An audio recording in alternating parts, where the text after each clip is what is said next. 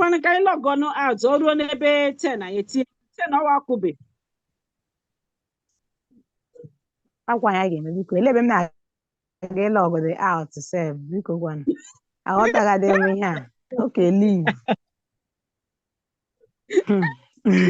dị egwu anyị abarala ee imuturu maịkị gị ọmamụ anya ka m na-achọ olebe maịkị m mụtukwara ma ebe m pere aka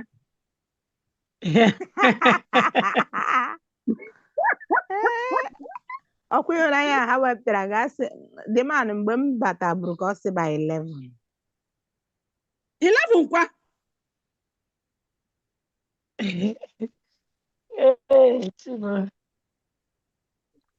Ngwanna, let's leave now since they have not started. That's the only thing. Maybe 11 na ya bata. 11 na na-achị azụ. Okay, ngwanụ. Bye.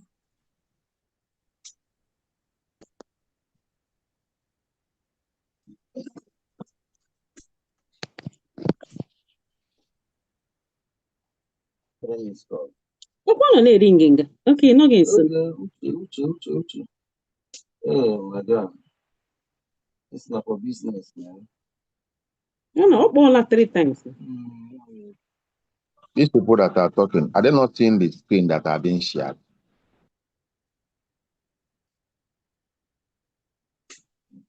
The host should mute. The host has the power and authority to mute them. The host should mute them.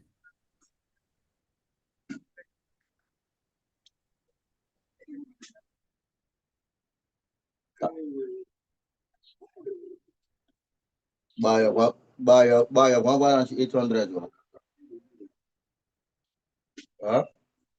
Buy 800.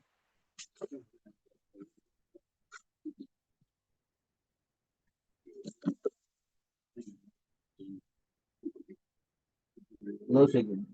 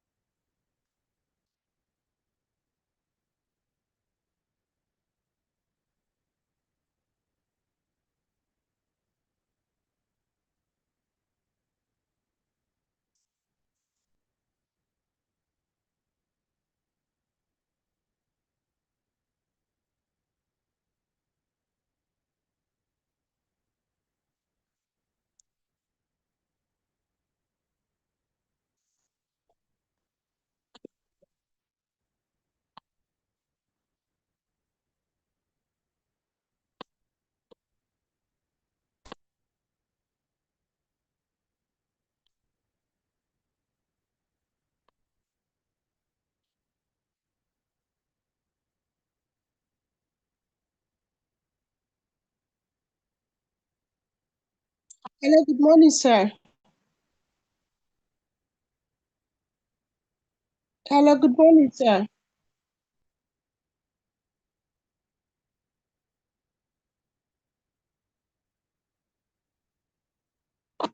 Good morning, sir. Good morning. Are you talking to us? Good morning. Yes, I'm supposed to be among the participants nominated from my institution.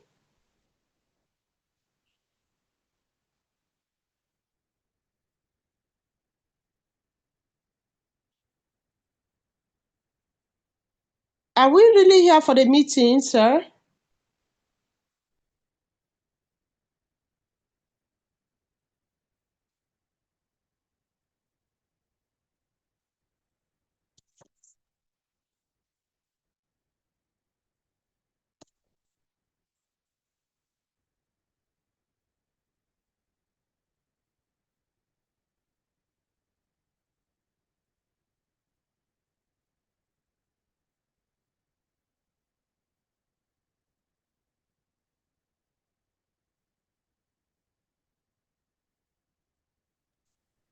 Hello, my name is Nnemeka. I think the person asking the question, they said the meeting will start by 10. So it's less than 10 minutes now, or less than 9 minutes, the meeting will start. You probably join Okay, by now. 10. Yes, you probably join now. Okay. Because I learned that the website has been hacked, so I wanted to confirm if maybe I'm seeing the right track. Yeah, you are seeing the right track. They say it's starting in less than 9 minutes, it will be starting by 10. If you look at your phone, you will see the agenda for the meeting, 10 a.m. Thank you. Okay, thank you. I appreciate it.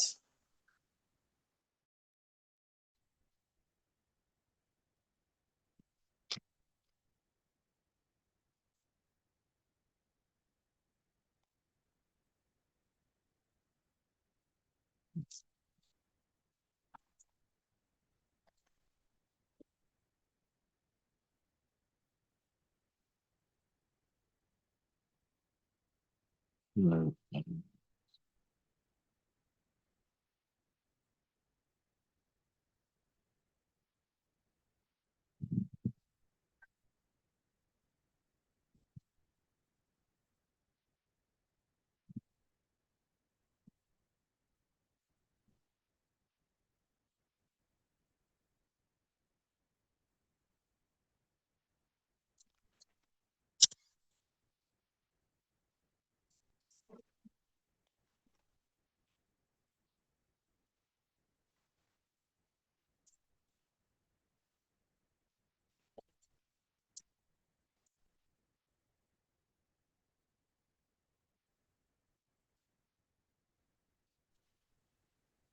Good morning, all. Please, I want to make some confirmation, please.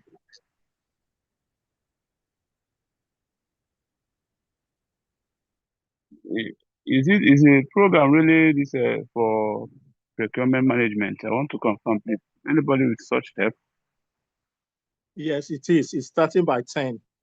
Just wait till 10 o'clock. Okay, thank you. Yes, you're welcome.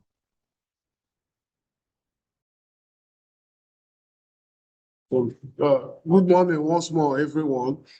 In the next Good few morning, minutes, we will start. Please exercise patience. Our director, deputy director, will now start to address us. We now start the ceremony proper. Please. Thank you very much, sir.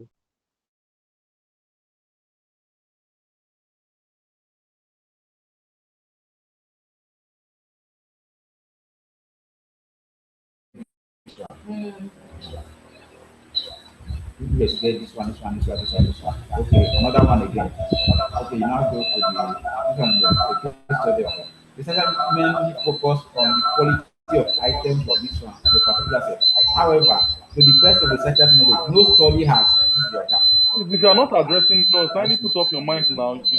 You are disturbing some other person. This one would have been easier if at the end of each of the review picture Please you put have off your plotted mind. them If you are out. not addressing So us, at put off your mind, this please. point, you just summarize that. This is the gap. So this is where you point out researcher. So it's there. It's not like it's there. Put off your mind if you're not addressing us, please. Put off your mind. That's what we wrote here. But some people put it openly as it is. Researcher mainly focus, researchers say they are just ones. Please put off your mind. Put off your mind. You're not talking to us. Put off your mind. Just knowledge is foreign researcher. No study has compared. Hey, don't damn me. Put off your mind. Yeah, don't damn me. Put off your mind. Isolate. We have scripted the research method. So this one may still be part of what this is almost the same thing that you have done. I wonder how these kind of people get into this highly revered program at this time and day. If you have done that, Omar, hey, don't damn me. Put off your mind, please. This is a public place.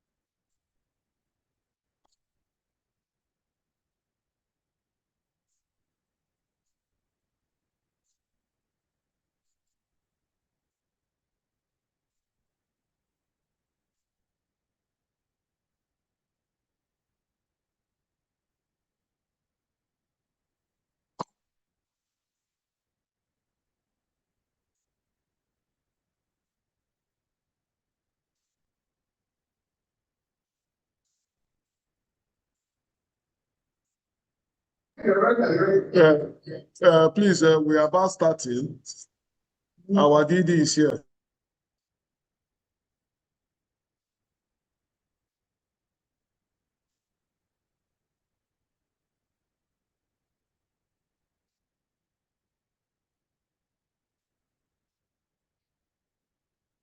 Yes, phone on silent. Yeah. Could be delayed. We gave you're going to see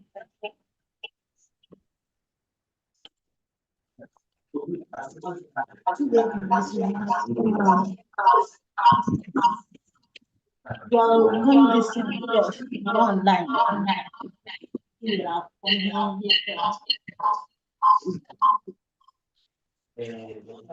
Please, if you're not addressing to us, please, why can't you mute yourself? Let the admin or the host address us now.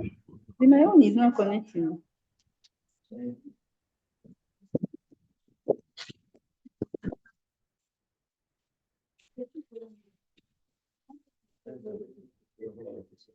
Speech. Okay. Good morning, everyone. Please now we now start with the national anthem.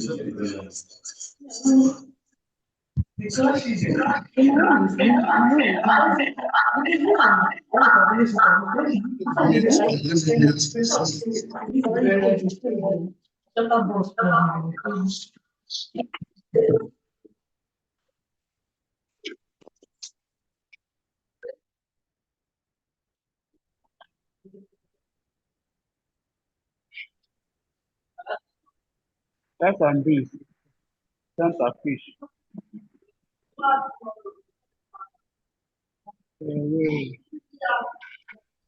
Hello, anyway. You want plantain? Huh? Plantain, eh, tu want plantain, huh, fam? Tu want plantain, 500.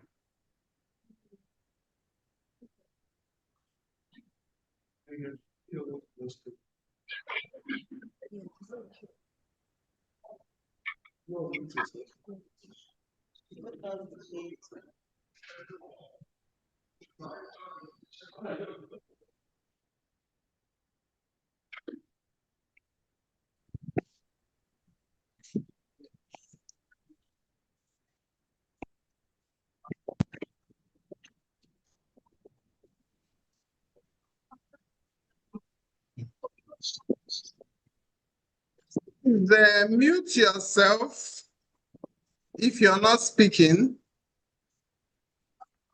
My name is Professor Mrs. Benedicta DK. I'm the Deputy Director of Procurement Management. The center leader is unavoidably absent because she's on a national assignment. So I'm going to read the welcome address for the Executive Track A and Track B self-paced online workshop. This workshop is scheduled to hold from 6th to 17th July 2026. The deputy directors, colleagues and facilitators, distinguished participants from various parts of Nigeria and beyond, ladies and gentlemen, all protocols duly observed. It gives me great pleasure to warmly welcome you all to the July 2026 Executive Track A and Track B self-paced online workshop organized by the FUTO Center of Excellence in Sustainable Procurement, Environmental and Social Standards. All participants who have joined us from different states and institutions across the country and beyond, you are all greatly appreciated.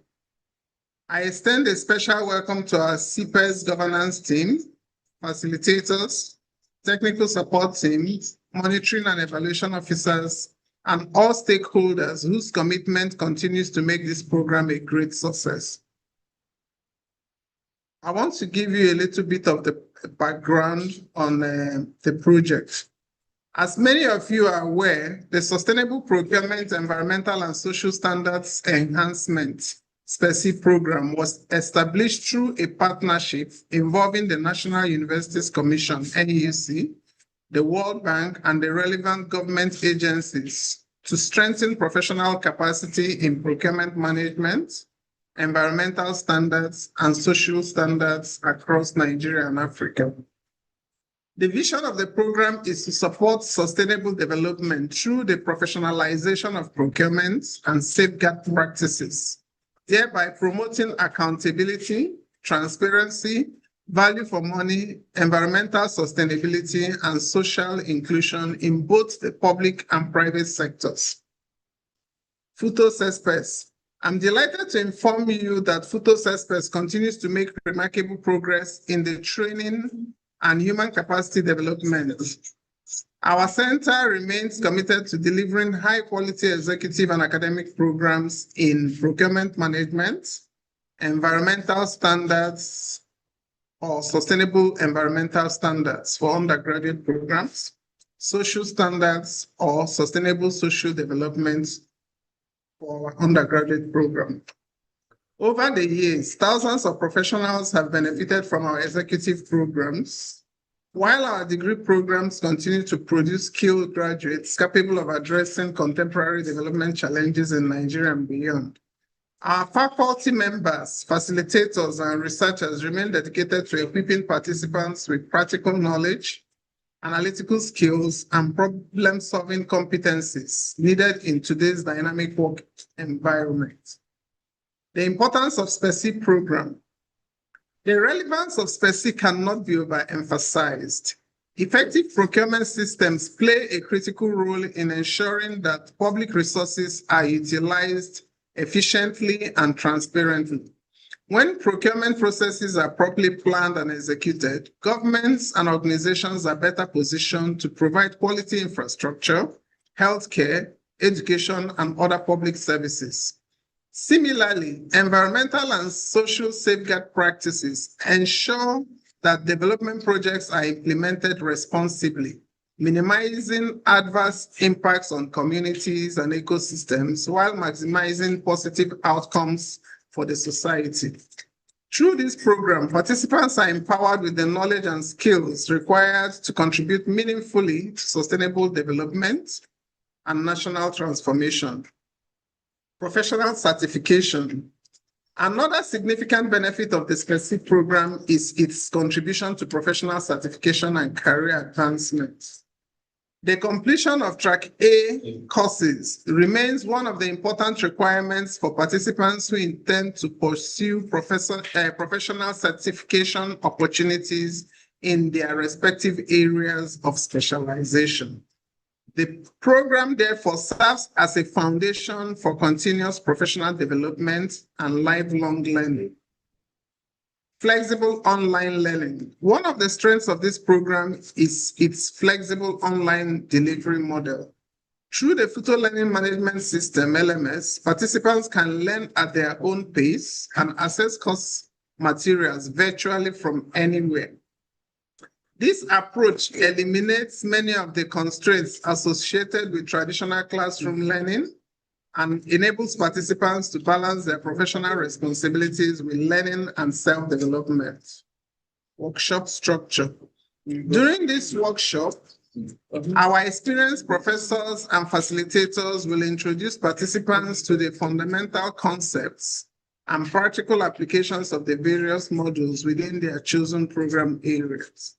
For procurement management, the Track A curriculum has been revised. The new approved curriculum has 12 topics as listed.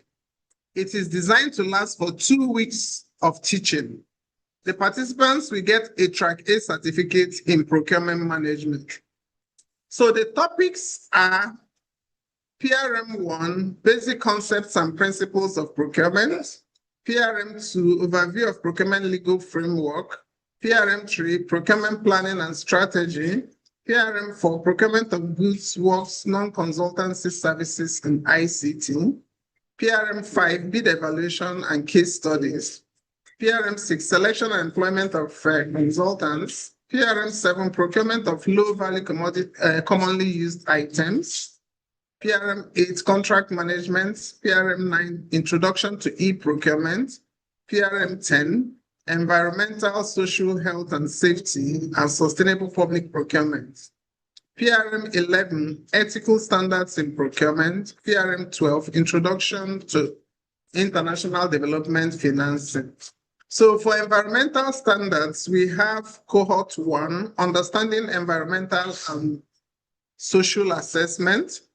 Cohort 2, Environmental and Social Framework and Assessment Process. And we have a new course we're introducing this time, which is Natural Hazards, Disaster Risk Management, and Community Resilience. For social standards, we have SSD5, Labor, Working Conditions, Management, and Responsibility. SSD6, Stakeholder Engagement, Information Disclosure, and Grievance Redress Mechanism. SSD7, gender-based violence, sexual abuse, and sexual harassment, risk assessment and management. We also have a new course for social standards, managing community health and safety of projects, affected communities in development projects, financed by MDBs and Nigerian government. Participants are expected to actively engage in the training sessions and subsequently complete the self-paced learning activities and assessment on the LMS platform. Mode of training. The training is instructor-led, self-paced, using FUTO LMS. Our professors and facilitators will teach the fundamentals of the modules for 2 weeks, starting today. The LMS will open tomorrow, Tuesday, July 7, 2026, and close on July 24th, 2026. Please take note of this very important information. The LMS will open tomorrow, Tuesday, 7 July, and closed on 24th July 2026. So all registered participants have been enrolled into the FUTO LMS. The program is very flexible. The LMS collects a lot of data each time you log on. It records the duration you stayed reading and doing your quizzes. You will find our well-trained professors and facilitators very interesting. They will share case studies which aim at adaptation of the true life scenarios to what you have learned. Every participant has been put in the program WhatsApp group.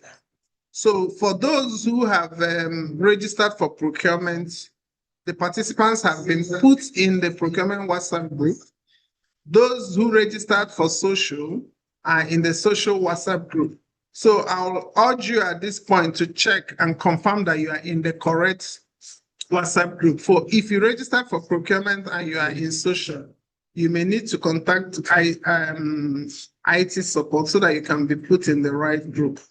All the lecturers, the monitoring and evaluation officers, the admin team lead, the logistics and IT support officers are also in these WhatsApp groups to provide you with any additional support you may require. So please, we will suggest that you do not flood that WhatsApp group with unnecessary information, because that will make you lose track of the communication that the center wants to have with the students.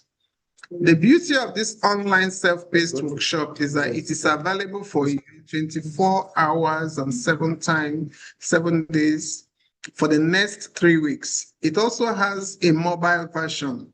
That means you can download the LMS on your phone. You are only required to load adequate airtime or credit for internet subscription. I want to assure you that by the time you finish this course, some of you who are not too conversant with ICT would have improved your skill and you can fit in any national or international position. Qualification for Track A certificate. The LMS will open Tuesday, 7th July 2026 in the morning. It will remain available 24 hours a day to allow participants the flexibility to learn according to their schedule. Every session topic has a quiz at the end. You have to study the slides before attempting the quiz. So the LMS system won't allow you answer the quiz. It's structured in a format that you're supposed to have spent time reading the slides before you can go to the quiz. So if you spend time that is not considered adequate, it means you have not studied enough. You cannot move to the stage of answering the questions. So every session or topic has a quiz at the end. You have to study the slides before attempting the quiz. A score of 50% and above will allow you access to progress to the next topic. So if you are in topic 1, and you score 40, you can't go to topic 2. You need to go back, read again, attempt the quiz. Is when you have scored 50 that you can move to topic 2. So that's how it works. So it will not allow you to go straight and answer the quiz to get certificate in a hurry without reading the slides. There will be a post quiz every Friday for topics covered during the week. In other words, there will be 2 post quizzes. So there will be one this Friday, and there will be another one next Friday. So in addition to the quizzes on LMS, we have 2 post quizzes. Now, a participant must pass the post quiz for every lesson session in the LMS and also score an average score of 50 in the 2 post quizzes that we hold for 2 Fridays to qualify to get a certificate. So I'm going to explain this again. For procurement management, we have 12 topics. You must score minimum of 50% on each of these 12 topics. In addition to that, you also need to score minimum of 50% in the 2 post quizzes that will happen in the 2 Fridays. One this Friday, one next Friday. Qualification for track B. Environmental and social standards participants interested in obtaining the track B certificates are encouraged to contact the research coordinators. Please watch out for their announcements in the WhatsApp groups. The procurement track B has been put on hold till we get the necessary approval for an updated curriculum from the World Bank and the NEUC. Expectations. As we commence this workshop today, Monday, 6th July 2026, I encourage every participant to approach the program with seriousness, discipline, and enthusiasm. Please take advantage of the resources available to you, engage with your facilitators, collaborate with your fellow participants, complete your assessments, and make the most of this opportunity for professional growth. The knowledge and skills you acquire during this workshop have the potential to positively transform your career, improve your organization's performance, and contribute to national development. In conclusion, on behalf of the Vice Chancellor of the Federal University of Technology, Owerri, Professor Ikechukwu C.K. Simplicius Dozie, the CE-sPESS governance team, and the entire management of the center, I warmly welcome you to the July 2026 workshop, Executive Track A and B Self-Paced Online Workshop. I wish you a productive, enriching, and successful learning experience. Thank you for opting to train at FUTO Center of Excellence. May Almighty God bless us all. Signed, Engineer Professor Gloria Chukudebe, the Director of FUTO CE-sPESS. Thank you. We appreciate you. Thank you. Thank you.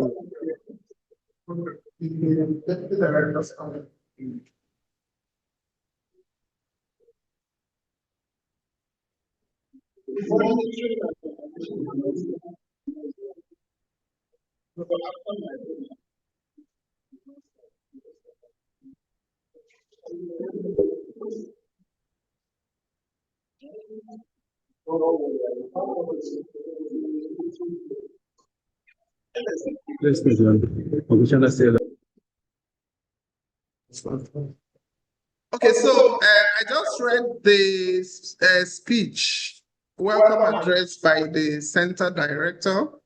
My name is Professor Uche Dike. I'm the deputy director of the program. I'm supposed to have my remarks. So what I want to tell the participants is that the center has 5 different program areas. You've enrolled for the track A, which is the executive short courses. We also have track B, which is the advanced certificate. The advanced certificate for procurement management is on hold, but is running for environment and social. Then we have postgraduate diploma in procurement management. We also have MSc in procurement management. Then finally, we have the undergraduate program in procurement management. So for some of our participants who have obtained undergraduate MSc from this center, a lot of them started with the track A.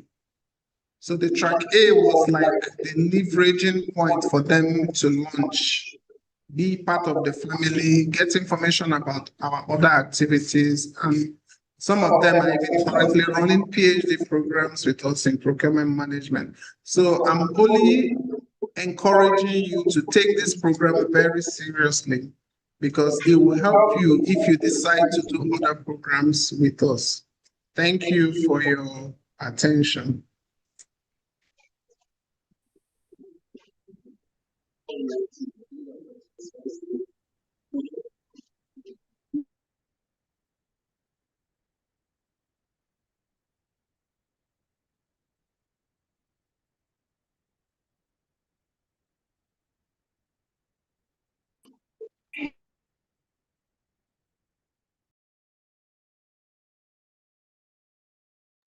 Okay, so you've already been informed that this program is going to be on the FUTO LMS.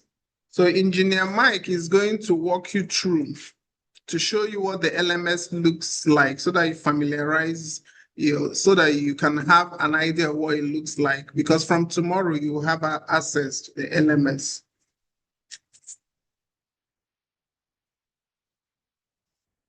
Well, good morning once more, everybody. So I will now take you through on how to use the LMS system. Just hold on, let me log in.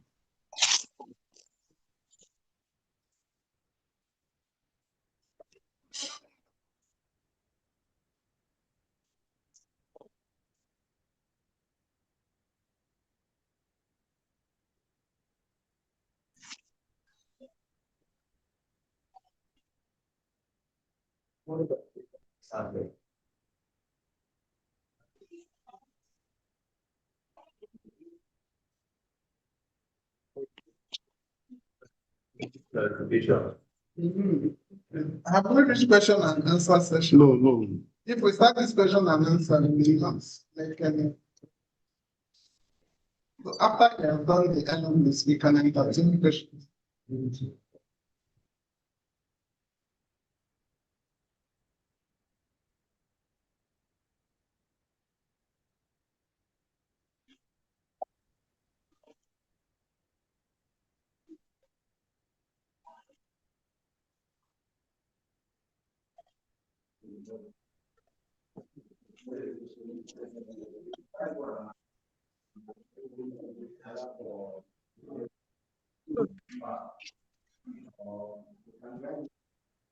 Can you see my screen?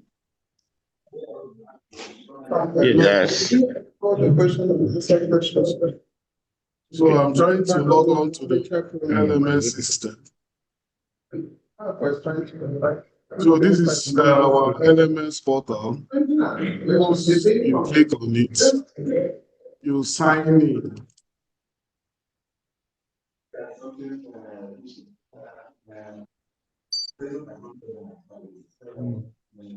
What of the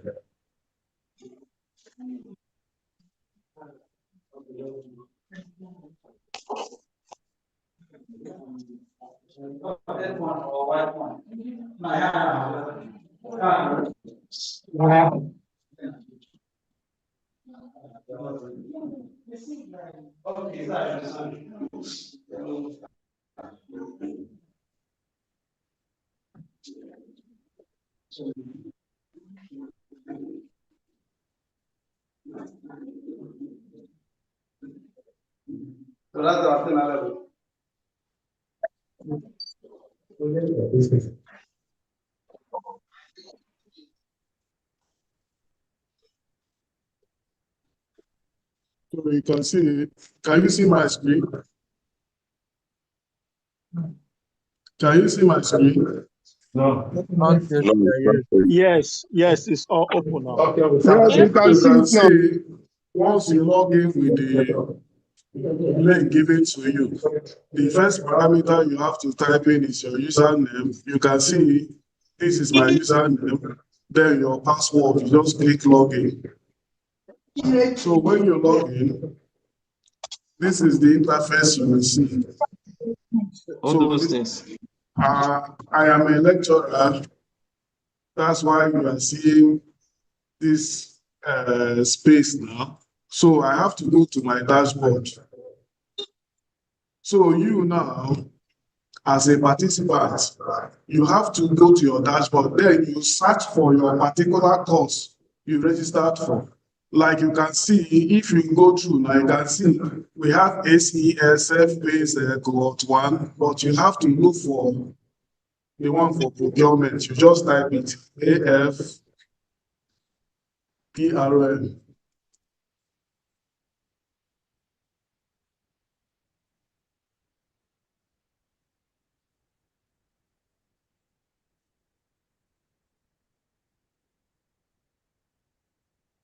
So when you type it, it will bring out all the courses for PRON, for the self-paced. You can see the one we are going to start with today is legal, regulatory, and organizational framework. And you have to click on it. When you click on it, it will give you the modules parameters. And when you are going through the lesson, you must read the instructions that is beside it. Like this is lesson 1. This is lesson 1. It's showing the introduction to procurement in public procurement and private sectors, for example. And you have to go through all the lectures there. When you go through all the lectures, at the end of the study, you will do a case study, and there will be a question, pre-quiz for you to answer. And if you don't do it, you won't go to the next level. So while doing this, you must read thoroughly when you are studying and when you are trying to go through the lecture materials on the LMS. The same lesson 2, the same lesson 3. So each time you finish, you can see by my right-hand side, you see done. You must view. It will tell you an instruction, you must view, go through the activity to the end, receive a grade, and receive a passing grade. And if you don't receive that passing grade, you won't go through to the next phase of this particular training. So you have to be steadfast and also be disciplined in going through all the lecture materials assigned to you as our participant. And if you miss one, you won't get your certificate. So you have to work hard to earn it. So whenever you finish, you make sure that you have gone through all the module materials for that particular module 1 or module 2 or module 3 up to module 12 for you to be graded and certified with your certification. So that's how you use the LMS. And whenever you log in, it will record. And whenever you log out, it will record. It's always timing you, monitoring you, what you are always doing in the system. So that's not how you cheat or even go off that you have done this course without completing it. So you have to be very careful and mindful what you do while using the LMS system. So thank you and God bless. We'll now move to question and answer. Engineer Mike, we'll now move to question and answer. No question. Eh? Announcement by the M&E. M&E. Yes, Please, can you do thank the you very much. announcement? Yes, good morning, great participants of July badge. I thank you for joining this particular section of hybrid learning. So there is this M&E stands for Monitoring and Evaluation Officer We will monitor your activities in LMS. We also monitor your activities in the WhatsApp. So it's expected that you all have to be in the WhatsApp group so that we'll be able to give you any information relating to the progress of this particular July training. So it's expected that you will log in, as Mike has earlier said, and again, it's expected that you're going to fill the online forms that will be sent to you maybe at the mid time of this training, and also the feedback, so that we get the feedback of this particular training. So it's expected that it is compulsory that you must fill it for you to earn this certificate. Then the attendance is compulsory for you to attend these classes and earn your certificate. At this point in time, please endeavor to fill the feedback form that will be sent with respect to this program. Thank you very much for now, and God bless you. Thank you, Nwa, for the message. Please, who can give us the vote of thanks? Then we now say the closing prayer and take our group photograph. Please.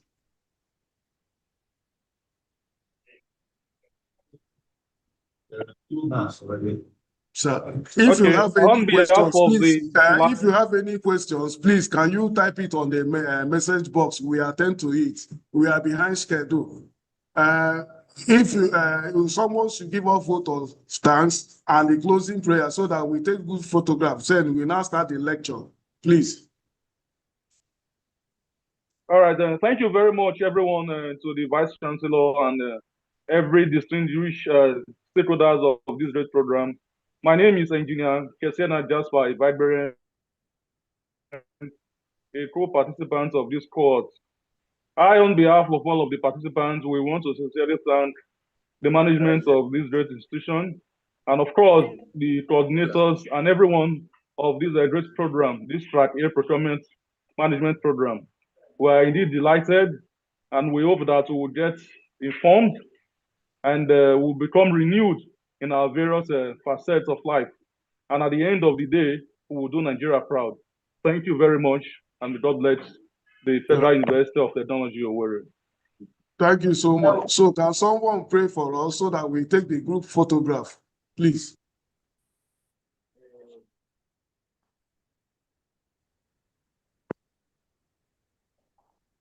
Okay, if you permit me, I can also take the closing prayer for this segment. You can go ahead. Hello. All right, then. Hello. Father God, we thank you for the success of the opening prayer, the opening section of this program. We pray, dear Lord, that all that which shall be taught, it shall make us renewed and informed. And we pray, dear Lord, that this training shall be seamless for us, and we shall assimilate and become renewed citizens of Nigeria, and we shall do well with what will be taught. Through Christ our Lord, we pray. Amen. Amen. Now, cameras now. Please open up your video cameras. We are about to take photograph. So once I click take photograph, you click accept, please, so that I can capture everybody. Can you open your screen now? Your video, please.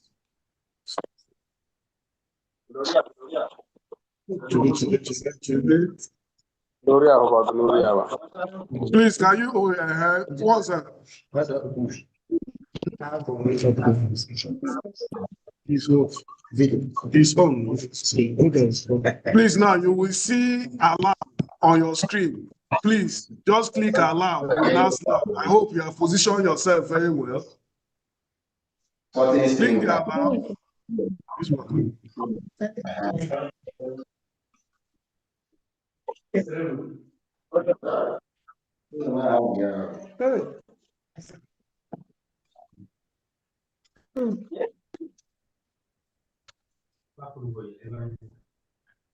So I will retake the big photograph again. It's still coming up. The first one is still booting.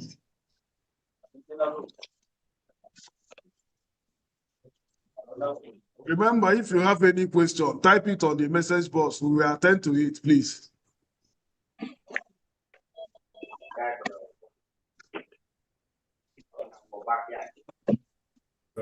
We'll take it.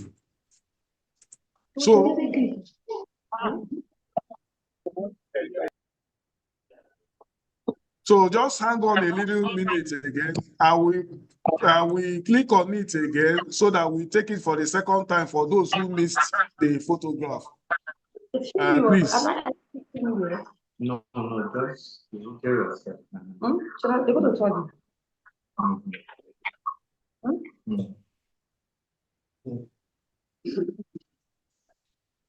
So now I'm clicking again. Click allow. Please, if you miss the first one, you can also join those who have snapped before, but position yourself very well.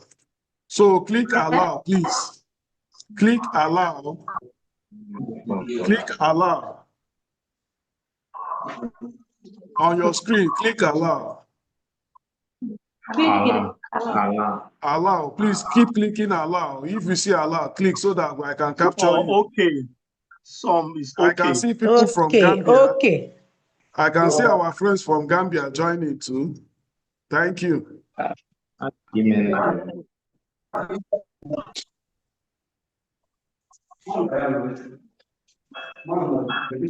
So the next item now, I will invite our facilitator, the first lady that will start, Engineer Dr. Akambi.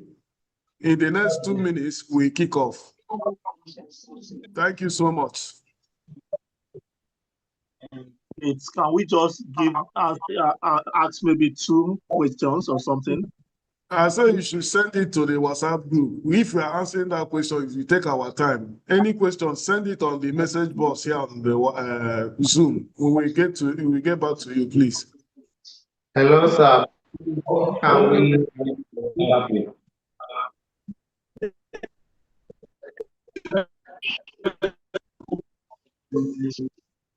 Show the screen.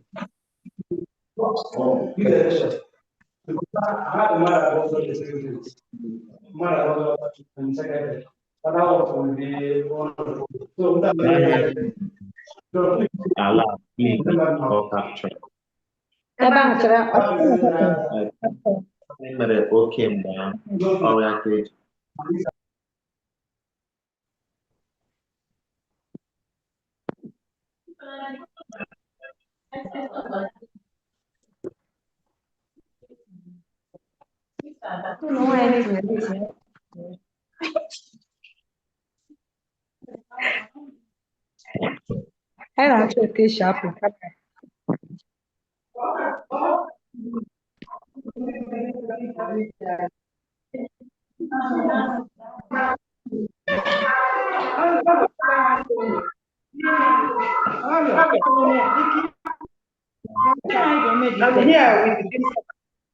Hello, good morning. Are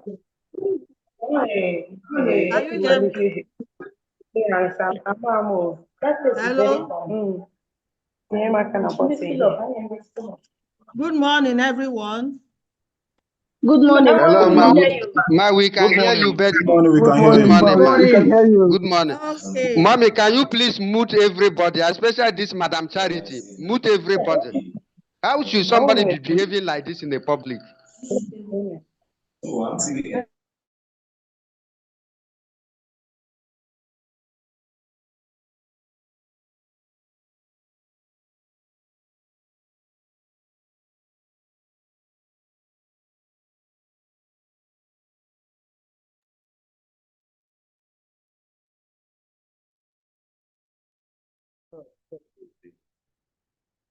Okay. My name is Engineer Dr. Akambi, and I will be taking you on Module 1, Session 1, to introduce the Track A Procurement Management. So Session 1, Basic Concepts and Principles of Procurement. For those who are just learning about procurement management, be rest assured that you gain much insight into it. And for some of us who are already in this field, 3 great things await you. You are going to be refreshed, be updated, stay tuned with the current trends in procurement, and you'll be improved. So let's move on. Put on your seatbelts and the flight takes off. The duration is for 1 hour, 5 minutes. So the outline we have is here. Because of our time, I'm not going to read everything. Once you start up with LMS, you will still see this module 1 there. So introduction. Welcome to this fundamental training on procurement management. Procurement is far more than the simple act of purchasing. It is a strategic function that drives value and ensures the efficient delivery of goods, works, and services. I want to put you on one scenario for those of us that are new in procurement. I can ask you this question, then on the chat box, you put a thumbs up or down, or you may type yes or no. And the question is this: can an individual who just walked into a store to buy some furniture say that he procured it? I take it again. Can an individual who just walked into a store to buy some furniture say that he procured it? So I want your answer now. Is your answer yes or no?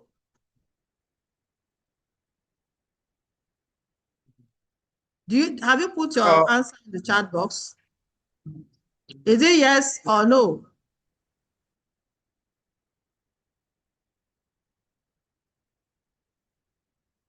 Yes, on the chat box. Type on the chat box. Yes, I am seeing no. Furnitures are purchased. Someone says yes, another no. And we have yes. We have another yes. That's good. I like your responses. And it's still coming. That's good. I'm saying yes. I'm seeing another yes. Very good. For those of you that said yes, you are very correct. Those of you that said no, you are equally correct. So you can give yourself thumbs up. And why do we say yes?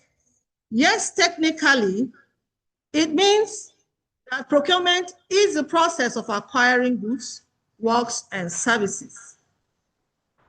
So by the definition, buying a furniture from a store is also acquiring of goods. That's procurement at the simplest level. Now, for those of you that said no, of course no.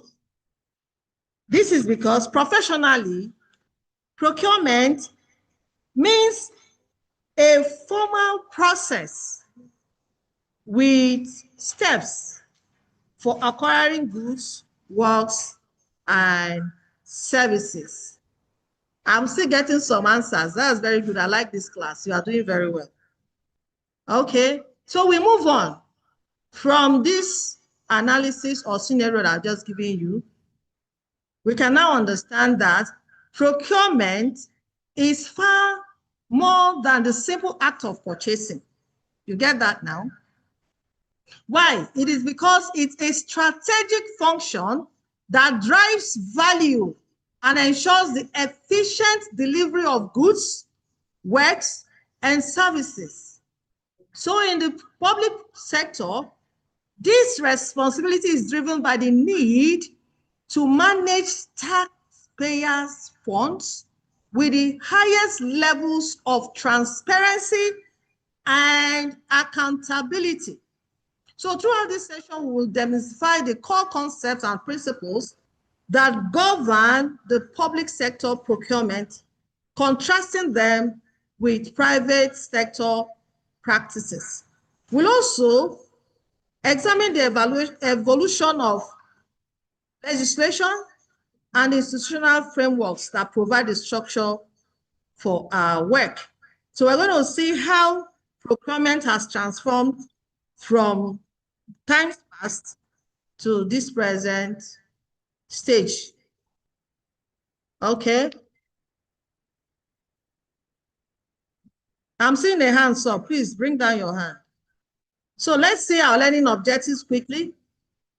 At the end of the session, participants should be able to clearly articulate the definitions of procurement and public procurement in professional context. Okay? Then accurately use procurement-related concepts and terms in discussions and documentation. Be able to apply public procurement principles to evaluate procurement processes and decisions. Also, demonstrate awareness of the strategic role of procurement in achieving organizational and national goals. Participants should also explain the historic development of procurement legislation and its impacts on current practices. Oh, to move this mic. You should also understand the competencies required for the procurement profession. Understand the current trends in procurement. So, what is procurement? Procurement is a management function of any government or private or third sector entity and refers to the function of effective planning and execution of the operations related to the contractual acquisition of external inputs needed to sustain the service delivery mandates of the production operations of the concerned organization. We have something here, external inputs. What do we mean by external inputs? It refers to the entity's acquisition needs of goods, works, and services. So this acquisition usually is from external sources. That's the reason we have external inputs. Continuing with the definition, we have here public entity or procuring entity.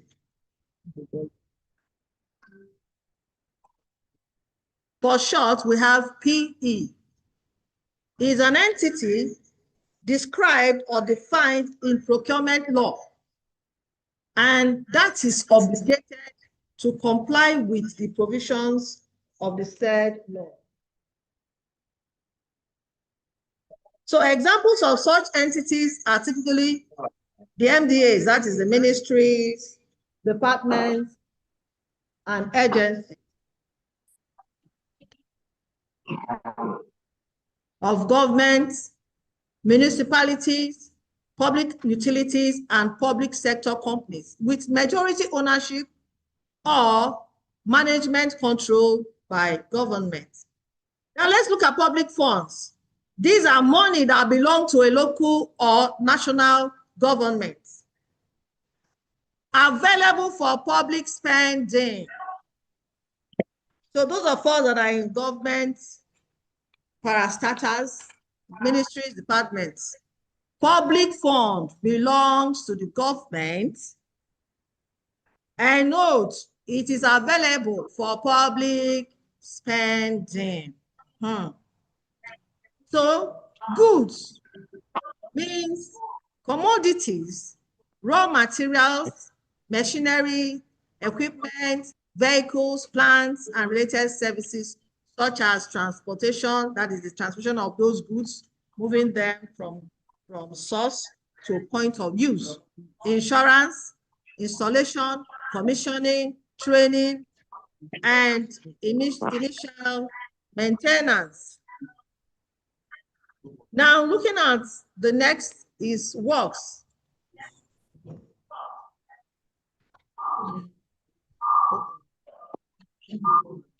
Somebody is drawing lines on our screen. Please stop drawing these lines. So works means construction, repair, rehabilitation, demolition, restoration, maintenance of civil work structures. These works are the intangible procurement works. You cannot see, you can't touch them, you can't feel them, but you can see the impact. And the related services such as transportation, insurance, installation, commissioning, and training. So let's look at services. We have mentioned all the latest services of goods and works. Now, these services also can be procured differently. And services are subdivided into two. We have the consulting services and non-consulting services. Now, these consulting services are, I can term them, maybe we'll take it and note it down for short. I can term them as eye-openers, or you can also term them to be show the light, show me the light. So it refers to a range of services that are of advisory or professional nature, which are provided by consultants. So these consultants show the light. Do you see that now? They open the PE's eyes to things that they do not quite understand or are not at home with. They advise through a professional nature. So these services typically involve providing expert or strategic advice. Example is management consultants. You can also have policy consultants or communication consultants. So advisory and project-related consulting services include, for example, feasibility studies, project management, engineering services, finance, and accounting services, training and development. So all of these are the consulting services. The next is the other part of it is the non-consulting services. So these ones mean services which are not consulting services. Non-consulting services are normally contracted on the basis of performance of measurable inputs. These services are usually carried out by the expertise. Those experts who know the job accurately. So non-consulting services are normally contracted on the basis of performance of measurable outputs and for which performance standards can be clearly identified and consistently applied. Examples include drilling, aerial photography, satellite imagery, mapping, catering, cleaning, security, and similar operations. So we want to look at the strategic importance of public procurement. Why public procurement? Is it important? Why should we engage in public procurement? Why not just purchasing? Now, public procurement is critical for national development and constitutes of large proportion of the gross domestic product, 20 to 30% in developing countries, and a substantially greater percentage of government budgets. It is critical for development of the national market and its competitiveness. It is a useful instrument to promote equitable and inclusive national economic growth.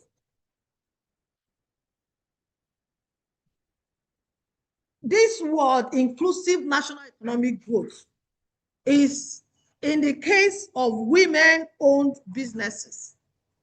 So public procurement ensures that women-owned businesses, or even those businesses that are owned by disabilities, the youth, etc., those also see limelight in terms of public procurement.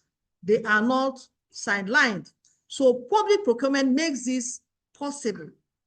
It also supports the realization of other national sustainable development projects.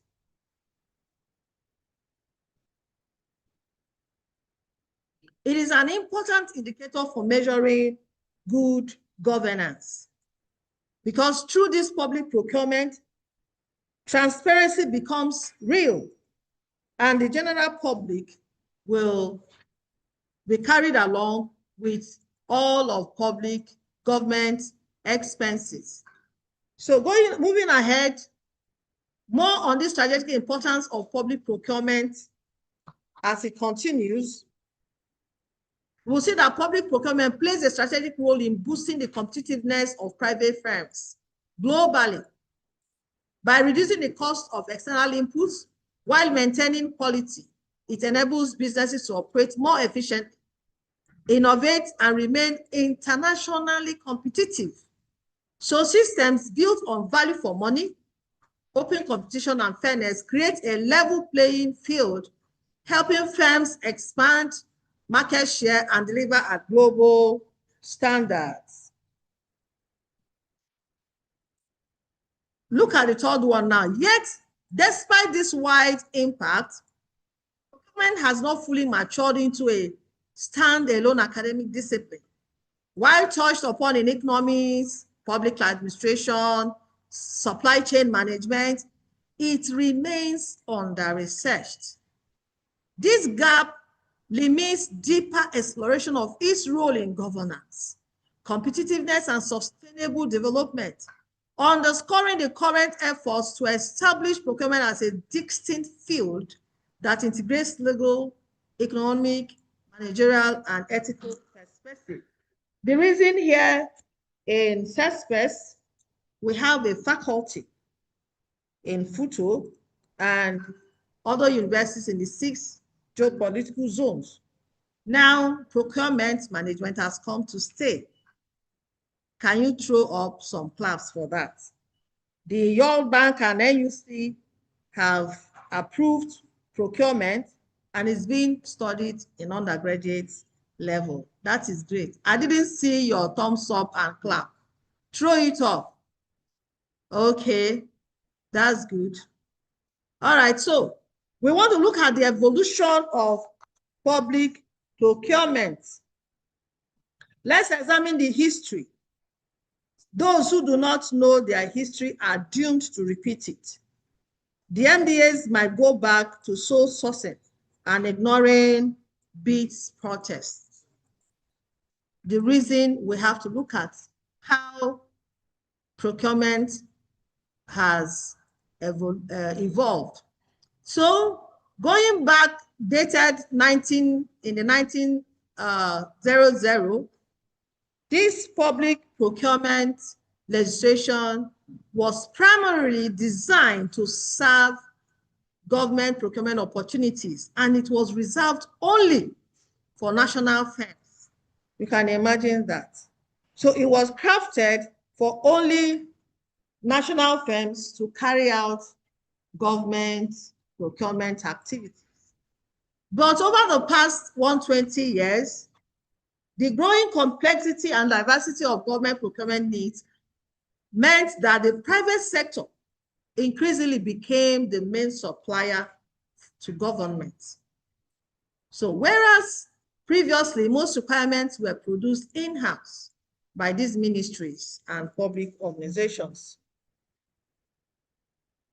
So the shift was accompanied by heightened competition among private firms eager to secure government contracts. As a result, national procurement laws evolved to ensure equal and non-discriminatory access for domestic firms, while also introducing remedies for aggrieved bidders to challenge public entities that failed to conduct procurement processes properly. So we are looking at this evolution beyond 1900. So after 1900, something came on in 1947. What was that? Following that, the Second World War rules for opening up international trade were introduced, starting with GATT in 1947. That is General Agreement on Tariffs and Trade. Then in 1957, we have the Treaty of Rome.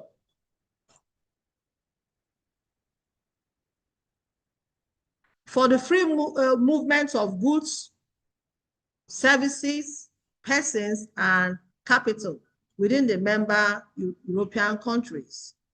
And in 1964, there was an intervention by the World Bank.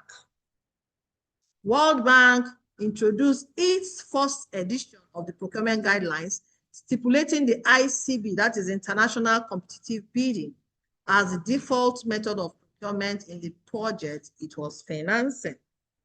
And that took us up to 1971.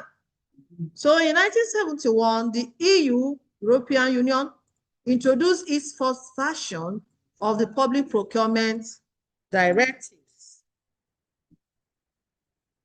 So still in this evolution of the procurement legislation,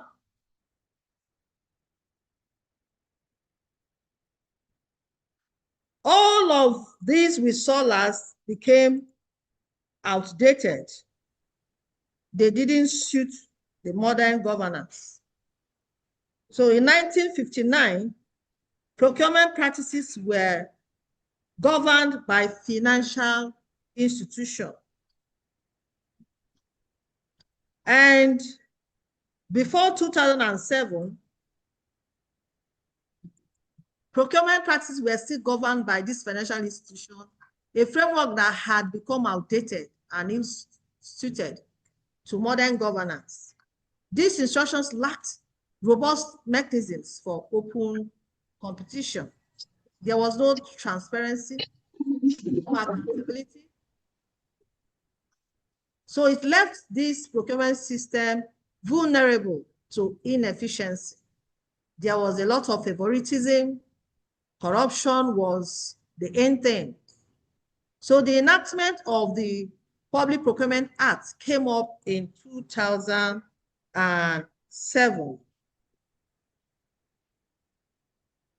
And this marks a decisive shift toward embedding international best practices, such as fairness, fit for purpose, and value for money in Nigeria's procurement framework. Still in this continuation, the BPP, Bureau of Public Procurement, was established, and it established a comprehensive legal and institutional framework designed to uphold probity, strengthen accountability, and encourage competition, and ensured value for money in federal procurement processes. So since its establishment, the Bureau of Public Procurement, as PPP, has developed and deployed public procurement procedural manual, public procurement consultancy services. There are regulations for goods, works, and modern standard tender documents and guidance.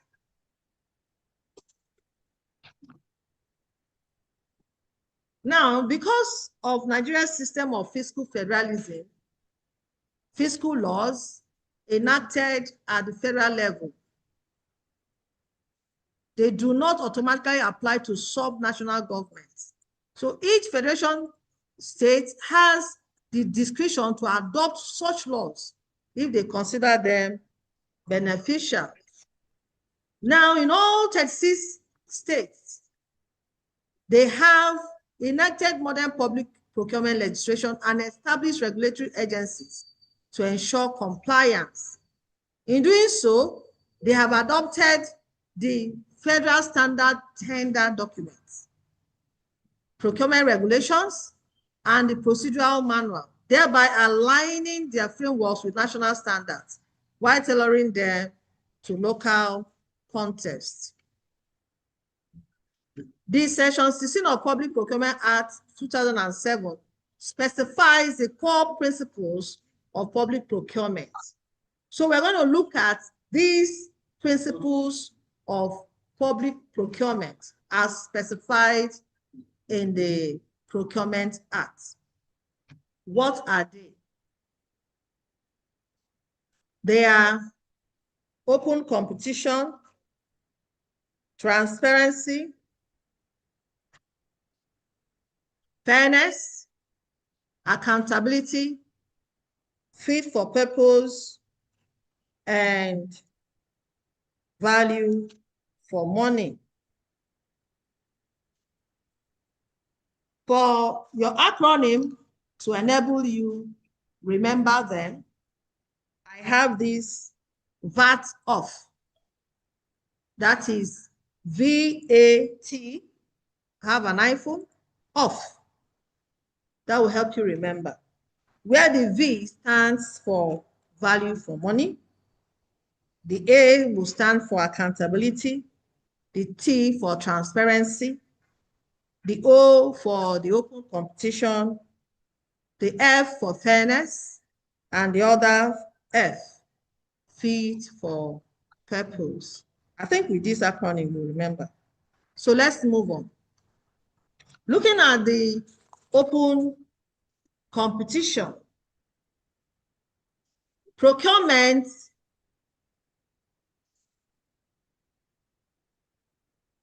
should encourage broad participation by qualified suppliers. It should be open to everyone that is qualified. They should all have access to bid and to compete. None should be sidelined. So this will prevent monopolies. It will foster innovation and ensure that the buyer has access to the best possible solutions. This open competition creates a level playing field where all vendors have equal opportunity to bid. Let's look at transparency. Transparency means that procurement processes, their criteria, and decisions are made clear. There is no hidden agenda anywhere. So they are made clear to all competitors. They should be accessible and well documented. Yes. So this principle builds trust among stakeholders, reduces corruption risk, and allows suppliers to understand how decisions are made. We'll now look at fairness. What do we mean by fairness? All service providers should be treated equally, without bias or favoritism. That is fairness. There shouldn't be, this one is my cousin, I used to know him. He was my undergraduate classmate, or he's from my state, no. So this fairness ensures that all service providers are treated equally, without bias or favoritism. It requires consistent application of rules, impartial evaluation of bids, and respect for the right of all participants. This fairness strengthens credibility and supplier confidence in the system.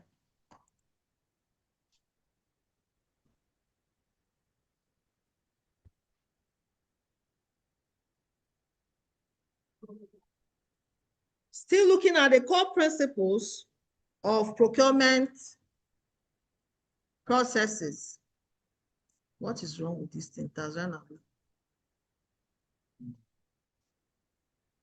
The core principles of procurement practices.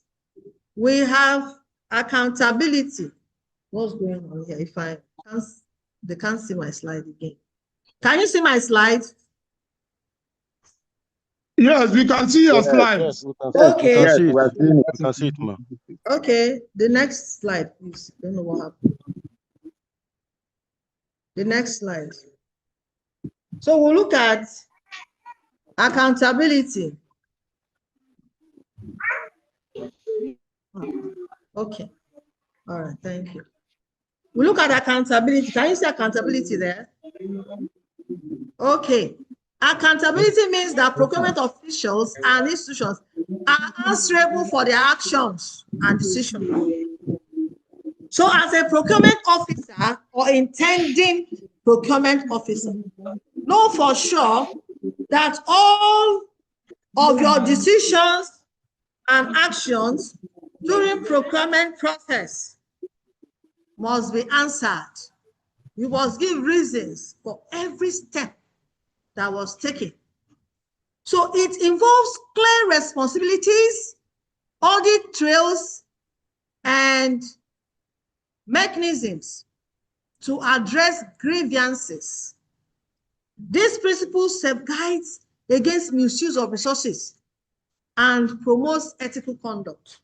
So accountability is a core principle of procurement. Another is fit for purpose. The need or the goods, services, or works you are procuring, is it relevant? It's a question for us to answer before you delve into procurement of these goods, services, and works. They must be able to meet the actual needs of the organization. So you don't just procure for procuring's sake. It must be relevant. Fit for purpose emphasizes suitability, quality, and relevance rather than simply choosing the cheapest option. It ensures that outcomes align with intended goals. The next is value for money. Yeah, let's look at value for money. Value for money means achieving the best possible outcome or result with the available resources. You need to balance effectiveness, economy, efficiency, so that the outcome would be the utmost that is required. So beyond these core principles of procurement, Nigeria's Procurement Act of 2007 also embeds complementary policies, objectives that reflect broader national priorities. Let me use that. Thank you. Sorry, please. Okay. Now, these complementary policy objectives include promotion of domestic industry. and employment. So this public procurement encourages growth of local markets. That's our local content. By applying a margin of domestic preference in procurement decisions. If a procurement entity needs vehicles, for instance, of course, these official vehicles, if one is to procure them, the first company that should be brought to mind in terms of local content should be what? Innocent. Am I communicating? Innocent. So this is the essence of public procurement, to encourage the growth of local market by applying a margin of domestic preference in procurement decisions. It also aligns procurement with industrial policy, ensuring public spending supports economic development. Then it fosters national security objective. It ensures procurement safeguards the country's strategic interest while maintaining oversight. We want to look at the differences between public procurement and private procurement. All this while we have been looking at public procurement. Now, we also know that even private establishments undergo procurement. So what is the difference? Or what are these differences between public procurement and private procurement? We shall look at them in these 7 aspects. While the public procurement is being carried out, the objective of public procurement is to deliver value to the public. They ensure fairness, transparency, and accountability. But the reverse is the case for private procurement. Of course, every private individual must go for profit maximization. So, for private procurement, they maximize profits. They reduce costs, improve efficiency, and gain competitive advantage. Another aspect we look at the differences is the funding source. For public procurement, the source of funding is a taxpayer's money. The reason there must be accountability is your money, it's my money, as we pay tax. So we're all encouraged to pay our taxes so that the government will have enough money for the public. So it requires strict oversight and public reporting. That's that part of accountability. They must account for how our money is spent. Whereas for public procurement, it is a company or the procuring entity or the establishment that funds its procurement processes from the owners or the shareholders with accountability. But this accountability now in this sense is not to the public. That's the difference. But it makes accounts to the board, the shareholders, and the investors. Now let's look at another aspect, the regulation aspect of these procuring entities. For procurement, public procurement, the regulation is the government. It's governed by public laws, policies, and compliance frameworks. So the rule-based business process. Whereas for private procurement, they are less regulated and they do it the way they want, okay? there's no strictness in the regulation. They have more freedom to design their own procurement strategies so as to maximize profits. So we look at the contract award process. This contract award process for public procurement is competitive bidding to ensure fairness and best value. Whereas for private procurement, it is negotiation based. The contract awards process is based on negotiation. So it allows flexibility in terms and supplier choice. So another aspect we look at is the decision driver. What drives the decision of these procuring entities? For public procurement, the public need is what drives their decision on what to procure. And the service delivery, even if it's not profitable to the government. For instance, if there are going to be bridges in a city, it is because of the public need that drives the government to procure these bridges, such as flyovers, bridges over rivers. But in the case of private procurement, what matters to them and what drives their decision is profitability.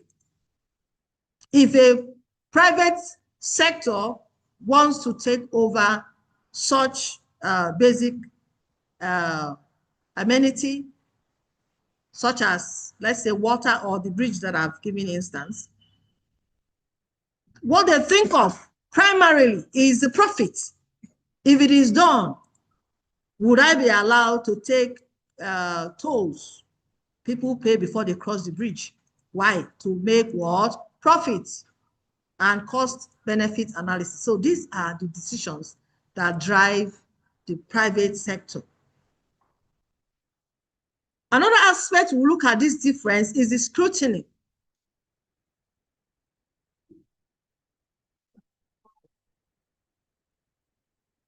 The scrutiny. High subject for the public procurement, the scrutiny is very high. It is subject to audits. It is subject to public reporting and political oversight. Whereas for private procurement, the scrutiny is moderate. It is mainly internal audits and shareholders review. Now, for risk management aspects, the public procurement focuses on minimizing public risk and ensuring continuity of service.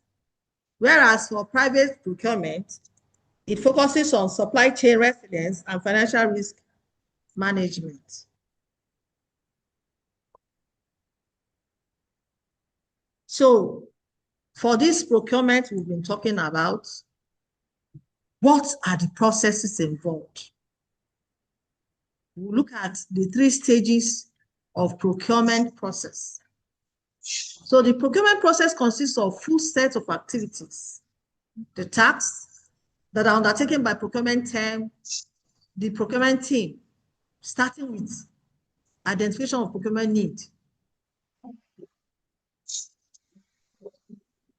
So the procuring entity wouldn't just jump into procurement process because they feel like, no. They first of all identify the need of that establishment. So once these needs have been identified, we move into the phase. Jesus Christ. My time is running.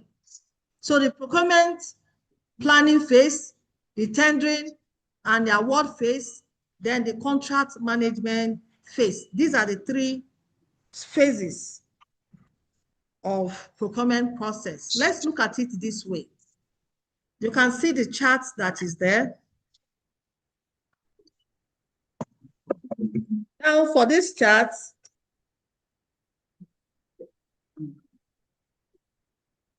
we have arrows linking the stages. Like I said earlier, that we have the need identification stage. This need identification stage is the stage where the procuring entity identifies the need of the establishment. And you have the arrow that links up from the identification of need to procurement strategy. To procurement strategy and procurement plan. This procurement strategy and procurement plan is also linked to the specification, which is the third phase. So this specification and procurement strategy and procurement plan both feed into the, look at the two arrows I'm pointing at. This arrow and the second arrow feed into tendering process, where advertisement is made. There will be bid opening and evaluation, contract award. All of this, because of our time, will still be made known to you in subsequent modules. Don't forget that this is just the introduction, so there will not be any elaborate explanation of these stages. But now the tendering process leads into the contract management. So once the supplier is selected, the process moves to contract management. Here we have the management of the delivery of the goods, works, and services. It's being inspected, and the performance is being monitored, and payments are made. What you also observe is that there is an arrow linking this contract management to whole life costing. Once the contract is being executed and being managed, there should be a track of actual cost of ownership. The reason you have it linking here to the accounting whole life costing, that is the purchase, the maintenance, and the disposal. And once this is done, it is also linked up to specification and also back to identification of needs. Why do you have this arrow going back to the identification of needs? This arrow goes back to identify the needs which can be used for subsequent procurement factors. In case of subsequent procurement processes, it is delved into the details described. There is a track of this cost, and as it is taken back to specification in subsequent procurement processes, either there will be an improvement in the specification that was previously procured, or the one that was used for procurement will be maintained. So steps of the procurement processes is elaborated here. You see that in the LMS as you go through. Subsequently, we'll also continue with these steps of procurement processes. Like I said earlier, it involves the identification of needs, project implementation plan, bidding methods and documents, contract and purchase order award. Then this is the procurement cycle. Why is it a cycle? It's not a line process, because whatever decision that was made at the end of the procurement process is also fed back to the beginning of procurement plan, and needs assessment. Now, there are competencies for procurement profession, which every procurement officer must have or possess. Procurement is both a science and art. The science comprises all the legal, technical, managerial, and commercial, economic, and accounting knowledge that you already have or possess. while the act refers to the required interpersonal skills, attitudes, and behaviors imposed by nature of the profession and the need to successfully interact with diverse stakeholders. By competence, we mean the knowledge which you are getting today or what you have already have, the skills and the attitudes which you must develop or behaviors needed to accomplish the task successfully.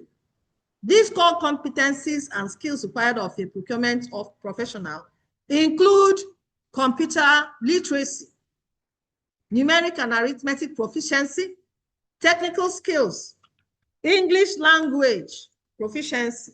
Why? Because most of these procurement processes need to communicate with the competitors in English language, which is universally accepted.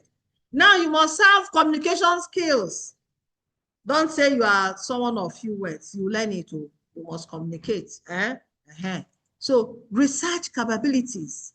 Then you must be able to manage change management, risk management, conflict resolution, how to resolve conflict between parties.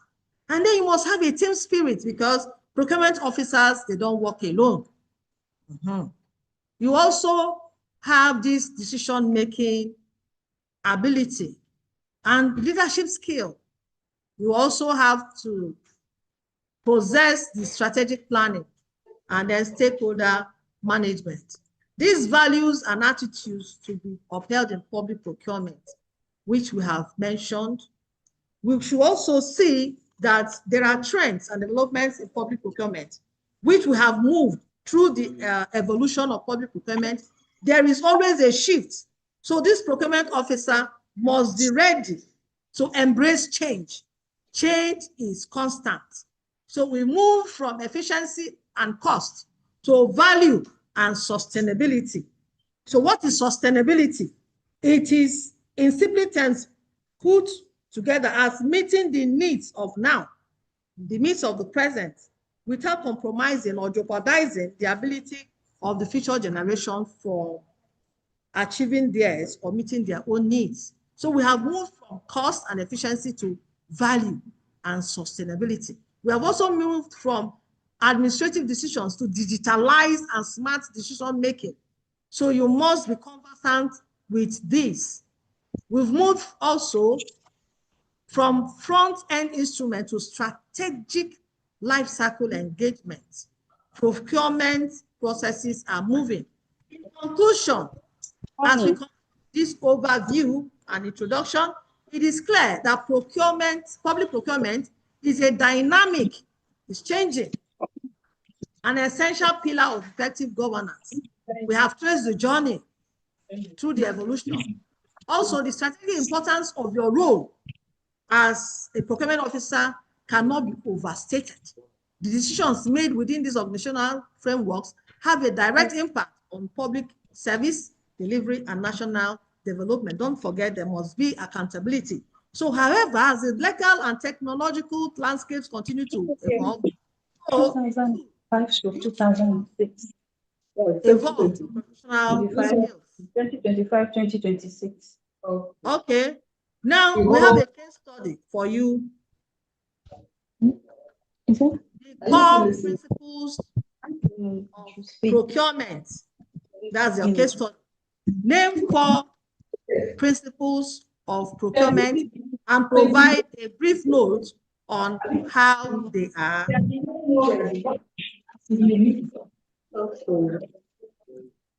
So let me tell you. Okay, I think, okay, thank you so much. I was informed that I still have a few minutes. So with this, someone is disturbing us. Who is that person? Mute your mic, please.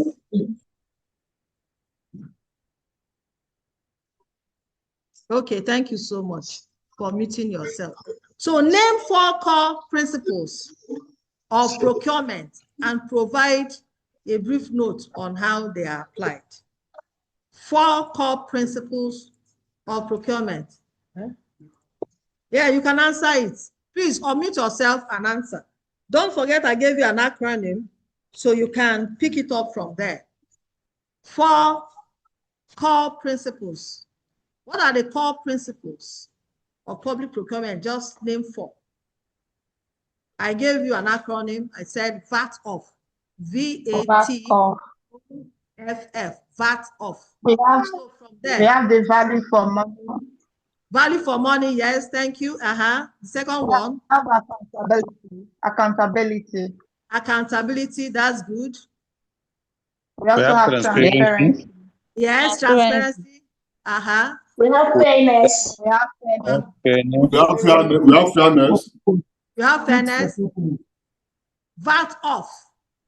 Value of money. Value for money. Fit for purpose. What's it for? Value of money. Fit for What is the purpose. O for? Fit for purpose. Open competition. Open competition, that's right. Then what are the 2 F's? One is fairness, the other one is fit for purpose. Fit for purpose, and the other is fairness. Wow, that is great. You can give yourself a round of applause. Yes, sir. The end. Thank you for listening. Thank you, ma. Is there another? Okay. Thank you. Do you have a question for our lecturer? She can take few questions so that the next lecturer will join. We have a 15 minutes break. Then the next lecturer will join. If you have questions for her, you can ask, please. Any questions? Yeah. Hello, madam. Good morning. In absence of any questions, hello, madam. Back yes, we have a question. 11:50 for the second module, module 2. Is there any way we can have this as a handout? He's already on the LMS. The LMS opens tomorrow. So once you log into the LMS, you have it. So we'll come back by 11:50 for the second module. Please, let's have a 10-15 minutes break now, please. 15 minutes break. Okay. Sorry, ma. You said the LMS. Is that, if I understand, is that the online registration or the login? Yes, that online. You get once you get log into the online class, you go to. You see so we can start our courses online from tomorrow. The courses are there. All of the modules have been uploaded on the LMS. Yeah, they have been uploaded, but it looks like the I tried to see where the activity starts, and it's not working. It's not working. Yes. Did you say it's not working? Yes, I could see the courses, but there was no option for me to start.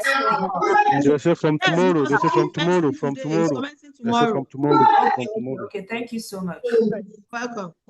On the chemist messengers. They carry this.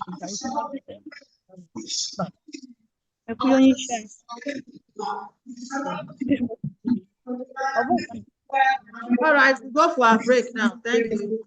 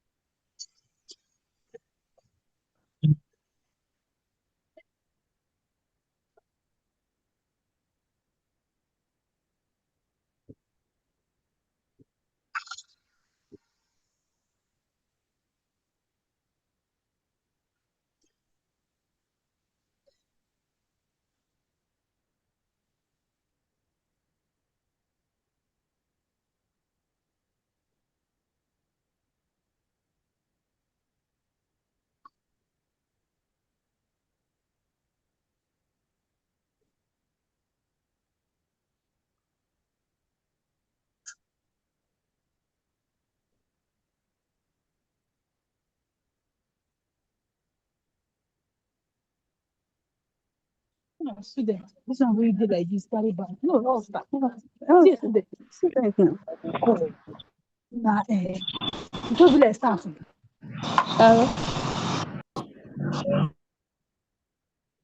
Okay. It will be like staff.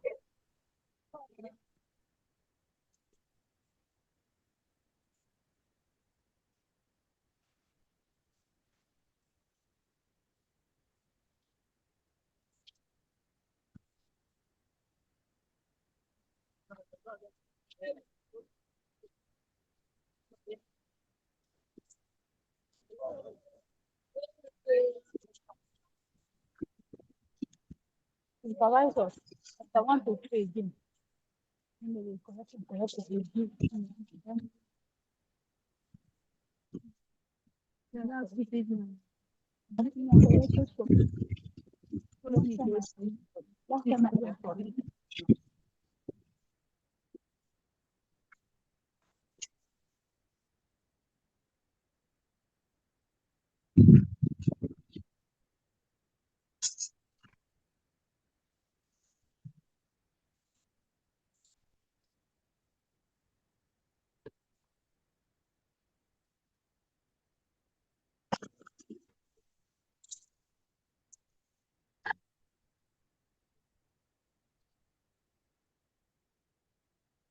Report.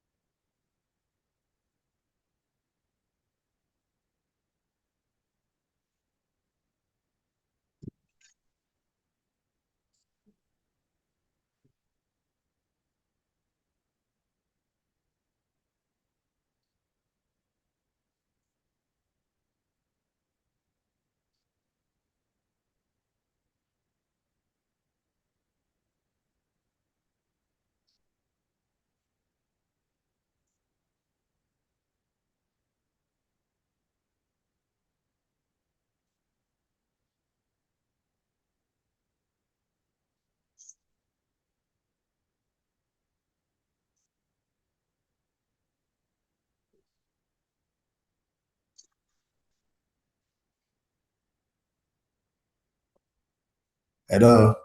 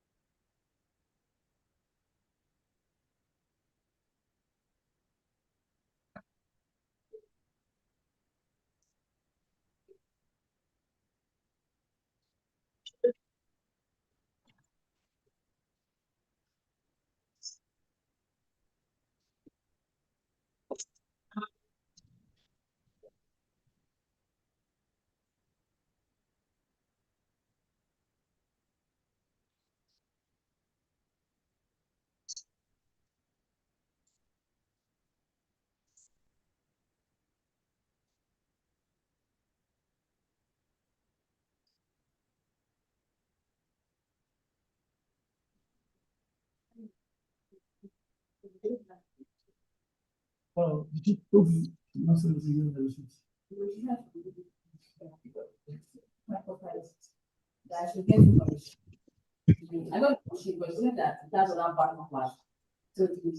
Good afternoon, everyone. Good afternoon. Yes. Good afternoon. Can you see my screen? Good afternoon, sir. We can. It's clear. Good afternoon, sir. We can see your screen, sir. So you can see the second module is module 2, and the module 2 is in 2 parts. We have 6 hours for the 2 parts. So I'm handling part 1, and part 1 is 3 hours. So I will be the one to do justice to the lecture this afternoon. So good afternoon once more. So we have module 2, overview of procurement, legal, and regulatory framework. So your anchor lecturer this afternoon is Engineer Dr. Michael Egara Mecha.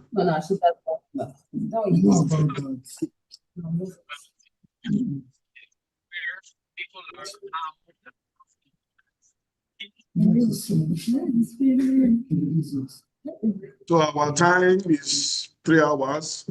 Then the presentation overview, you can see the training objectives, outcome, expected impact, brief about the Unicitral procurement model law. Then we have the brief about World Bank procurement and background of Public Procurement Act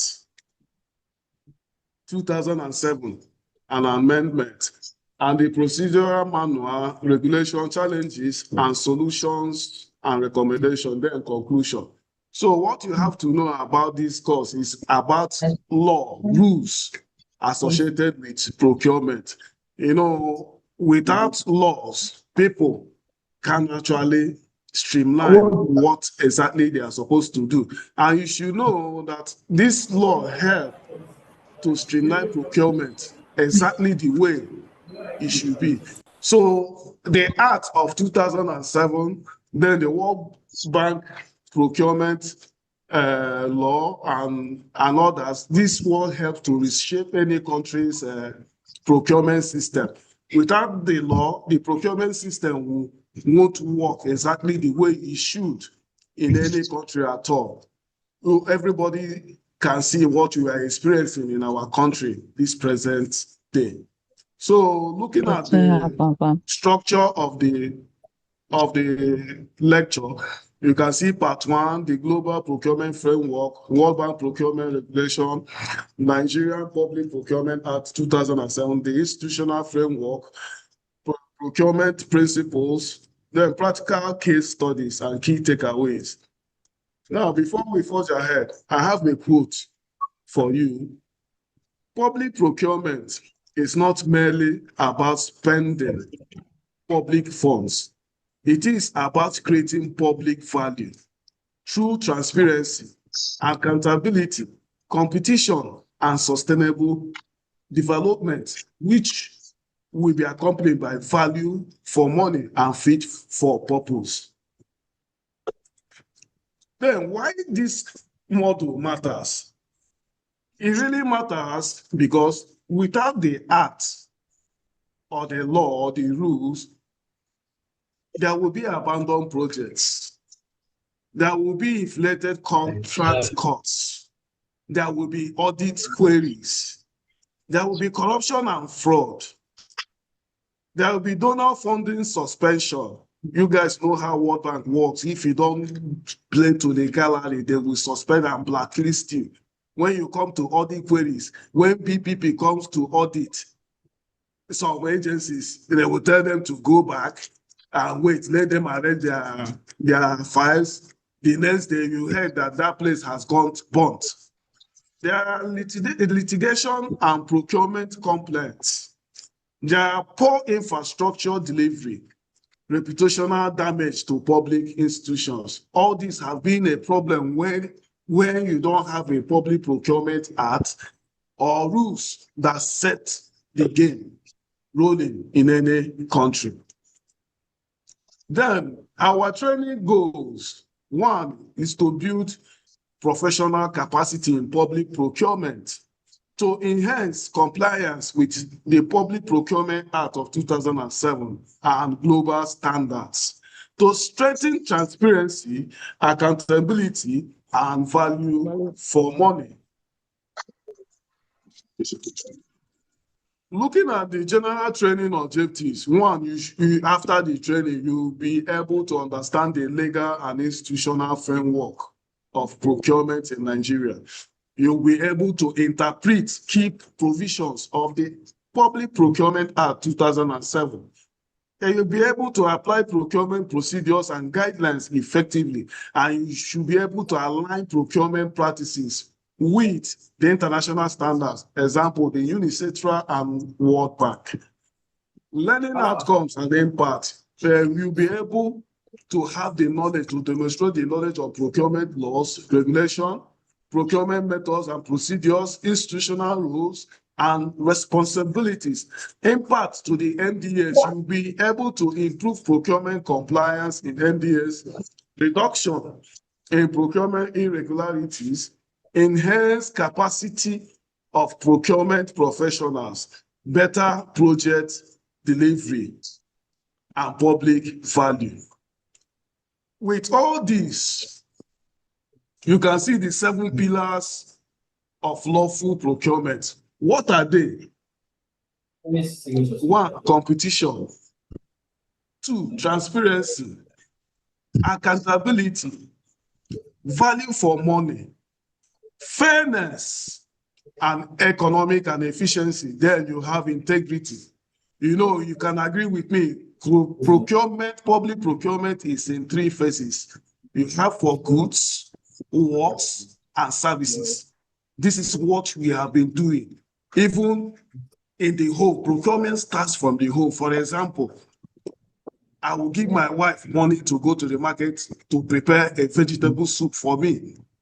So giving her that money, already I have done my market survey because I grew up knowing the prices of what is sold in the market. So when I have done that, I said, let my wife go and do this. Then my wife will go to the market. In getting to the market, buying all the foodstuffs, and then prepare the vegetable soup. Then when I came back from work, she will now pass the food to me. And I'll be the one to now do justice to the soup. Then while eating the soup, then I put my hand, I can't see Prewenko, I can't see Kanda, I can't see Turkey. So I will be devastated because of that. But that means the procurement process has gone down totally, and that is what we are suffering in Nigeria. There is money, but who are those carrying out all these processes? That's why the Procurement Act is put in place, and the World Bank procedures were put in place for you to align with and do the right thing.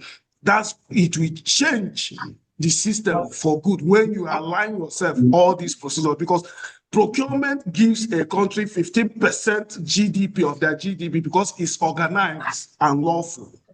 So people don't like where laws are being used to guide them. They want where they go free and do anyhow. So if any procurement action violates one of these pillars, the file is already bleeding legally. That's why you can see some people, when you go to their state, they have Chinese road, they say China road, you have see building collapsing. So what due process do they follow to do that procurement practice? That's why the law is very, very crucial. You must follow the law, use it as your Quran and Bible. That's what the law serves for the Nigerian system.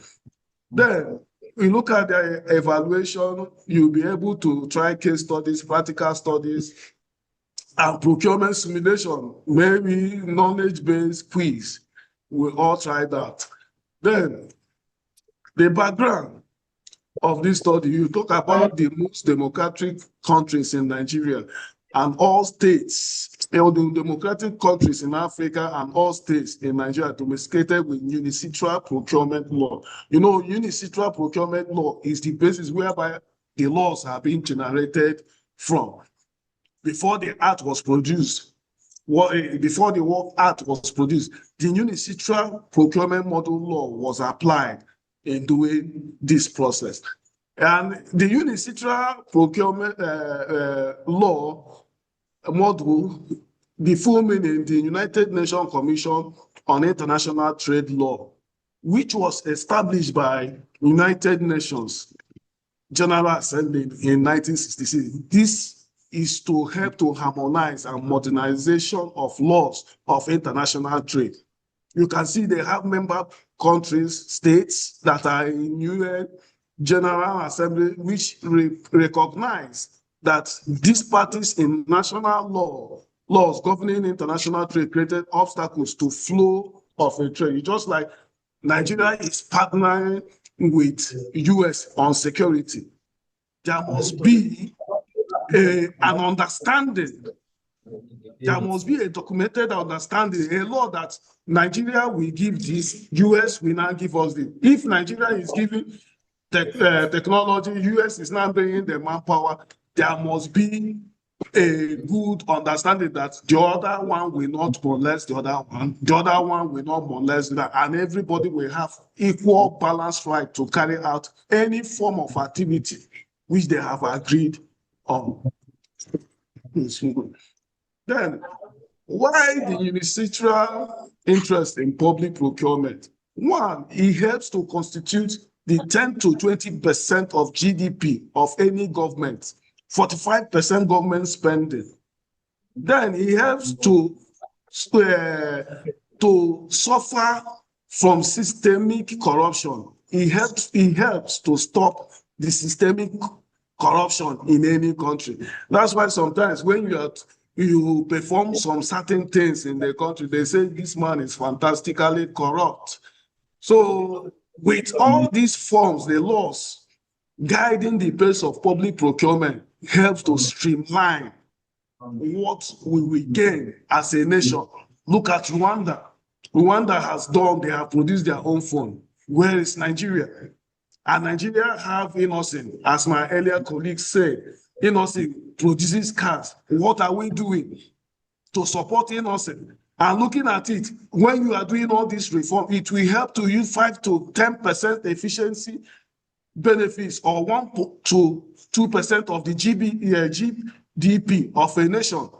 So it's very, very significant proportion of international trade to help a nation grow. So all these laws and rules are very, very vital, which each procurement officer, anybody should know to help a country advance to the next level. When you are talking about the model of the procurement law, it is suitable for all countries. It's readily adaptable. It meets every country's obligations, both international and national. Once you use it, you will use it to generate a standard law or norms that will help a country grow. From the framework, it has competition, transparency, integrity, and public confidence.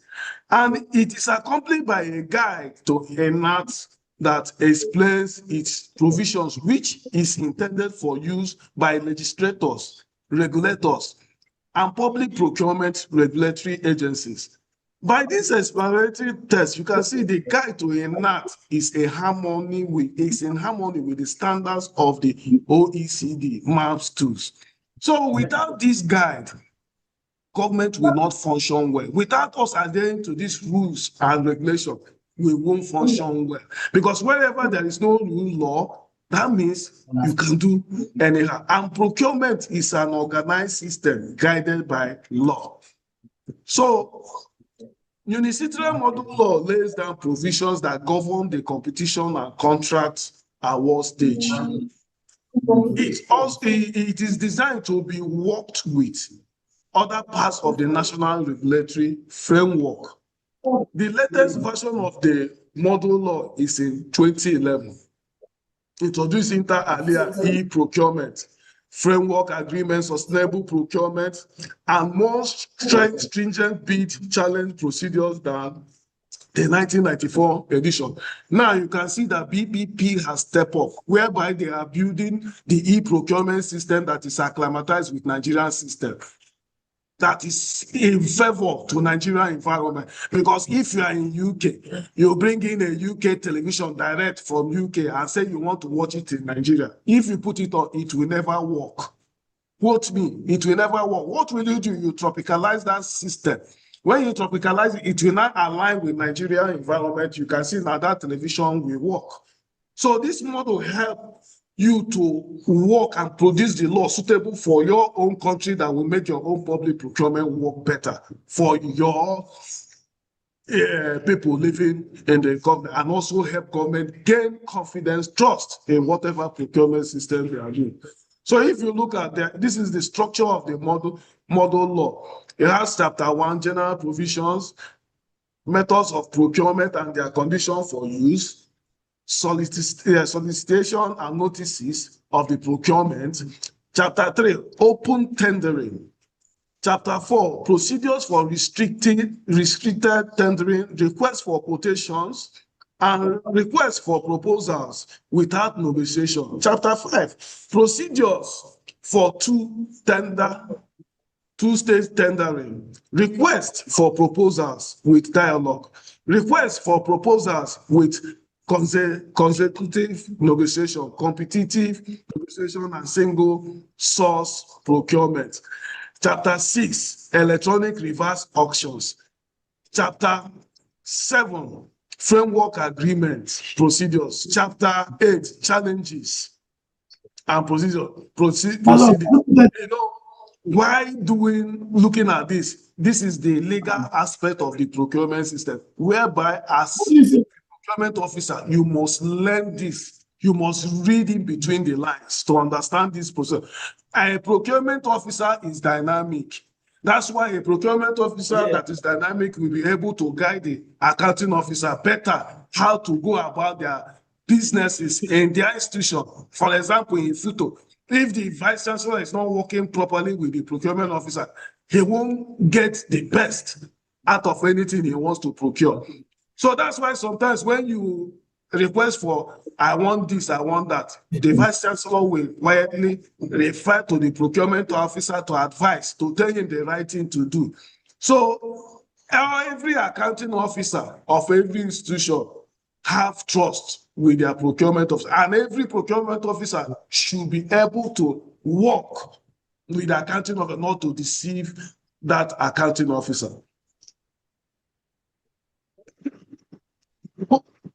Excuse me. So this knowledge check, just 2 minutes. Which organization developed the model procurement law? Which organization developed the model procurement law? Can somebody answer? We have the BPP, B, World Bank, C, UNICITRAL, then D, OECD. So, people are answering BPP. C is the answer. Who said C?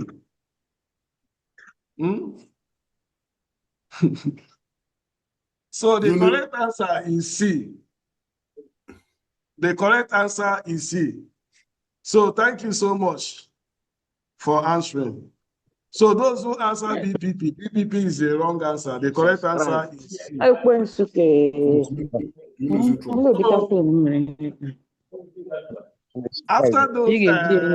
After the knowledge check, you can look at the procurement compliance decision tree. There are several questions you need to ask.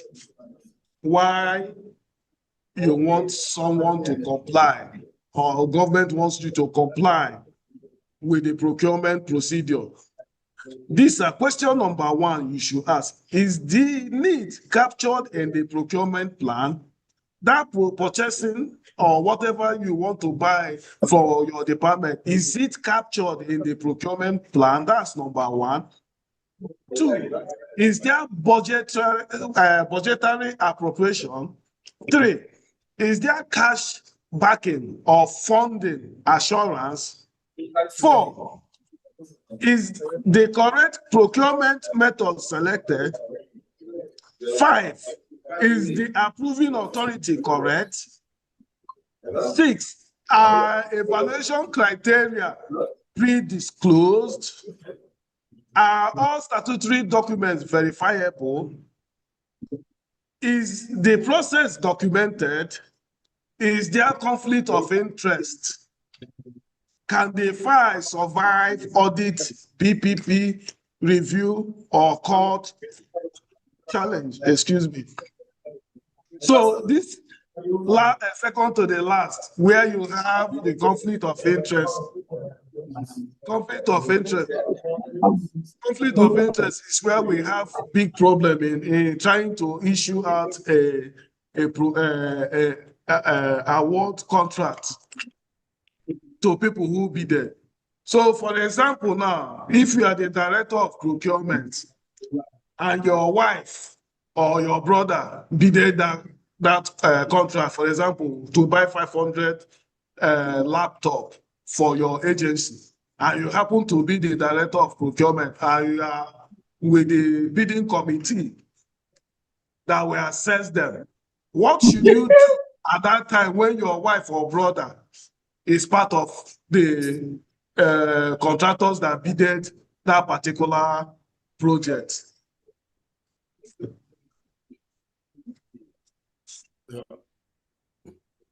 Can I have an answer? You should step aside and not be part of the evaluation team. Yeah, who is answering?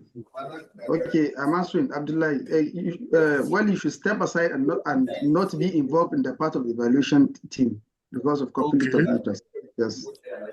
So when you step aside, will you give them eye sign or body movement that if they don't issue it to your brother or wife, that you will sack them after you step down? No, if she's qualified as a Nigerian, she's qualified, she meets up the requirements. Then after meeting up the requirements, she can be awarded the contract. But you, as a person being part of the evaluation team where your wife is also a bidder, is a potential conflict of interest. Okay, thank you so much. Do anybody have any other answer to this? Anyone else? Hello, sir. Yes, my name is Friday Opera. Okay. My only answer is this. Being the board of the director, in terms of integrity, which matters a lot, if my wife cousins or wife brother meet the requirement and it passes every other vendors that supply their quotation, the contract should be awarded. But if he or she it didn't meet the standard, based on the integrity, which matters most, being the director, I will automatically disqualify him. But I will be in the board because of integrity, so that others should emulate and learn from me. Thank you, sir. You say you will be in the board or you step down? Come on. Okay, Maria Obioma, you are raising up your hand.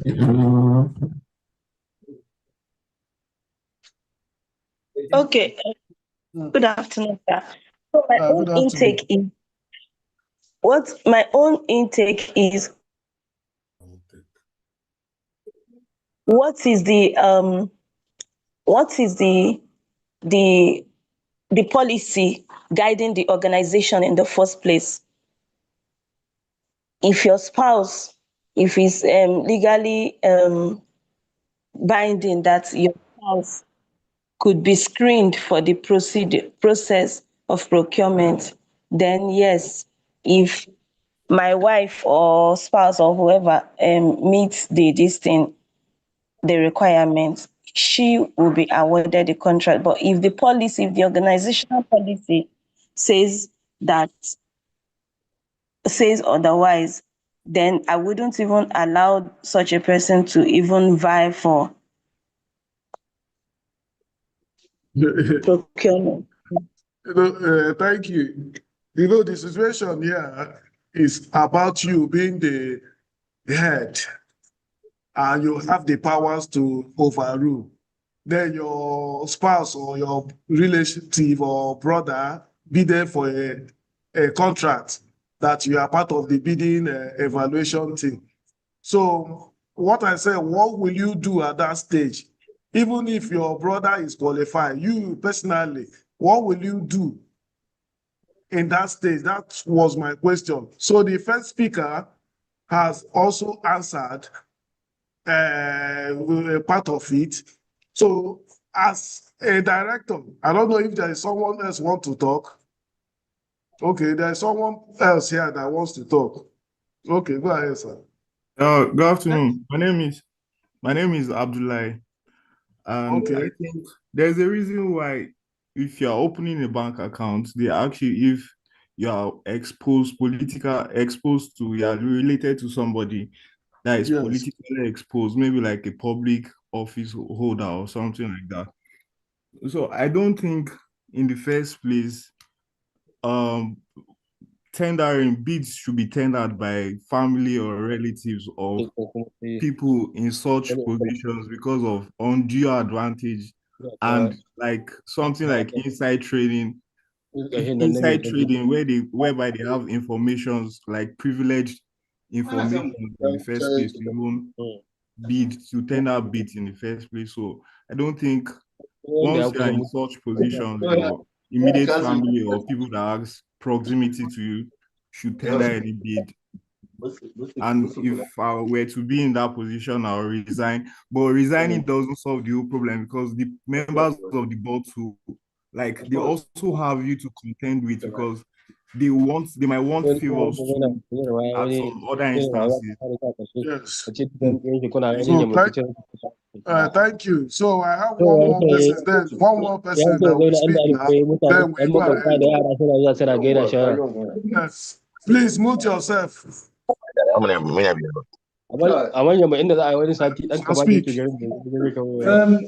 What I want to say, that speaker said something close to my own idea. I think ethically, when you have an interest, when you have a relation in such situations, there are two things. You either recuse yourself from that panel so that they can be free to take their decision. Even if you are not even, in my own opinion, even if you are not the head or the leader of that panel, I think you can. You also have a vested interest that you can influence decisions ordinarily. So the best would be to either you resign from that or recuse yourself from that panel so as to allow that your relation or wife to participate in that tender. Or you discourage your relation or whatever, whoever that is close to you from participating in that tender. Okay, thank you, sir. So I'm grateful. So we move ahead. So the next, we have the brief overview of the World Bank Procurement Regulations 2025 edition. It also talks about the framework. We'll talk about the framework under World Bank finance projects used in 170 countries, which Nigeria is part of. Even our project is being financed by the World Bank. So they will tell you their framework and they have to see you work before they will now do what they are supposed to do. It ensures transparency and efficiency, value for money and integrity. The scope covers goods, works, non-consulting and consulting services. And their vision is to achieve value for money with integrity, support sustainable development. And the goal of World Bank is to eradicate poverty wherever they are. You know, when they are doing this, there must be productivity, there will be job creation. And that ideology is so powerful that anybody that keys into it makes a difference. So it promotes environmental and social consideration, life cycle costing. For example, if you are buying a vehicle, maintenance fee, how long, what will be the maintenance fee, the duration, how will you be spending much money when you buy a particular vehicle? So they do all these calculations. They have to say, if my agency buys this laptop, what is the duration before I replace it? Is it every 10 years? Is it every 20 years? Is it every 2 years? For example, there are roads that will be built this month, next month, that road will give way.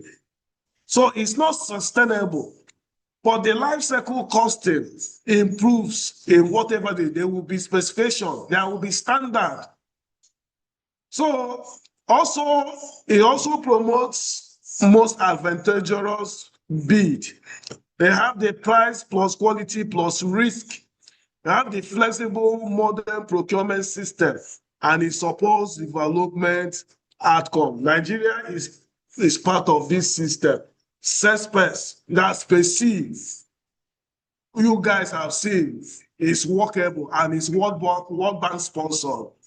Without the people in SPESS following the rules and regulations of the World Bank, I don't think that the SPESS program would have been sustainable. And that's why you see World Bank presence is all over.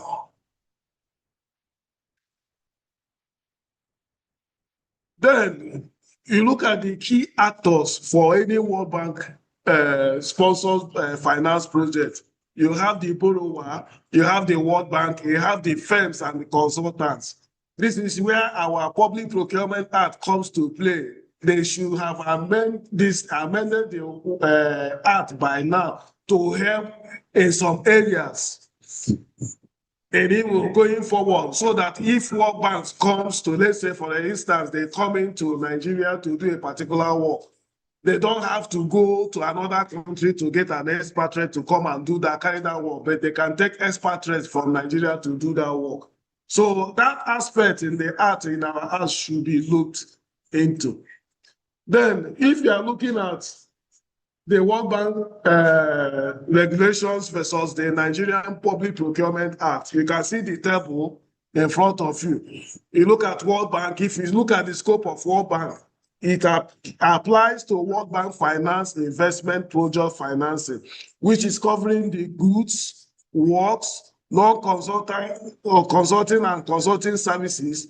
Then when you look at the Nigerian Public Procurement Act of 2007, it talks about applies to the federal government, ministry, departments, agencies, government-owned enterprises, tertiary institutions, health institutions, judiciary, legislature, and other entities using public funds. Then if you look at the objective of the World Bank, their objective is to achieve value for money and sustainable development outcomes. SPESS is an example. Nigeria own objective is to promote transparency, accountability, competition, and value for money in public procurement agencies. When you look at the procurement approach for World Bank, is risk-based, fit for purpose, and flexible procurement system. While Nigeria own is rule-based and compliance-driven procurement framework. In bid evaluation, World Bank uses the most advantageous bid, considering price, quality, risk, and sustainability.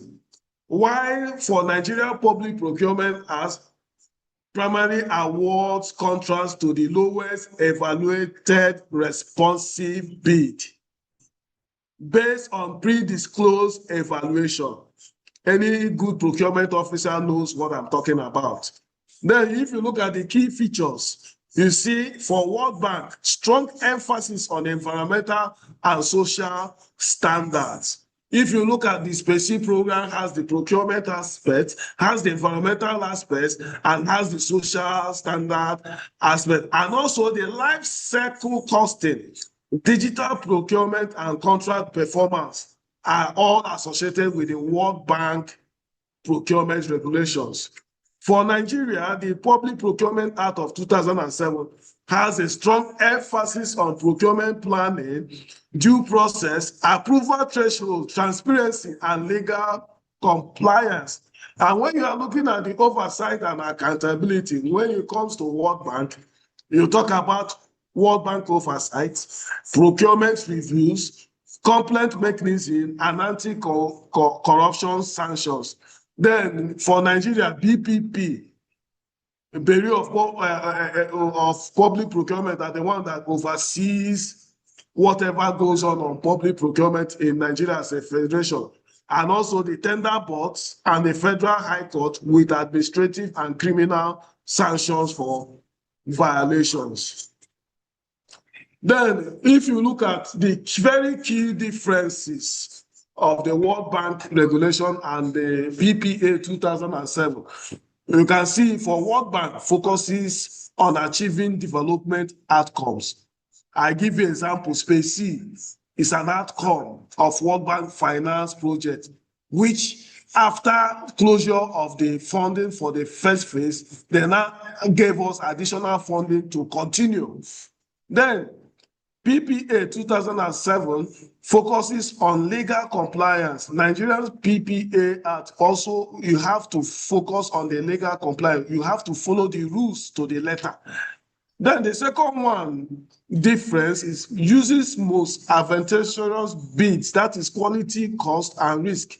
So Nigeria lowest evaluated responsive bidder.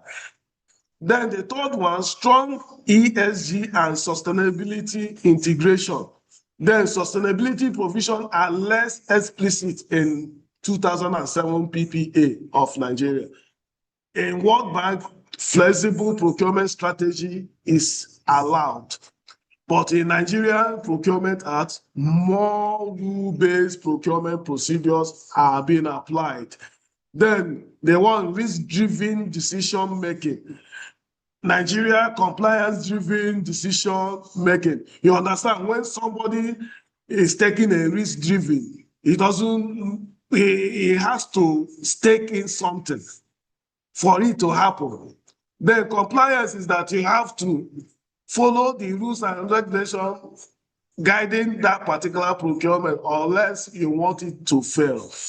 Then World Bank regulation also supports life cycle costing, which is being encouraged. But for 2007, the PPA 2007 for Nigeria, mainly acquisition costs are considered or less specified. Then let's look at this case study. We have 10 minutes for this particular case study. I read, a federal ministry is implementing a 18 billion naira water supply project funded partly by the federal government and partly by the World Bank. The ministry wants to use the Public Procurement Act 2007 thresholds only, while the World Bank insists on most advantageous bid, life cycle costing, and environmental social requirements. Then the questions here is that, question number one, which procurement framework should govern the process? Can PPA, the Public Procurement Act 2007 and World Bank regulation apply together? 3, what happens where both frameworks conflict? 4, what should the procurement team document before proceeding? 5, what procurement risk may arise? Can somebody answer this question? You can raise your hand.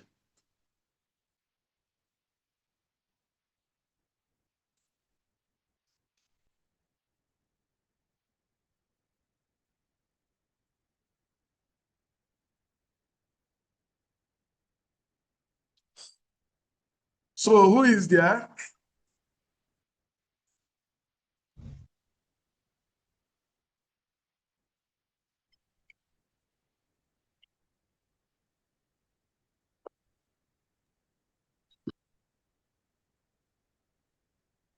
Well, I'm not hearing who is talking. Who is talking? Philip, Mr. Philip.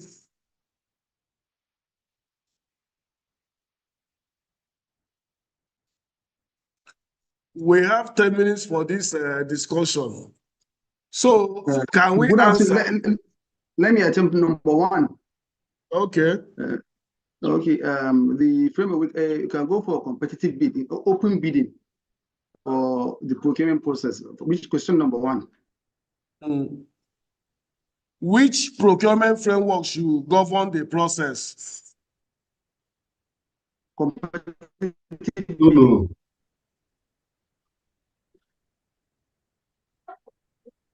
bidding. No, it's not continue. Number 2.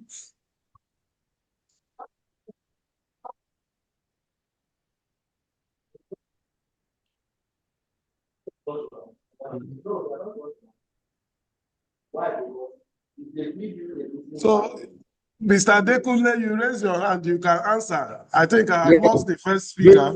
The first one should be World Bank framework.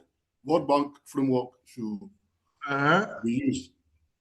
Number 2.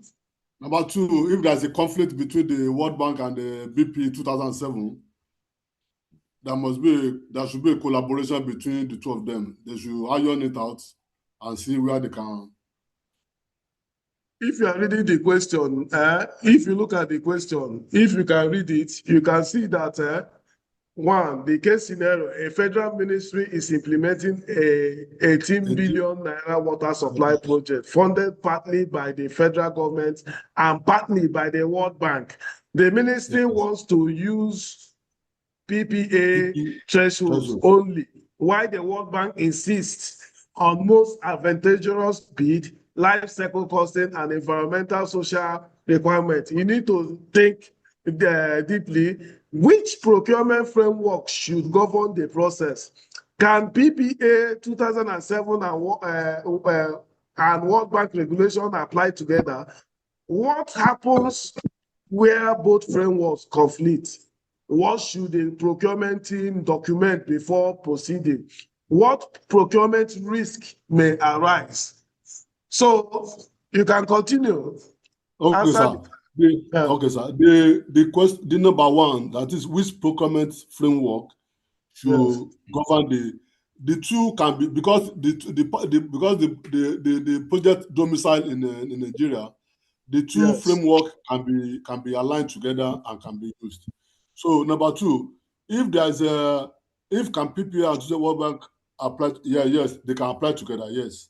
Then number three, what happen where both framework conflict? If there's a conflict, they can collaborate. They can iron the differences out and be able to align themselves on that one. Then number four, once the procurement team document before proceeding, they need to document where they have similarities and where there's a differences, so that they should be able to manage the process without conflict of interest. So, what procurement crisis may arise? The crisis that can be arise in the process is the interest. The interest, because it's both Nigerian project and World Bank. A lot of conflict interest can arise in the. Okay, thank you, Mr. Bello. Lookman. Yeah. Good afternoon, sir. Good afternoon. I think from the scenario posed here, we have to look at critically the interest of Nigeria in this 18 billion. If it is up to the regulated, interest, where the PPA should suffice, we will go by the Nigeria Public Procurement Act. That is, if it is up to that, if Nigeria interest is up to 30% of this 18 billion. In any case, definitely, when it has to do like this, there may be some element of PPA that might be subjected to World Bank regulations. If they conflict each other, we look at which one can pay off, especially in the implementation of the project, so that there will be no conflict of interest. But when both framework conflict, for sure, since the project is in Nigeria, we look at the dimension of the conflict and look at how best we can bring the conflicts, we can mend the conflict to make sure the interest of the project is protected, which is the water supply project.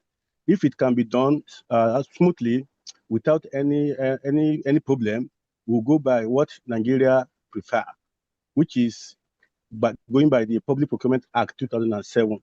But if such conflicts will not give us the best result in terms of this water supply project, the World Bank approach might also be applied, because the objective at the end of the day is to get this water supply project executed or implemented, as the case may be.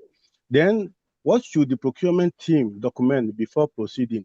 All the procurement procedures must be documented in this particular case.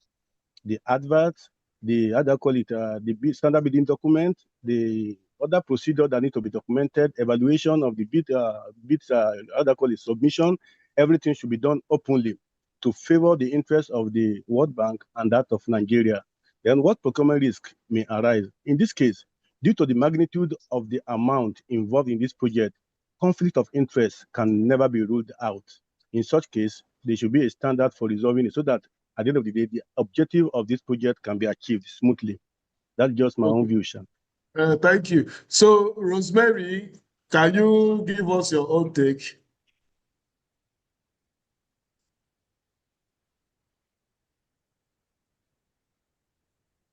Hello. Oh, Rosemary, okay. John, you can speak. Okay. Hello. Thank you. Okay, hold on, Mr. John. Rosemary, you can speak. Let me hear what's your take. All right. Thank you very much, sir. We are looking at the two parties. We said which procurement framework should govern the process. First of all, as somebody that is a direct accounting and have accounting background, you look at the percentage, the contribution of both parties. And when you come to that aspect, what percentage is World Bank contributing and what percentage is the ministry or the government bringing on, the federal government is bringing on board? It has a long way to use it as a yardstick to consider the process of which particular framework we should use. Then can PPA 2027 and World Bank regulations apply together? It still applies to what I have said earlier. I don't think they should be applied together because when you look at regulations, it's houses whatever we have in the PPA 2027.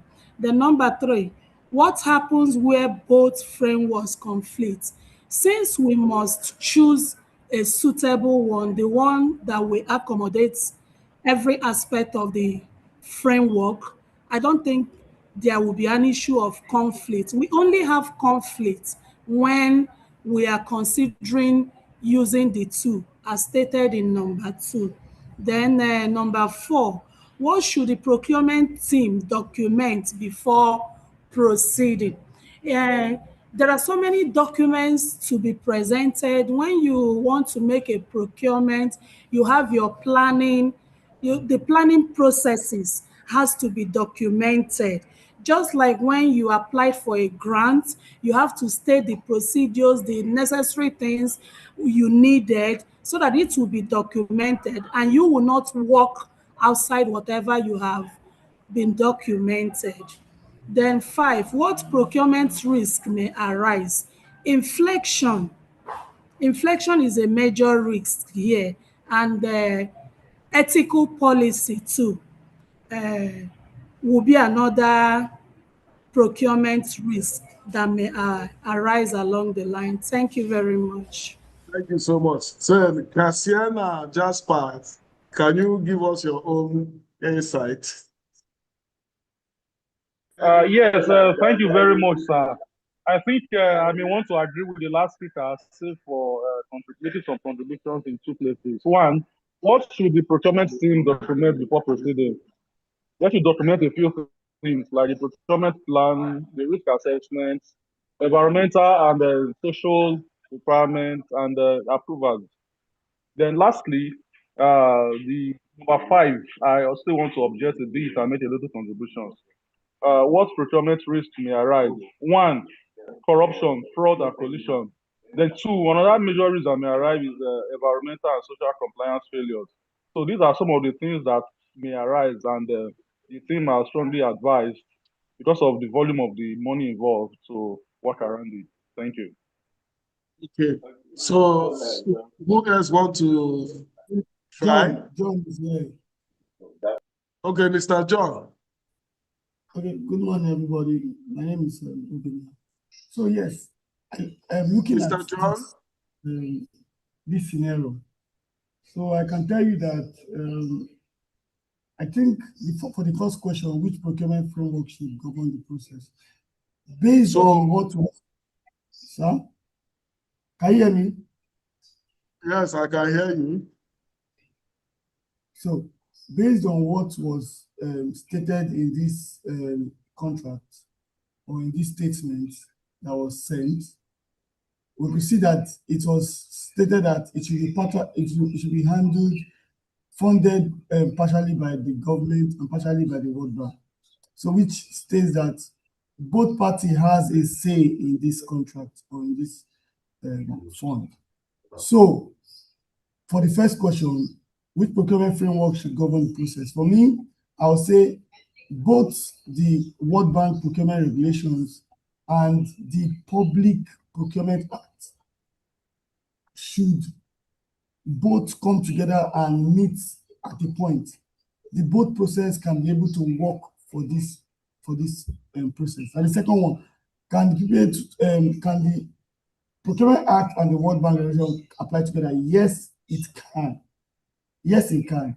Because if PPA governs the public procurement in Nigeria, then the World Bank regulation also applies to projects that are financed. Basically, this project is financed. So definitely both of them can work hand in hand to make sure that this project is can work. Then the next one is what happens where both framework conflicts. Now, where there's conflict, the World Bank, for me, I feel the World Bank procurement will prevail for the World Bank funding position of the project, provided the stated that amount is like there's a financial agreement or loan agreement, basically. So I just feel for when there's conflict, the World Bank procurement regulation generally prevails because this is a financial kind of bid. The next one is, what should procurement team document before proceeding?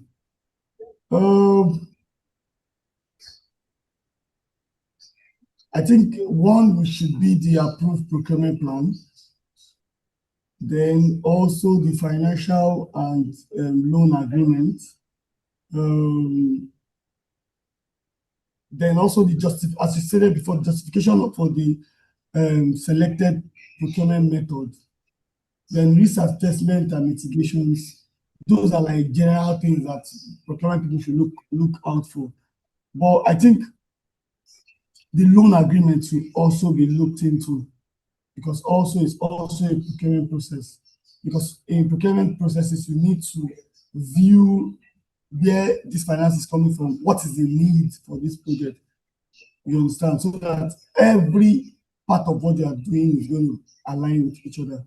Then the risk that may arise, the question is already up. One of it is conflict, basically, because this party wants to let us use this law, no, let us use this regulation, no, let us use this, what brings in conflict.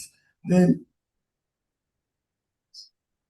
probably inadequate documentation and audit finding also will come in, because we are dealing with finances here, and we are giving two different parties to carry it out. Then environmental and social compliance risks too might come in. Lack of transparency, basically, because come on, it's between two different. So that's my take about it. Okay, thank you so much. So next is the model answer. You can see number one, apply that World Bank procurement regulation to World Bank finance activities and the PPA Act to government-funded component as guided by the financing agreement. That's for question number one. Then for two, both frameworks may apply together in mixed funded projects. Then three, where conflicts arise, the financing agreement governs the donor-funded procurement. Then number four, document the funding source, procurement plan, evaluation criteria, procurement strategy, ESG requirements, and approvals. So the fundamental risks that it can include non-compliance, delays, procurement complaints, audit queries, misprocurement, and possible loss of donor funding. You know, when World Bank is involved in any funding, there is any shady or fraudulent corruption, they will now pull out. So these are the model answers to the questions. So when looking at the background of the Public Procurement Act 2007, it was signed into law by June 4th, 2007. Which president signed it into law then? Which president signed into law the Public Procurement Act of President 2007? Show Yaradua. Okay, thank you. God bless you. Yes, So Mr. the Yara, Nigerian Public Procurement Act was modeled after the Unicitral Procurement Model Law. You know, I talked about this. Any law on procurement must pass through the Unicitral law. That's the model you use to create any law pertaining to procurement that will govern the Procurement Act of a system. So Nigerian procurement reform was one of the important reforms that the International Monetary Fund and World Bank got Nigeria to commit to during the debt relief negotiation. That was during Obasanjo regime, whereby all our debts were wrote off. So when this act was established, there were two bodies, the National Council on Public Procurement, NCC, and the Bureau of Public Procurement, which you know that the Bureau of Public Procurement are the ones championing everything about procurement in Nigeria, which the current DG is doing a good job. Dr. Adebowale Adedeku Abraham. So if you look at other instruments, you have the Financial Act, you have the Public Procurement Regulations for goods, works, and non-consulting services and consulting services. If I may ask, the service I'm giving to you now, is it consulting services or non-consulting services? I think consulting service. Are you sure? Very sure it's a consulting service. It's consulting services. If you are very sure, tell me where the act supports it and what supports your answer. You say consulting services. How will I know you are sure with the answer? You have to check the act or World Bank regulation where it supports your answer on the chat messages. Just type your answer there for me. I will read it. Then we have the Public Procurement Procedural Manual. Before you use the act, before you use the bidding documents, there is a guide, the Public Procurement Procedural Manual, which you can download from the BPP website, and you can also download the one for World Bank from their website. They have the standard bidding documents, 18 numbers, including goods, works, and services. You have the federal government extant circulars, guidelines, executive orders. Others are the financial regulations, the public service rules, and the anti-corruption legislations. And you can see the Public Procurement Act is in 13 parts and 61 sections. The part 1 of it is where the establishment of the National Council for Public Procurement and talks about their functions of the council, and which was signed into law by the President Yaradua. Then, functions of the councils includes 1, they consider and approve and amend the monetary and period review threshold for the application of the provisions of this act by procuring entities.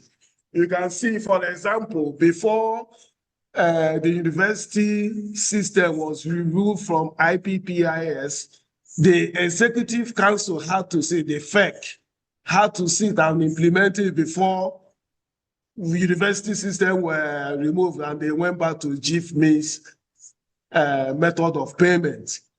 Then they consider and approve policies on public procurement. They approve and appoint of the director of the Bureau. They receive and consider for approval the audited accounts of the Bureau of Public Procurement. They approve changes in the procurement procedures to adapt to improvement in modern technology, and they also give such other directives and platform such other functions as may be necessary to achieve the objectives of the Act. And you may have to know that the council has not been inaugurated since the enactment of the Act. Its functions are being performed by other institutions of the government, and that is why the Act of 2007 need to be amended as quickly as possible to empower them to any government that comes that will do the inauguration. So it's very, very paramount that the Act 2007 should be amended as quickly as possible to help Nigeria grow. So if you are looking at the part 2, 3 to 14, it talks about the establishment of BPP, the 4 objectives of BPP, the 5 functions of BPP, the 6 power, etc. So if you don't have the Act as a director, as an accounting officer, as an individual, as a procurement officer, please go to BPP website and download it. You must study it as you study your Bible. It will help you a lot. Then, the section 4, objectives of the BPP, period of public procurement. What do? They harmonize existing government policies, practices on public procurement, which will ensure probity, accountability, and transparency in the procurement process all over Nigeria. They also establish the pricing standards and benchmark. For example, if I may ask, do Nigeria have a benchmark? Do we have a benchmark for any procurement processes in Nigeria? Do we have benchmarks? No, sir. We don't have. I think yes. We have. Okay, so what should we do to establish a standard benchmark that will help our organization work? That is part of why the Act need to be amended as quickly as possible. Who said that we have?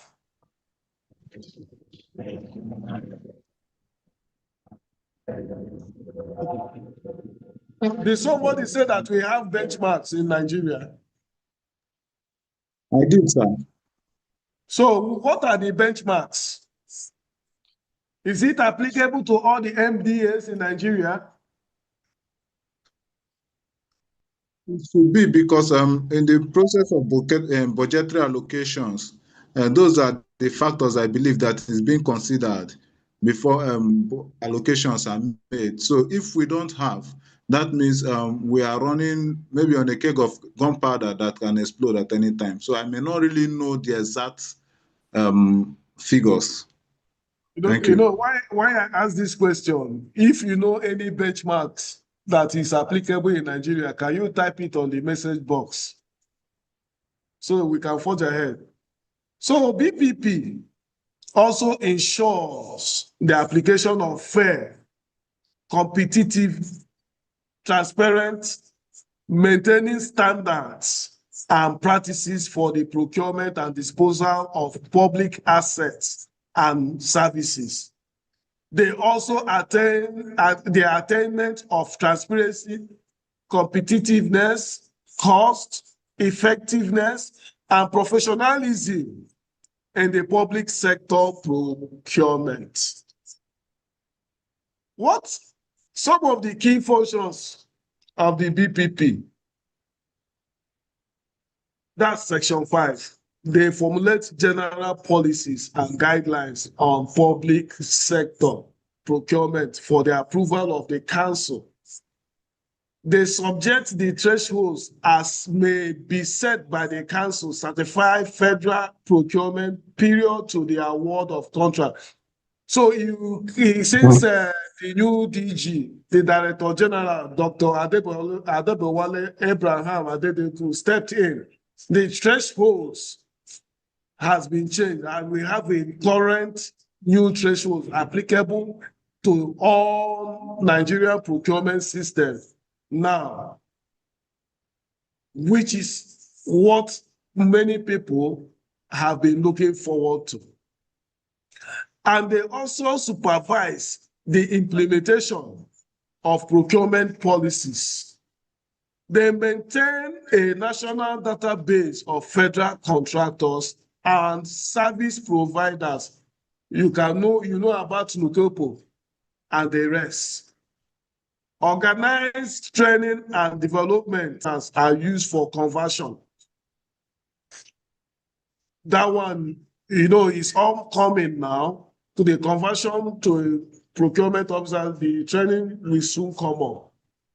Then they prevent fraudulent and unfair procurement, and where necessary, apply administrative sanctions.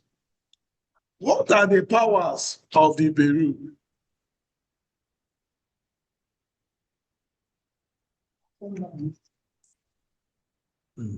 What are the powers of the Bureau? One, they enforce the monetary and period review thresholds set by the council. They issue certificate of no objection for contracts award within the period review thresholds. Where a reason exists, cause to be inspected or reviewed any procurement transaction to ensure compliance with the provision of the Act. I can remember several years ago, somewhere in Nigeria, a contractor completed his work up to 80%. And that work, that was several years ago, worth 25 million naira. Another contractor went and write petition against the person that the person have not done even 2 or 10% of the job. Why getting that complaint from the Bureau? Bureau have to step up. Do you know what the Bureau did? With their powers, they sent officers that went to check. And when they got there, they saw that the contractor has done up to 90% of the work. So when they saw this, everybody was amazed. They have to document and snap pictures of the work done and send back the report to the Bureau that the information they got earlier was false. But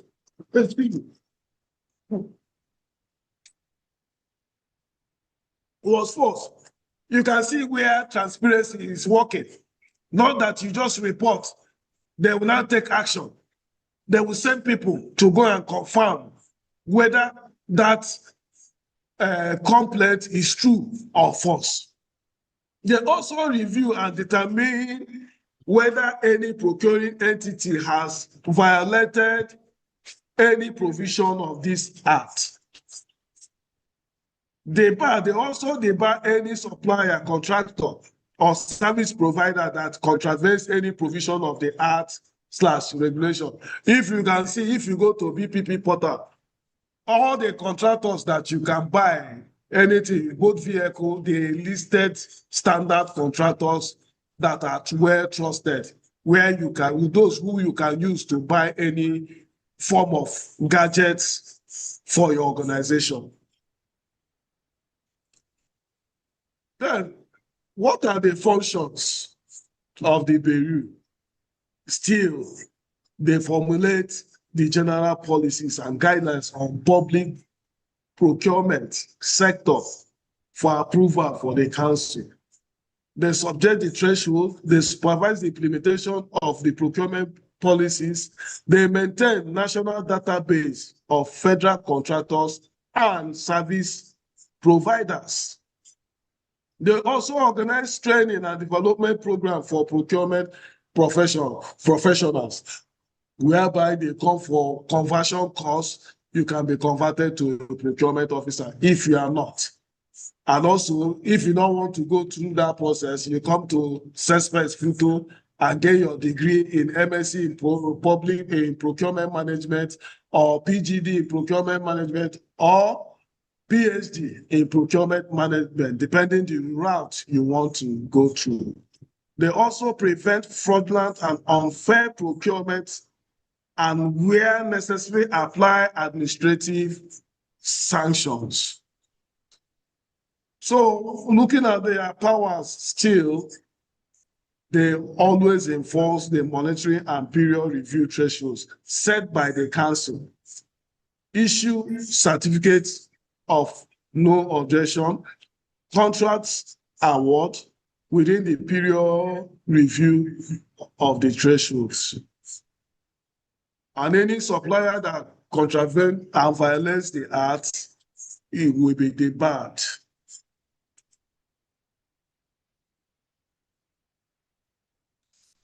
So for BPP, they call for informations, documents, records, and reports in respect of any aspect of any procurement proceedings. They recommend to the council where there are persistent or serious breaches of the act and regulation. The suspension of officers concerned with the procurement or disposal proceeding in issues. Then the replacement of the head or any of the members of the procuring or disposal unit of any entity or the chairperson of the tenders board. The discipline of the accounting officer of any procuring entity. The temporal transfer of the procuring disposal function of a procuring disposing entity to a third-party procurement agency or consultant. Any other sanction that the Bureau may consider is appropriate. They can send you to EFCC or ICPC, depending the weight of the fraud, corruption done by the agency. And we look at the Part 3, Section 15, amended by the Financial Act, the scope.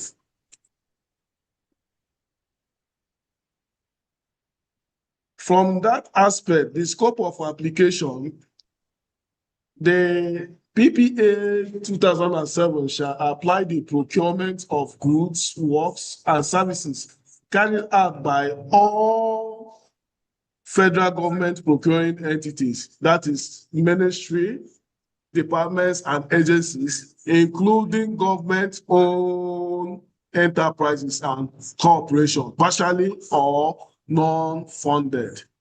And all entities outside the foregoing above description, which derive at least 35% of the funds appropriated or proposed to be appropriated for any type of procurement described in PPA 2007 from the Federation share of the Consolidated Revenue Fund. So from this statement, can somebody tell me what he or she understood by all entities outside the foregoing above description which derive at least 35% of the funds appropriated or proposed to be appropriated for any type of procurement described in PPA 2007 from the Federation share of the Consolidated Revenue Fund? Can somebody tell me what he or she understood by this statement?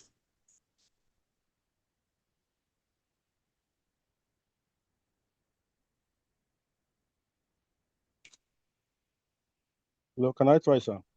Yes, you can. Okay, I think there are some projects that we have what we call counterpart funding. In such situation, if government interest there is more than up to 35% as required by this law, this PPA 2007 will be applied for any project they are carrying out. And there are some agencies too that are self-revenue generating agencies. That notwithstanding, government still allocate funds to them to carry out the projects and work. If the allocation that is going to them is more than up to 35% and above, PPA 2007 will be applied in any of their procurement processes. That's what I understand by this. Okay, thank you so much. So David Gia,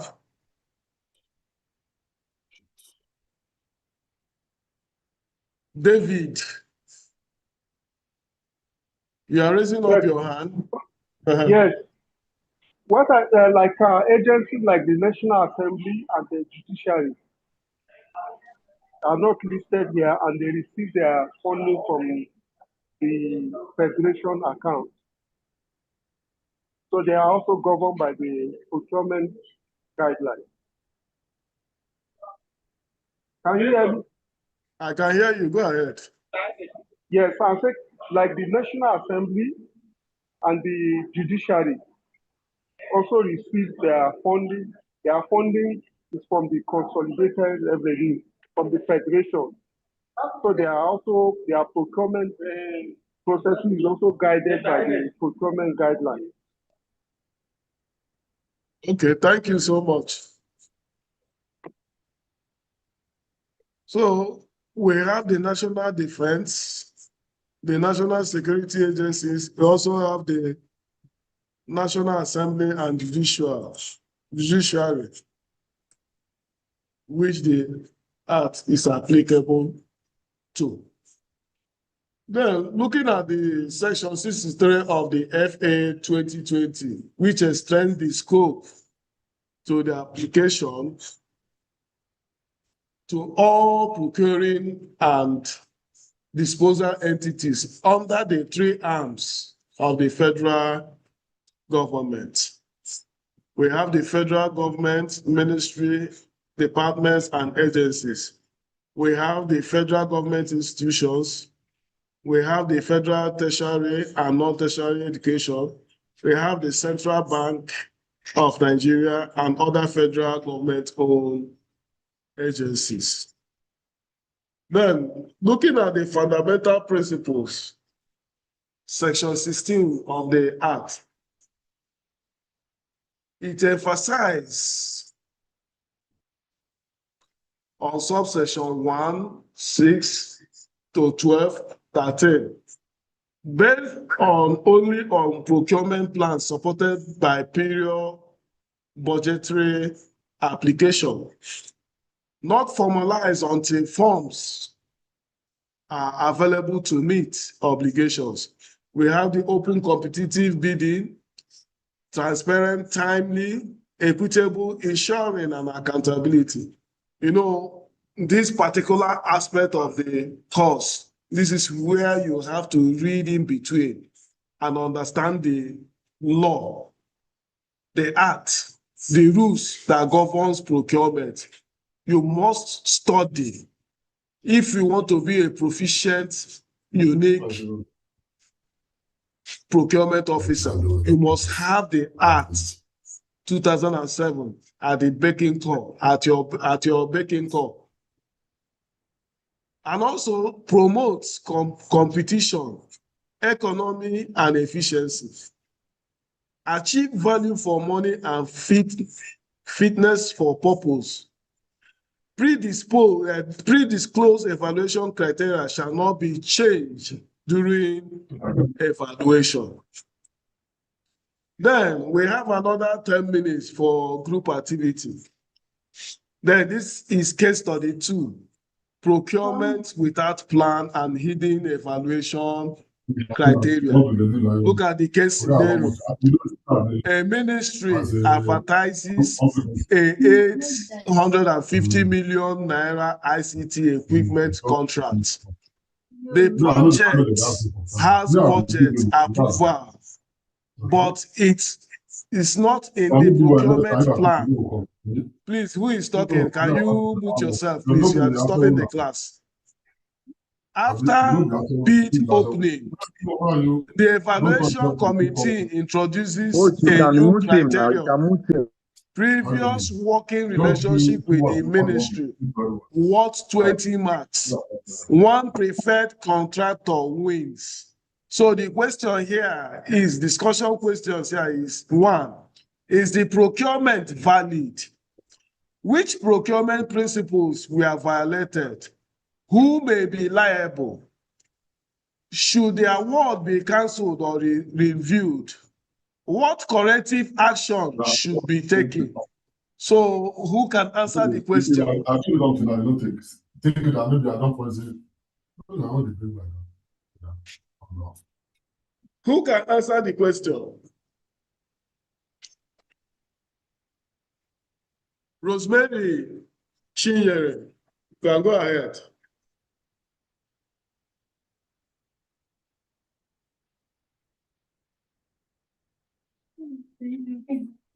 I'm not feeling you. Let me feel you. You know what?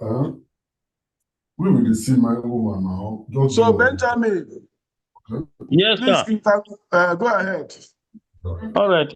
The first one is the procurement. Is it valid? Not. It's not valid, sir. Okay. Two, which procurement principle were violated? Principle of transparency is violated here. Okay. Then who is liable is the accounting officer for even allowing that advert to Is it only the spell. accounting officer is liable? But that's the major, because for him to have an accounting officer is supposed to also understand the procurement principles. So for him to even, who gave approval to the advisor is the accounting officer. Yes, I know he may have been guided by the procurement officers, but then he was also. Please mute yourself. Mute yourself. Yes. So then go ahead. should the award be cancelled or reviewed? It should be cancelled. It should become outright because there could be multiple petitions thereafter. Then what corrective action should be taken? The corrective action should be taken. Those officers should not be allowed to participate in the next line of action for that particular procurement. The new set of procurement officers should be raised to handle that process. Thank you, sir. Okay, thank you so much. So, Cassiana, can you give us your own thoughts? Yes, sir. I think I may want to align partially with the last speaker, but again, is the procurement valid? No, it is not valid because the procurement was not included in the approved procurement plan. Then which procurement principles were violated? Principles of transparency, fairness, accountability, and all whatnot. Then who may be liable? Like you mentioned, the accounting officer. Then again, I want to add that the procurement and planning committee should also be liable because they all sought the approvals and give the approvals. Then should the award be cancelled? Absolutely yes. To be cancelled or formally reviewed because of the glitches that may have occurred. Then what corrective actions should be taken? After all of these are done, either the council suspends the contract, do a review, investigate the misconduct, and then ask people to reapply. And of course, also make disciplinary actions upon all of the accounting officers, the procurement team, and all whatnot. Thank you, sir. Okay, thank you. So the next person, Israel, you are raising your hand.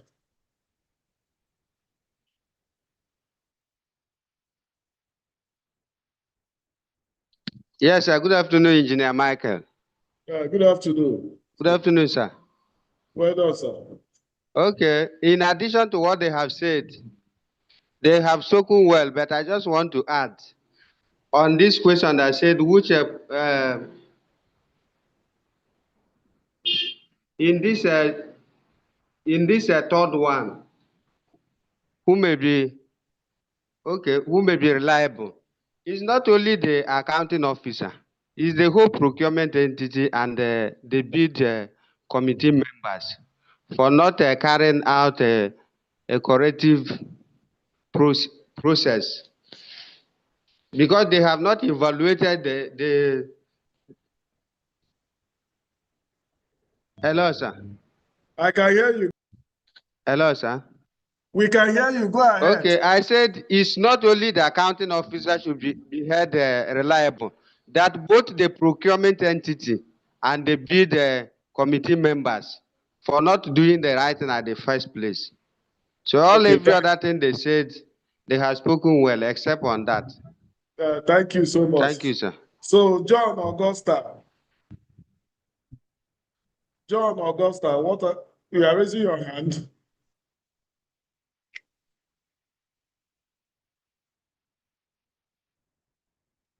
John Augusta, unmute yourself, please. We are not hearing you.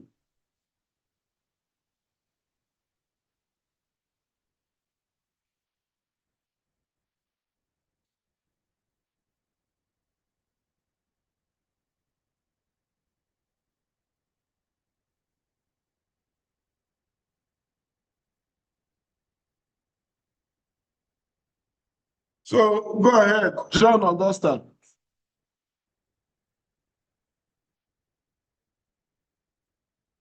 We are not hearing you.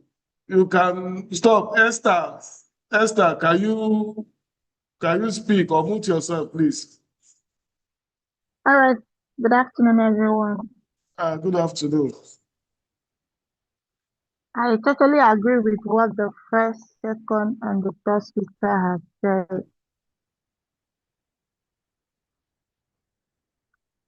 Okay. For the question number one, the procurement is valid. No, the procurement cannot be valid. And then the principles that were violated, transparency, accountability, fairness, were also violated. Okay. Then who may be liable? Not just the accountants alone, the procurement officer. And then the evaluation committee also should be held accountable. Okay. Then question 4, should it be awarded? No, it should not be awarded.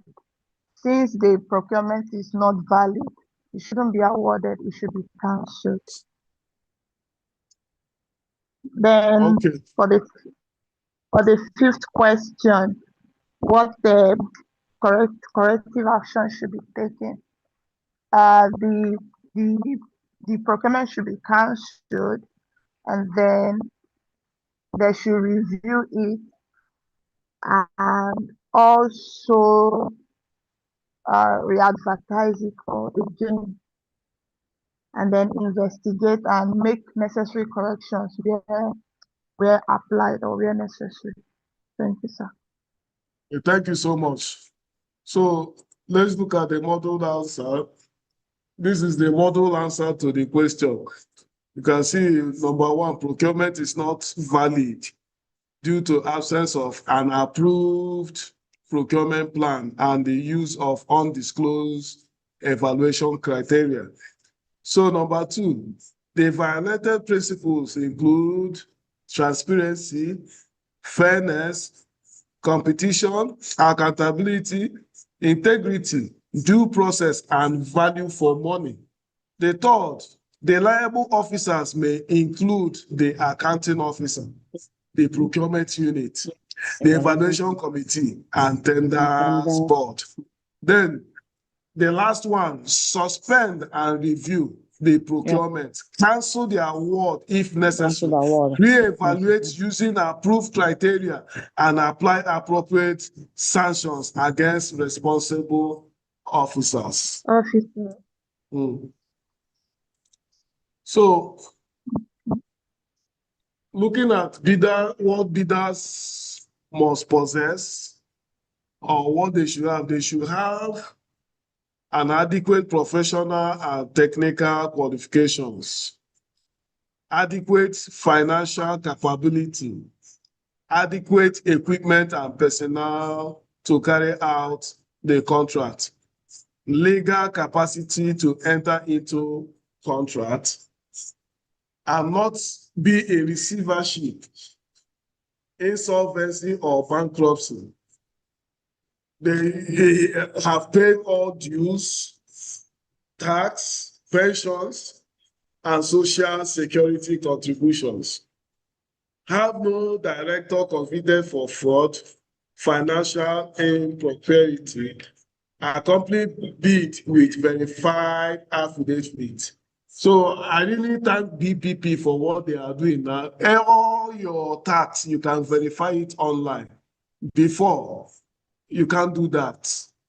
most people will go and fabricate their tax certificate and use it to get contracts worth more than 100 million naira. But now you have to register. When you register, your tax ID number will be identified by FIRS. BPP will also see it online. Okay. The IRR certificate will be issued to you when you have complied. This is the kind of information that have been helping the system grow. So those who go to business centers to forge and get all those papers are not able to do it now. If they want to do a contract, they have to pair with a contractor that has all those qualifications to get a particular contract. That means things have started to change in our system, in our country. So we need to do more to make things work better. So looking at the approving authorities, we have the executive arm. Who comprises the executive arm? We have the tender board, we have the chairman, secretary. For the tenders board, for parastatals tenders board, you have the chief executive officer, accounting officer, the secretary, the director of procurement. In the ministerial tenders board, we have the permanent secretary. And secretary is the director of procurement. In the Federal Executive Council, you have the president or his representative and the secretary to the government of the federation as the secretary for the executive arm. Then the legislative arm, we have for the tenders board, for the parastatal tenders board, you have the accounting officer. You have to note all this. We have the secretary, the director of procurement. We have the National Assembly Tenders Board. We have the chairman there as the clerk to the National Assembly. Then we have the secretary Directorate of Procurement, Estates, and Works. Then looking at the judiciary arm, we have under the tenders board, we have the judicial bodies tenders board, where the chairman is the accounting officer. You have the secretary as the secretary. You have under the tenders board, you have the courts tenders board. You have the chairman as the chief registrar. You have the secretary as the secretary. Then the last, you have the National Judicial Council Tenders Board. You have the chairman as the Chief Justice of Nigeria or his representative. And you have the executive secretary of the National Judicial Council or his representative.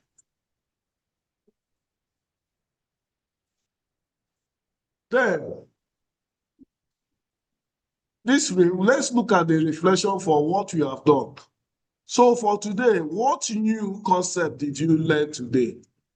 Which procurement mistake do you see most often? What will you change in your organization? From reflection, what new concept did you learn today? Which procurement mistake do you see most often? What will you change in your organization?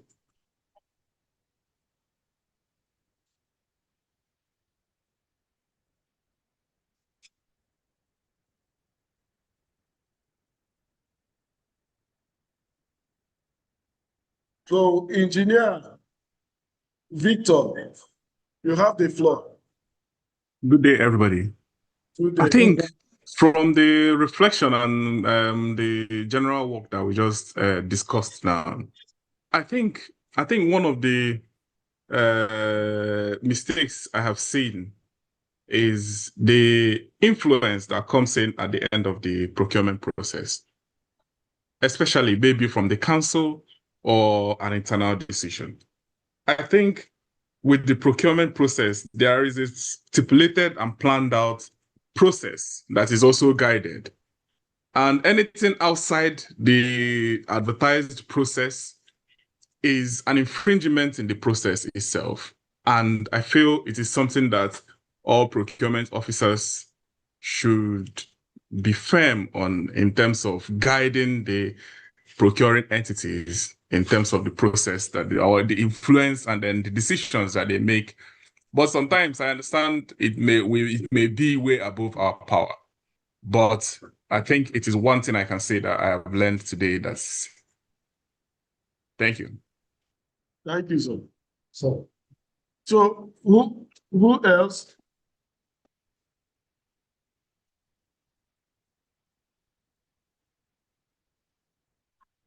Israel, you have the floor.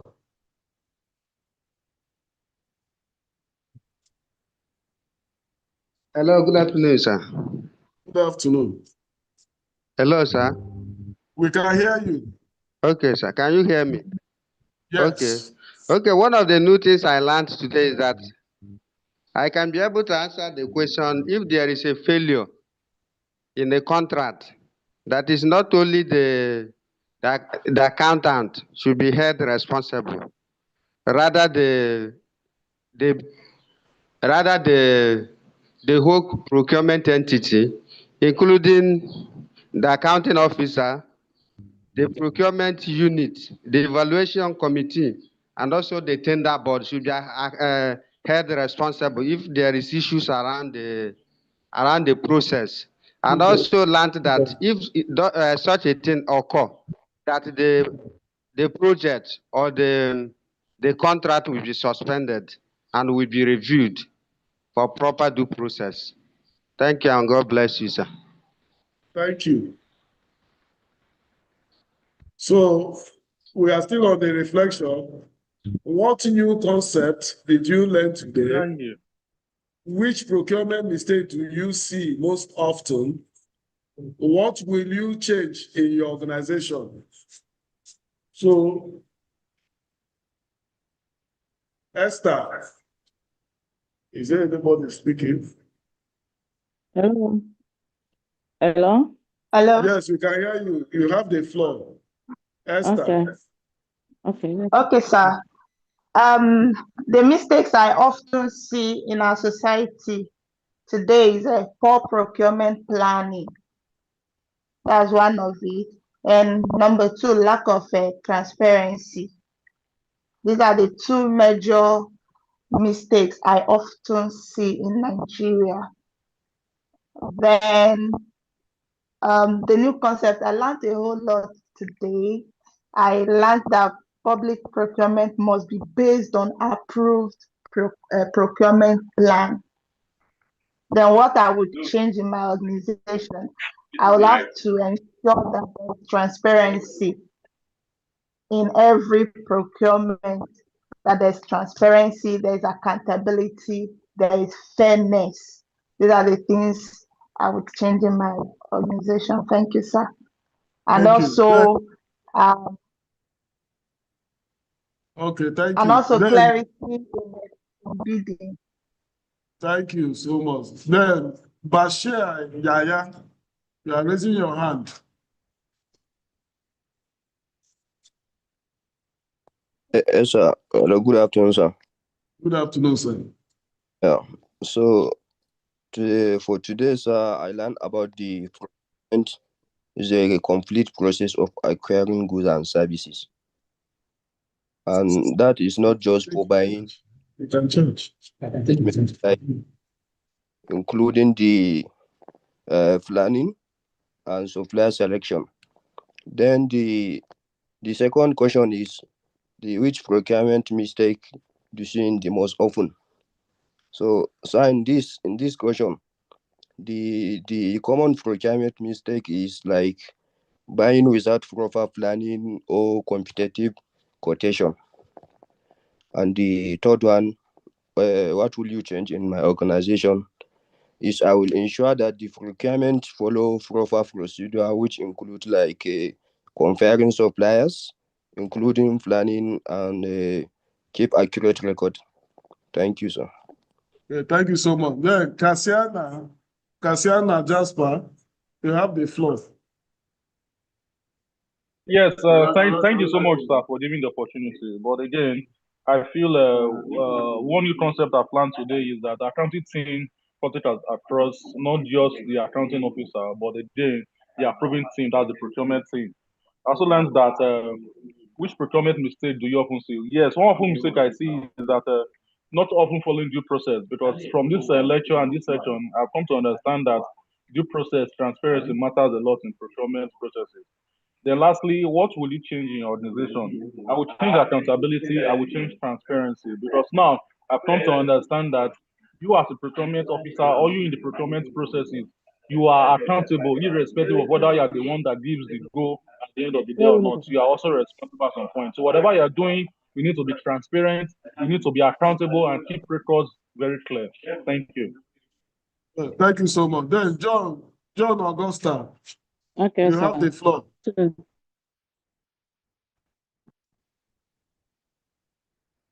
Hello, good afternoon. We can't hear you properly. We can hear you. Continue now, John Augusto. Okay. The reflections. The first one, I learned that effective procurement is a strategic process that involves proper planning, risk management, and value for money and transparency. And for the second question, which of the procurement mistakes I normally see around the common mistake is the poor procurement planning, which often leads to emergency risk or mistakes, and reduces reduction in the transparency. The last one, what will change in my organization? I will say I will promote a better procurement planning, ensure compliance with procurement procedure, maintain proper documentations, and encourage fair and transparency in carrying out procurement activities in my organization. Thank you. Thank you so much. So who else have a reflection?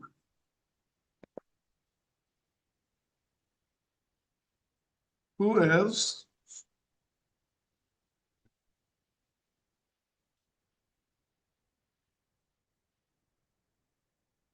Hello, sir.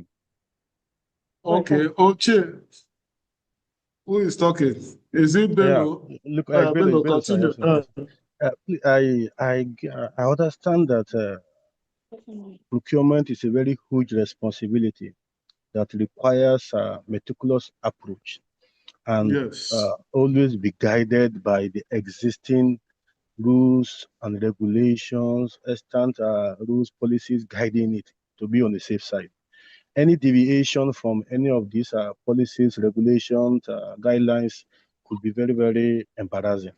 So sticking to the policies should always be at the forefront of our thinking. That is my reflection, sir. Well, thank you. Oche, Jude, you have the floor. Good afternoon, everyone. My name is Uche Jude. From the lecture, I've understand that proper documentation is very, very necessary, and keeping the ethics and complying to the rules is part of what will make it work well. Thank you.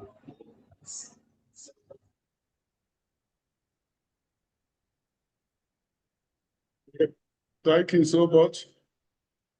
So who else have any reflection? I don't think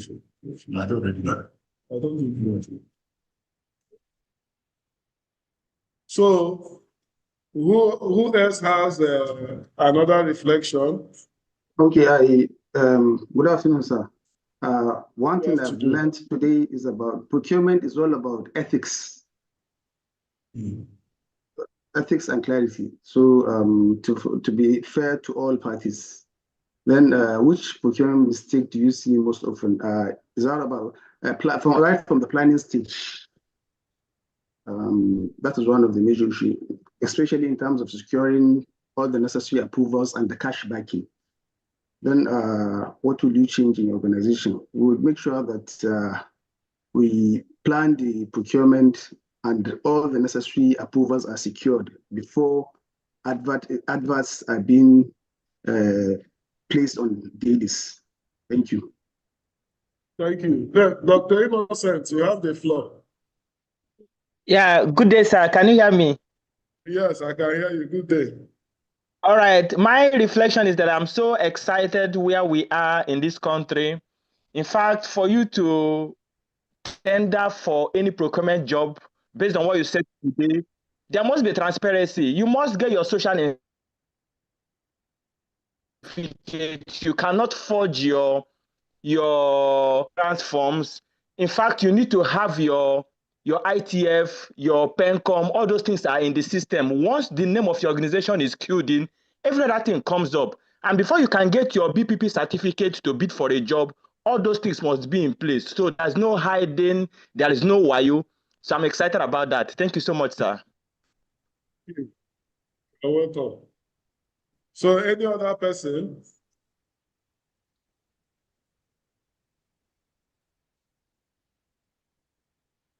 So the key takeaways. One, we are able to understand the role of the United Nations Commission on International Trade Law Model Law as the global foundation for modern public procurement reforms. Because according to this UNICITRAL model law, that is the basis used to formulate the Act 2007 for Nigeria. So we were able to distinguish between the World Bank Procurement Regulations 2025 and the Nigerian Public Procurement Act 2007 and determine which each framework will apply on a particular project. We are able to apply the principles of transparency, competition, accountability, integrity, fairness, and value for money in procurement decisions. We also understood to ensure compliance with procurement planning, approval thresholds, procurement methods, and bid evaluation procedures. We also recognized procurement offenses, ethical responsibilities, and legal consequences or non-compliance. We also understood to strengthen professional capacity to manage procurement risk, prevent corruption, and deliver transparent, sustainable, and legal compliant public procurement outcomes. So thank you for listening. Any questions? So that we have a case study you do now before we close. You will submit it to my email.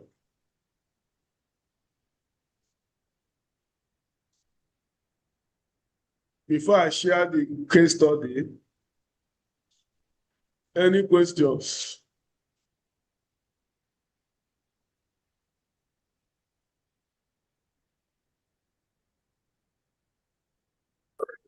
Engineer Jinta.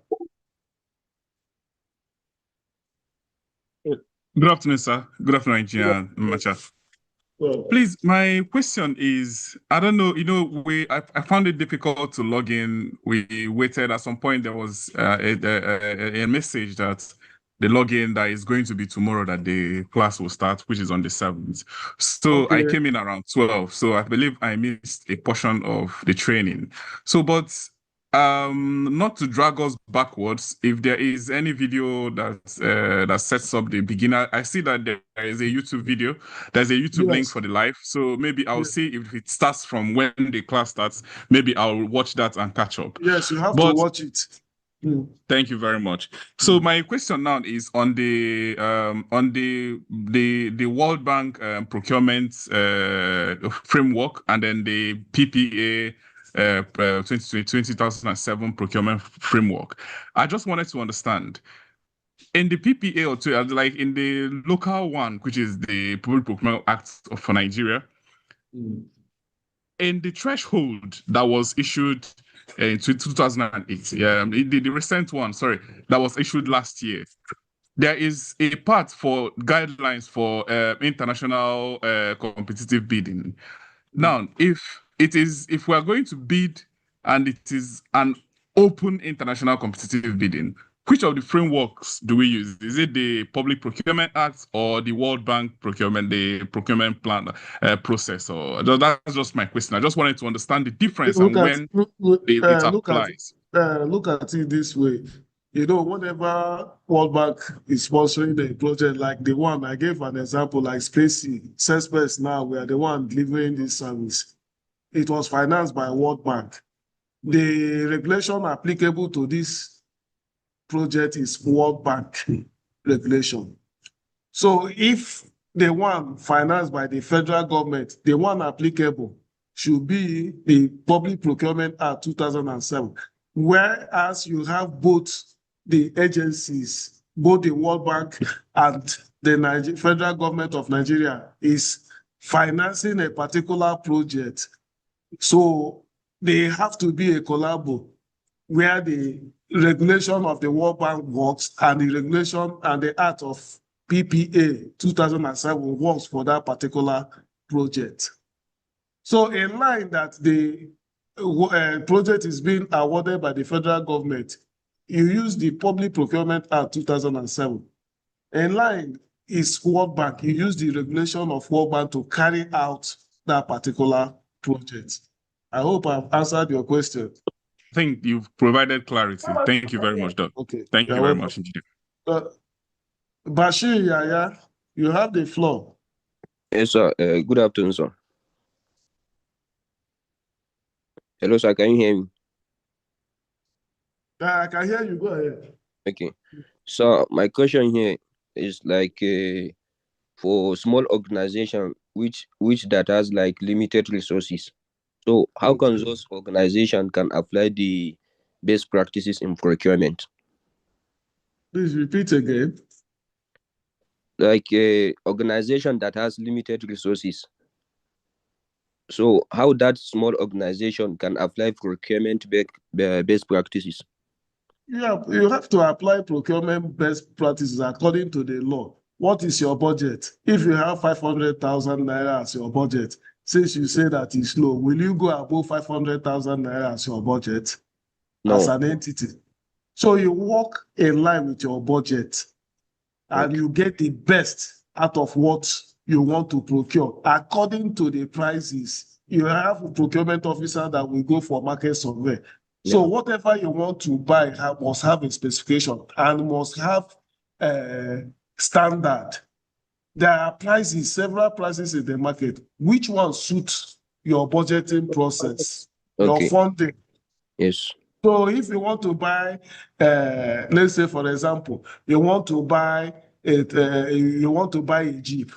Innocent brings his own Jeep. Then Toyota brings their own. So which one, you give her the specification on what you want. And you know that Innocent, this is the life cycle of Innocent. This is the life cycle of Toyota. Which one suits your entity to procure? There must be a procurement process to evaluate, to see that because of the funding you have, that it must be suitable. Will Innocent last for 10 years? Or will you buy Innocent, you'll be spending money each time that will make your agency to go bankrupt? Toyota, will Toyota last for 10 years? These are the considerations you have to consider. And if you look at Innocent, it's our local content. You must support our local content for Nigeria to grow.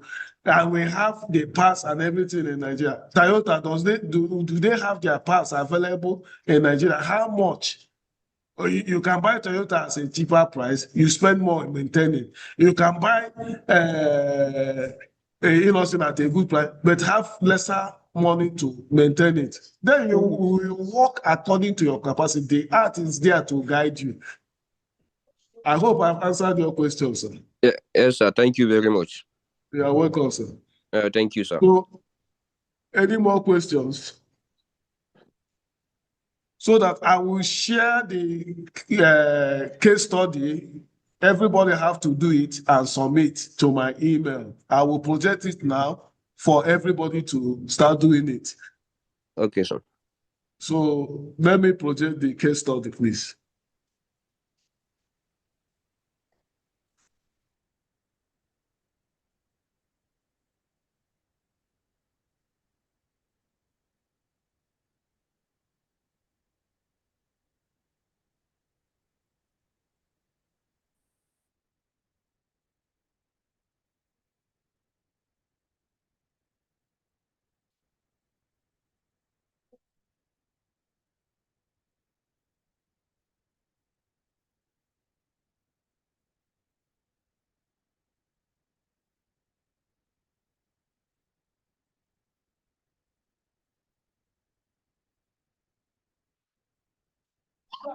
We can't hear you.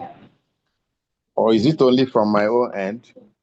He deliberately unmoved himself so that he can get clarification on what he wants to present. Hold on, let me share the case study so that you do it.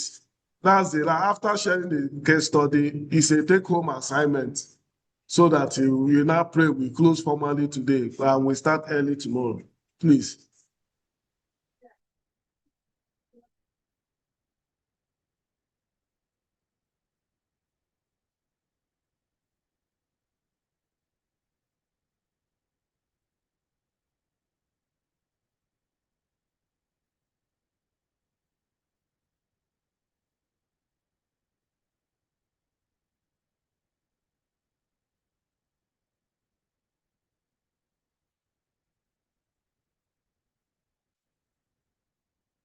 Mark, please, can I go on with a question, please?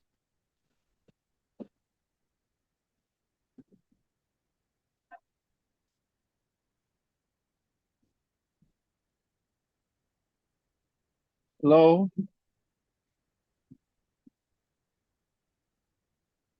Can I go on with a question, please, Dr. Mark? Hello, what did you say? Hello? Yes, can I go on with a question, please? You can go on with the question. Yes, last year I did module 1 to module 9. When I saw this advert for this current training, I had in mind to do just 9, 10, and 11. But from the speech of the DDD on behalf of the director, she mentioned that there was an updated curriculum.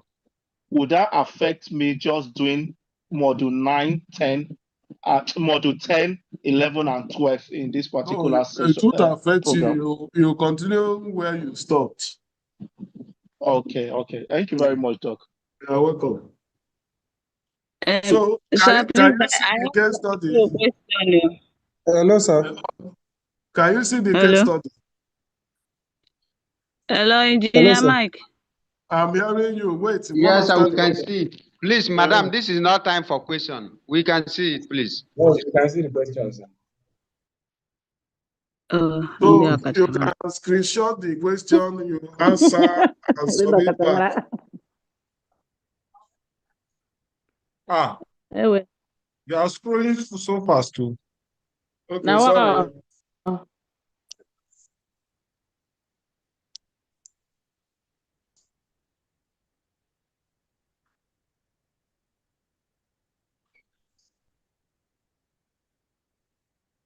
So this question, you will send it to my email. I will put my email address on the chat box. Please scroll down to the bottom. Let's get that questions at the bottom, please. Thank you. Okay, I will scroll down. Let me put my email address first. Square again.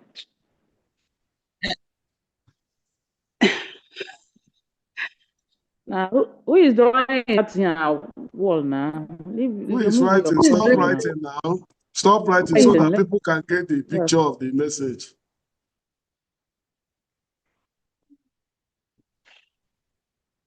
Sorry, engineer, please, can we have this on the The WhatsApp? person undo what he has done already, please.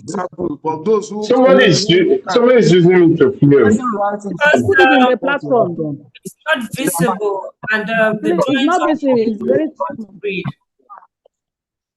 Please send it to the WhatsApp group, please. Oh. I will send it. Don't worry. Please, Engineer Mike, I want to ask something. There's something I want you to clarify me, please, sir. Please, I also want to ask a question, sir. What is it, sir, ma? Okay. Sir, Please, please, what's the deadline for the assignments, please? Sir, this is my first time coming to this house. I didn't know. Can I continue? Can I continue with? I can continue. Yes. Okay, sir. Thank you, sir. Engineer Mike, please, I was one of the nominated people to participate in this program. Okay.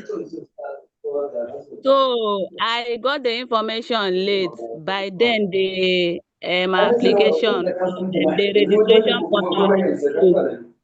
So what do I do about it? You'll join us next time. If you couldn't register, you will join us next time so that we can capture your Sir, details. please. Okay, but when is the next batch likely to be? After now, I will make it public in the WhatsApp group. Everybody will see. So I'm sending the case study in the WhatsApp group for you to now respond. When you respond, you send to my email. So How do I join the WhatsApp group? How do I join the WhatsApp group, sir? If you have not joined, Please, sir, I'm not in the WhatsApp group. Okay, you can take down the questions. Have you seen my email? Where are you? Have you taken the first phase of the question?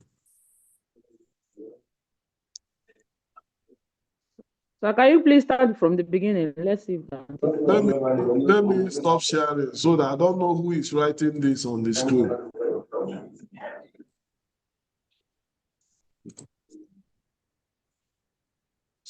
So how can we join to the WhatsApp group? I believe it is just better to. I believe it is just better to send these documents in a PDF form. Everybody in the WhatsApp group will now go through it because scrolling it up here, we may not be able to. Now. I will upload this case study now as a PDF on the Zoom so that you can open and take it from here. After now, that's what I will do it now. So those who want to read through can be reading through. Okay, sir.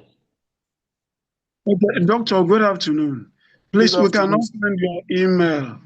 I don't know if you can also drop your email on the WhatsApp. My email is on the chat on this Zoom. I will also drop it on the WhatsApp group. Thank you so much. Thank you. You're welcome. So how can I join the WhatsApp group? I'm not on the WhatsApp group. Check your email. There should have been a message sent to you to join. How to join? Okay. Check your email.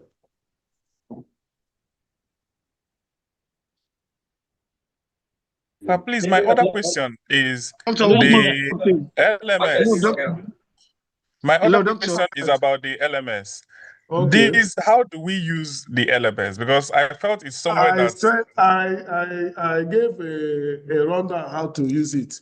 So maybe wait, maybe I will show it again so that you see how to use the LMS.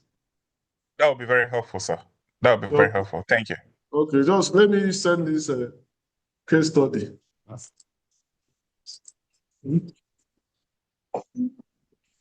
I'm not in the WhatsApp group. No, you're Eh? Maybe. I'm not in the WhatsApp group. why? Because what will be Did you put me? Yes. Okay. Anyway. Oh no.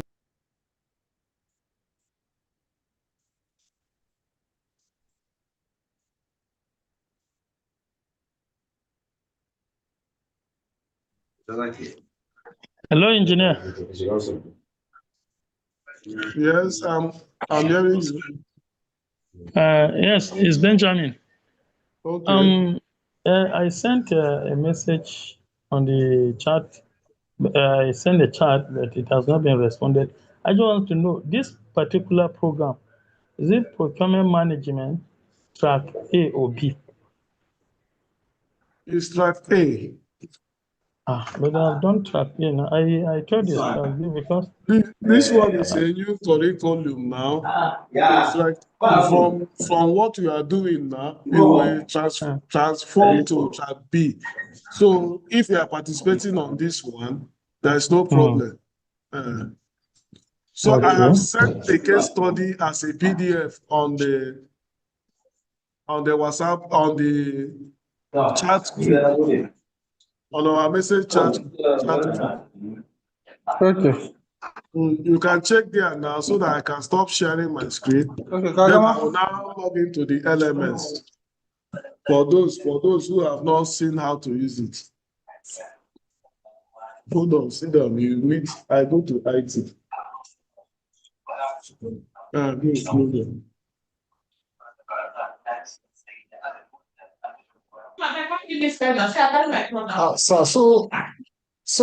hello, sir. Hello, I can So hear you. please, yes, this case study, when are we expected to submit it?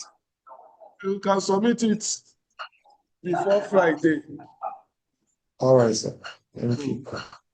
Sir, don't forget to send your email. My email is in the chat box. Check it, you will see it.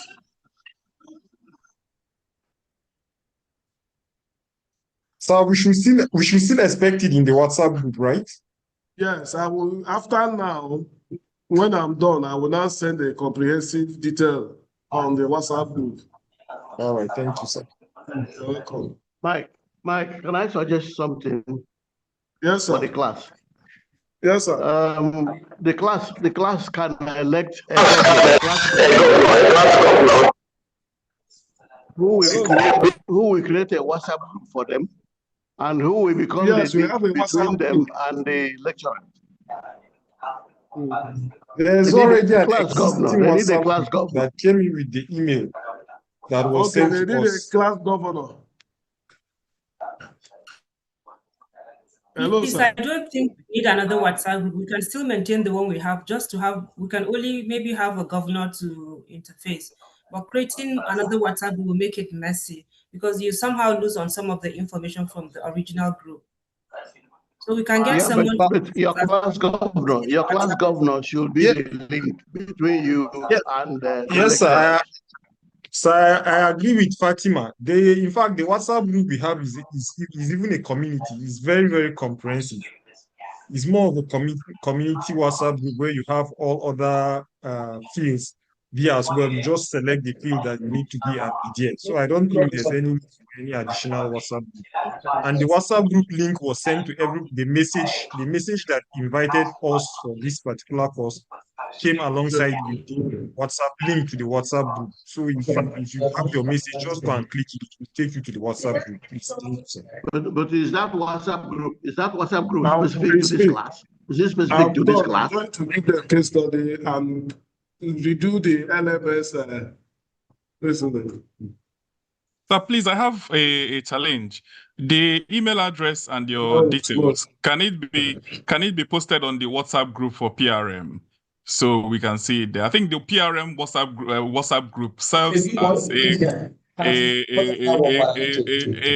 community for everybody that is doing this procurement management training. So anything that we can post there. But I couldn't copy this detail, that your email from our chat box here. Can it be posted on the WhatsApp so I can easily copy it, sir?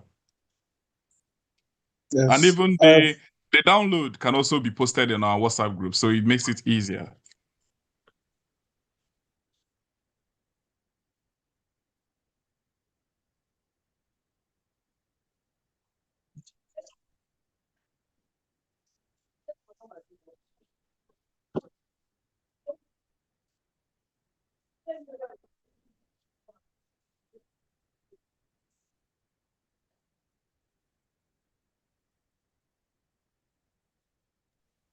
Sorry, also on the WhatsApp group, I noticed that it's only the admin that can post something there. So I feel that clarifies the whole thing. If you just post on there first. We have to lock the WhatsApp group because people were sending all manner of messages.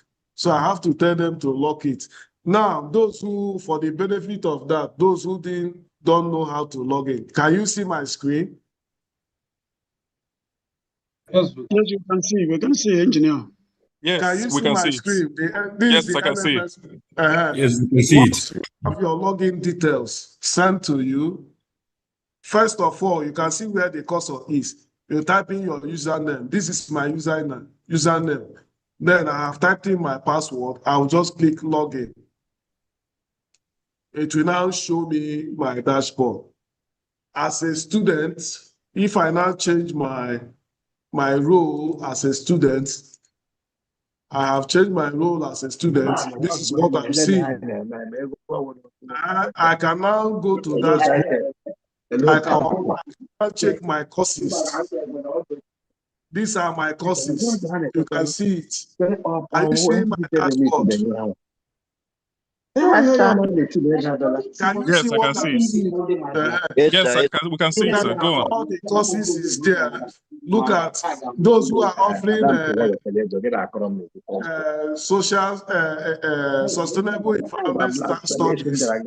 Their own is here. Then procurement is what you'll be looking out for. If you look at this way, this is PRN3 or this undergraduate course. So I have to come here and search for our own model.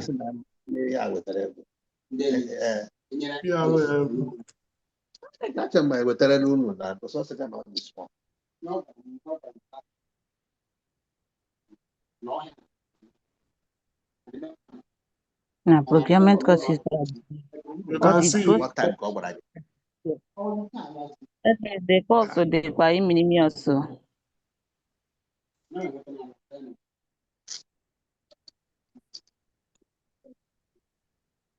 But everywhere, so everywhere, I even deliver everybody. Other states, I won't know. I wouldn't have my. You are nowhere in my. You need to with that. Those who are discussing should off their mic now. So when you have typed in the model, like I have typed in model 2 will come out. You can see, look at the model. For example, this is what you see from your own interface. Like for procurement, this model 2, you click on it, it will now bring out the model itself, how it's supposed to be. But for you to go ahead, you can see announcement, you can read for announcement. Look at this is lesson 1. You click on lesson 1. It will now tell you, look at the particular day it will open.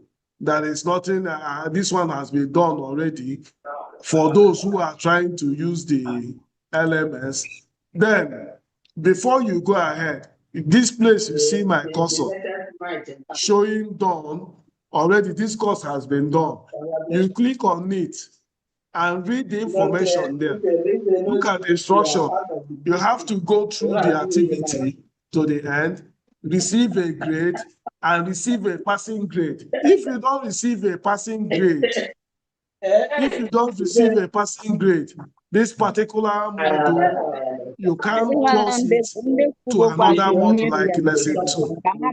So whenever you finish, you must consult these instructions to check whether you have done the right thing. If the passing grade is 60, you score 50, you will still remain in lesson 1. Who are these and people? you Who can't are these get your people? certificate. They should mute their microphone. Who is on? So, as I was saying earlier, Please, those discussing should off their microphone. I have muted everybody. Stop opening your mics, please. I have muted again. So when you are looking at the LMS, you look at the lesson 1, look at the instruction by the right. Even if you open it, I'm seeing this as a student. So I don't have access again to see what is there, because once the lesson opens, that's when I will have access to read more and know what to do. But the most important thing is for you to know the instruction of what to do. Excuse me. Instruction on what to do. It will tell you go through the activity to the end, receive a grade, receive a passing grade. Note, you have to read thoroughly. And there are some of the lectures that will tell you to read for 1 hour. You know the good thing of using LMS, it monitors you to the core. If you are the one that log in and do 5 minutes, it will detect you as a fraud. So you have to take your time and read. Excuse me. And read your work and make sure you do exactly the assignment given to you. If you don't complete it, you can't go to the next session. Even if you go and complete and you want to submit to get your certificate, you won't get it. So it applies to all, both lesson 3, lesson 4, lesson 6, lesson 8, and etc. If you have any other questions, you can ask. It's very easy to use. You can also download it in your phone, but it's better you use your laptop to do it. I think my question now is when I went into the dashboard, I can see the PRM module 1 and of some of the modules, but there's nothing there yet. For module 1, it's supposed to start 1. No, you won't use it now because we have not given you the requisite right to use it. It will start from tomorrow. Okay, so from thank tomorrow, you check out if the portal is open for you to now use. Okay, so my other question is, this assignment that you just gave us now, is it going to be on this, like for module 1? Is it from the module 1? And it is also going to be there? This one is the assignment on what we did today, module 2. You have to send it to my email. Understand? Okay, sir. Thank you very much. It must be submitted before Friday, 12 noon. All right, sir. Thank you. You're welcome. So if there is no other questions, can somebody lead us in a closing prayer so that we can now go and do the assignment? Please, excuse me, sir. Yes, sir. My final question, sir. Hello? Hello, Hello, sir. My final question is: will we be having this assignment at the end of every day, or is this one is for the week? It depends on your facilitator. All right, sir. Hello, sir. Please, I have one more question. My question is, I wanted to understand the difference between this training and then the one that is nominated for, that we now get the certification from BPP. I think it's in Abeokuta or so. So I just wanted to understand these processes. I just wanted to understand how this works with that other one and the differences between the two of them. Look at how it works. It's the same with BPP. When you want to go for conversion, you'll be nominated, and the only person that will sign your letter that will be acknowledged by BPP is your accounting officer. And for you to be part of that training, you must get the certification from this center, CE-sPESS, and also PPRC. So without the certification, BPP won't give you that clearance. You must have certification from either of the 6 centers in Nigeria, which you have done now, and you are about doing. When you complete, you get the certification. It's part of the prerequisite, what you attach to submit to BPP for them to give you access to now call for that conversion course. And moreover, this one gives you a very bigger advantage that you can do your certification online with international bodies like CE-sPESS. I don't know if you know about that. If you want to do CE-sPESS, you pay £4,000 for it. But because due to this course we are doing now, through federal government of Nigeria, nobody is paying that amount to get that certification. So many of our students have gotten, they have been talking about the testimony, they have sent their certification on that, which you can now work with expatriates all over the world. I don't know if you get it. If you do that conversion with BPP, you also do this one. It's online, CE-sPESS. Have you heard about it before? Can you throw more light on this CE-sPESS? And I've never heard of it before. is the UK organization that certifies procurement officers, which in conjunction with BPP, even the DG has the certification. So now they have rules, you have stage by stage, whereby if you want to join.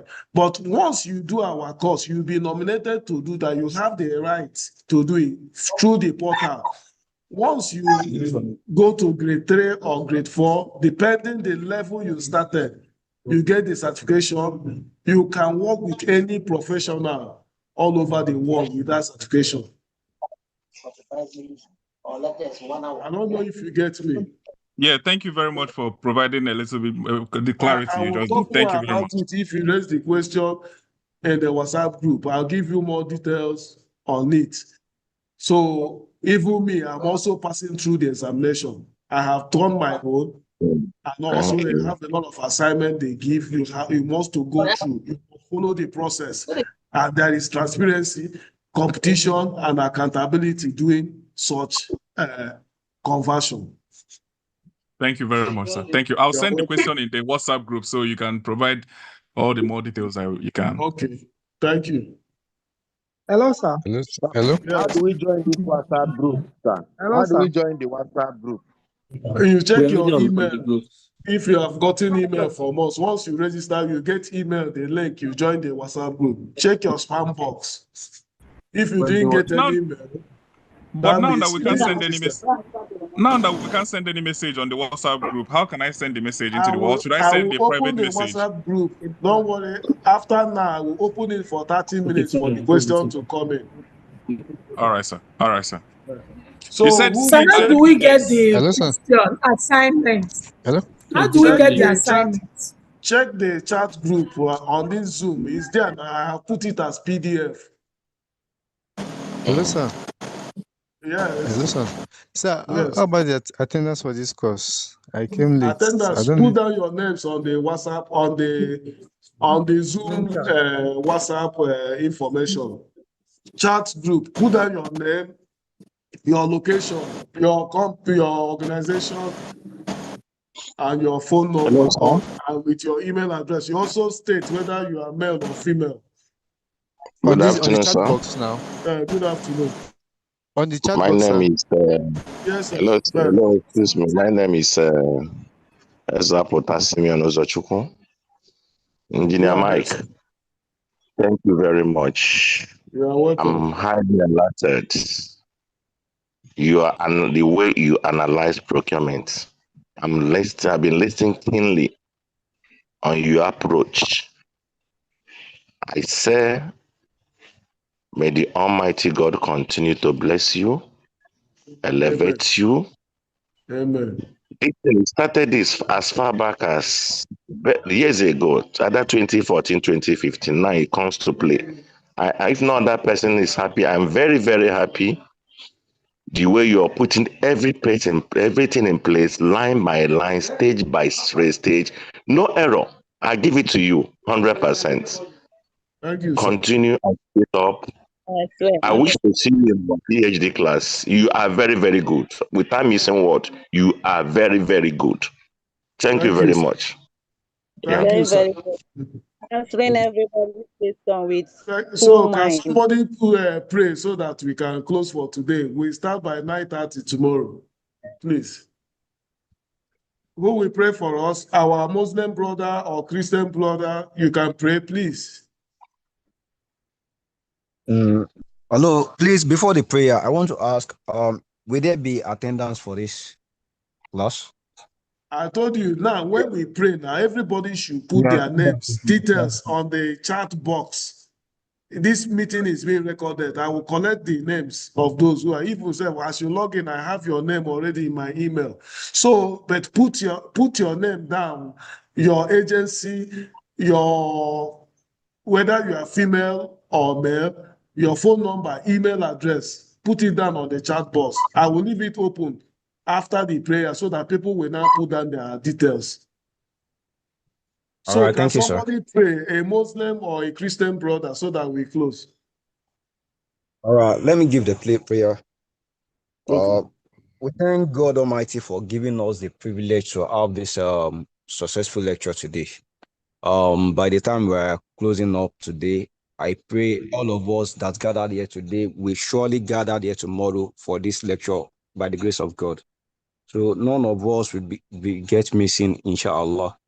So Amen. alhamdulillah subhanahu wa ta'ala. Thank you, sir. Thank you. Amen. So tomorrow we start by 9:30.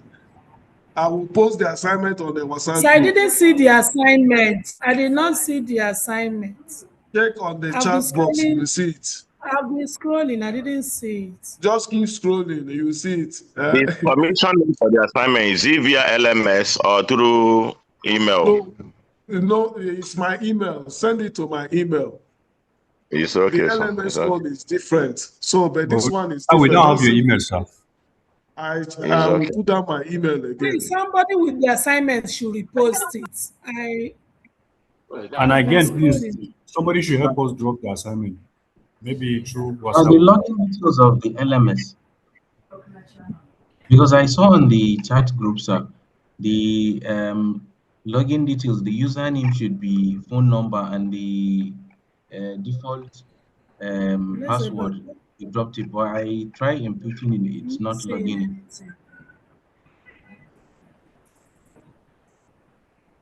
Hello, sir.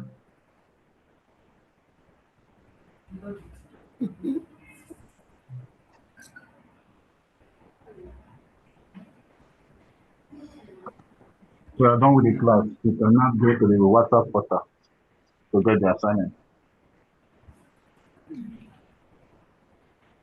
So this is my email address. For those looking for my email address, that's my email address.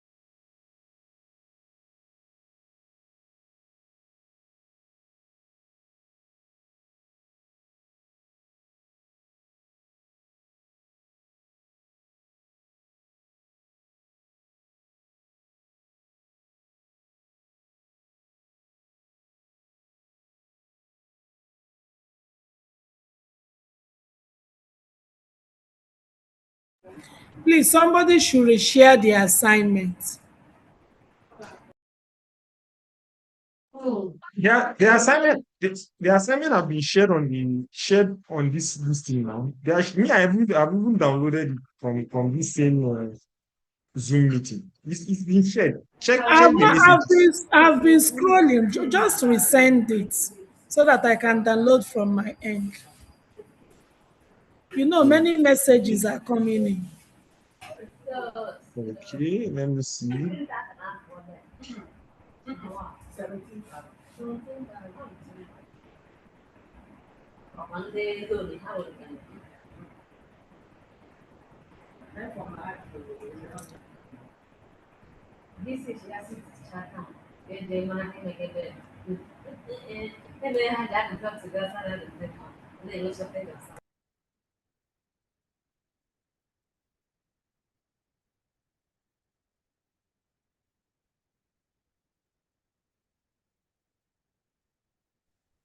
I've shared the assignments. I've shared the case study. Have you seen it?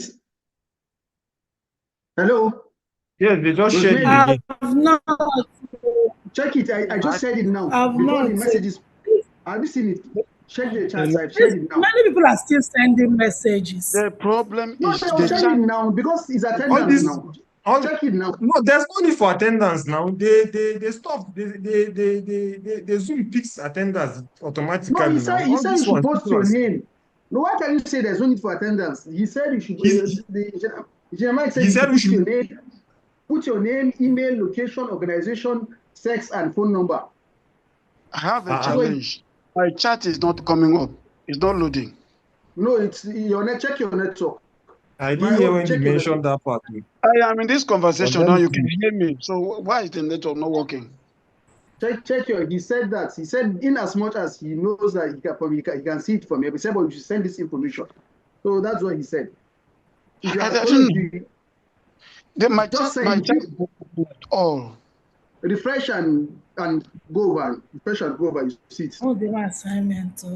Maybe people need send the shit. What is it, Rosemary? Yes. I'll send you a personal DM now. Let me send you. Okay. Let me send you. Let me send you a message now. Your WhatsApp. Let me check your name. Please send me a personal DM too. Please send me a personal DM too. Please, Nicholas. Okay. Nicholas also. Nwomo. Hello. Nwomo. Nicholas Nwomo.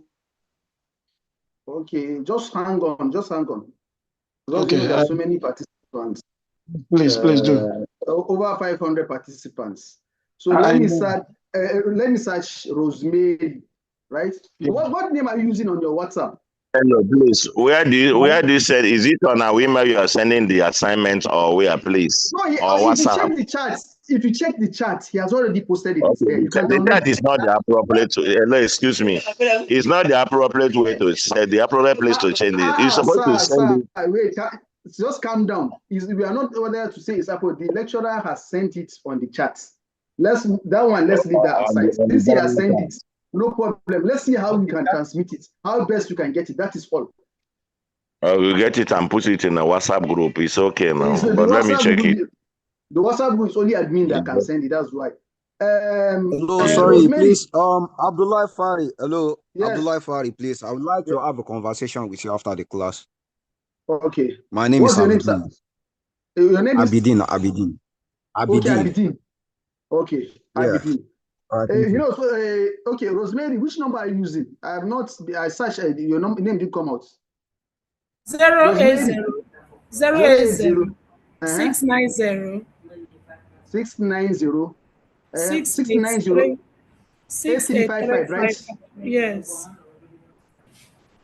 So check your WhatsApp now. I've sent it. It's loading. Okay. Thank you. Thank you. Okay.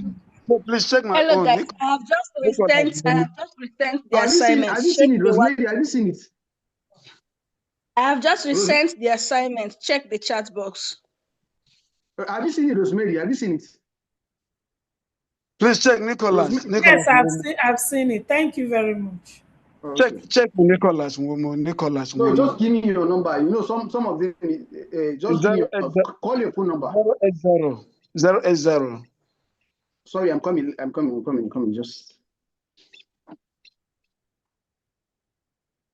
080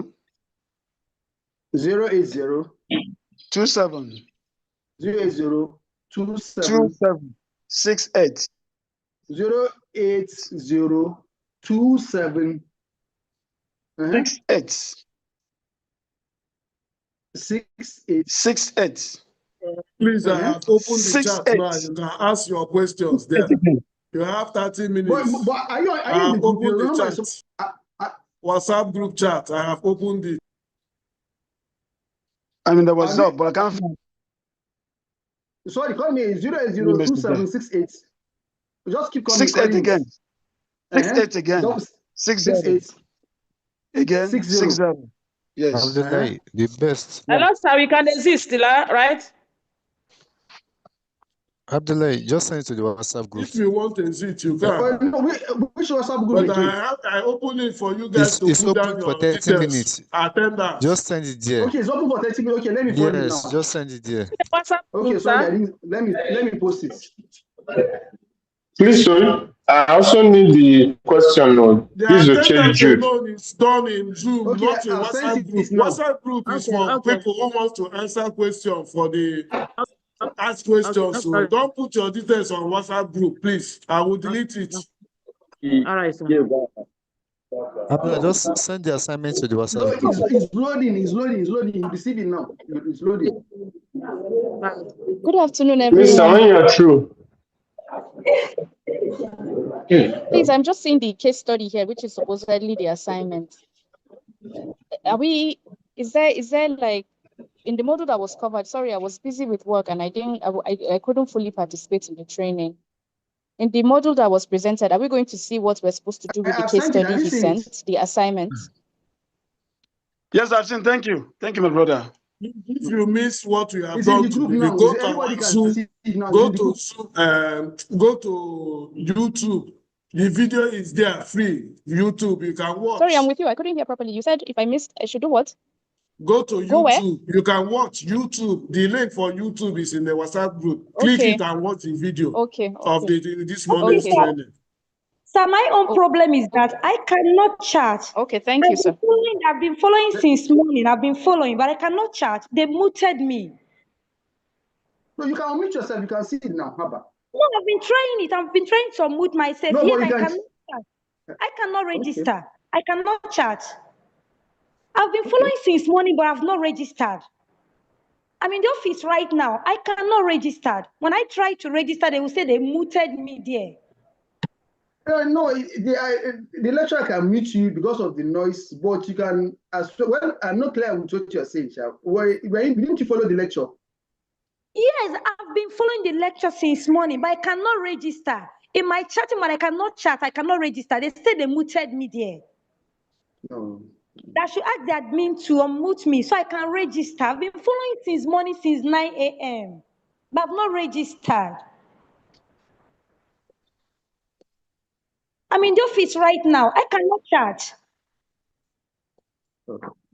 So maybe you have contact. They've ended registration. That is why you cannot register.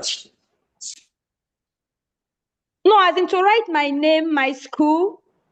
My staffs are doing it right now. They are doing it right now in the office. They are using their phone to type their name and the institution. No, you know what? Since you have colleagues that are doing, they should show you. You should follow through the same process. It's direct. Not something. Tried it. There is column to chat. There is column here. But when we try to type, they say they muted me over there. We've tried. I'm here with my colleague. We've been trying to type, to chat, but I cannot chat. They say they muted me over there. So I don't know the reason why. But I've been following since morning, since 9 a.m. That's why you were muted. Sir? Unmute yourself then. I've tried it. Even I unmuted myself. See, I cannot you have to understand one thing. Meeting you will not stop you from meeting is a different icon. Chatting is a different icon. So there's no correlation between if somebody meets you and you are not chatting. They don't correlate. Muting is for you not to make noise. Chatting is another icon entirely. So I mean, there's a no. It's okay. It all depends on how you understand the usage of Zoom. Let your colleagues that are together with you show you how it operates. But muting is a different icon. Your mute does not affect your chatting, honestly. Whether you are muted or unmuted, it will never affect your chatting. It will never. There is something that you're not understanding there, which those around you should help you out. They've been trying. No, just calm yourself down. Calm yourself down and look at it properly. I don't know. Can I come to FUTO tomorrow? This is a very big challenge to me. So you can go there. You can go to FUTO now. And since if you are already now, go to FUTO now. Yeah, I mean the University of Agriculture and Environmental Sciences. Yeah. Yeah, around. Just go to.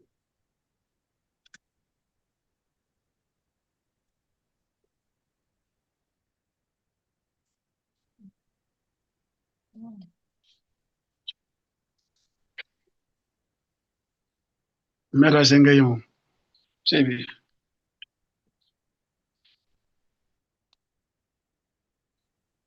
This one,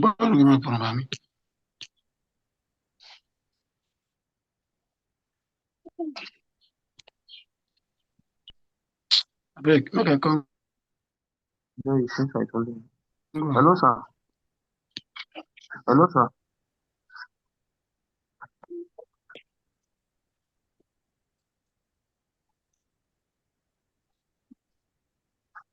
Hello, sir. Hello. Hello. Hello, sir. Yeah, it's another lecture holding.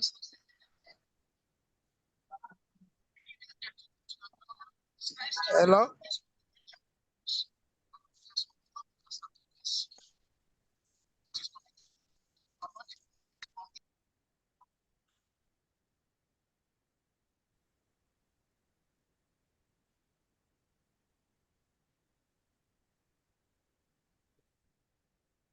If I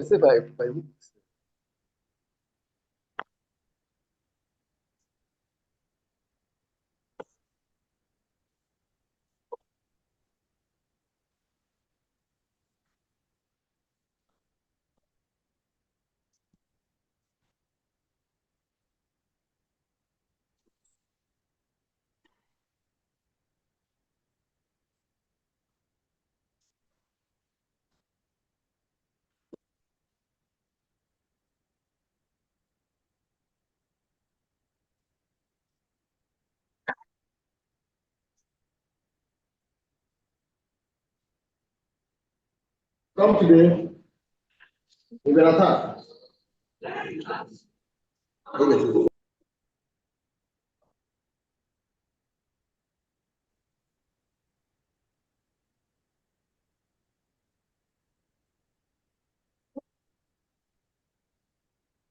Okay. If I need, I can talk this.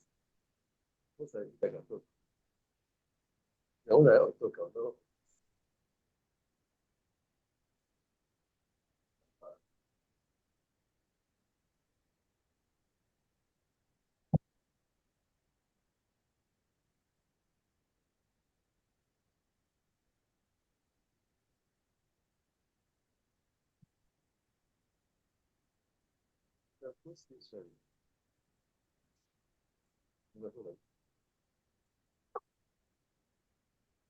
But if maybe, I'm not even sick.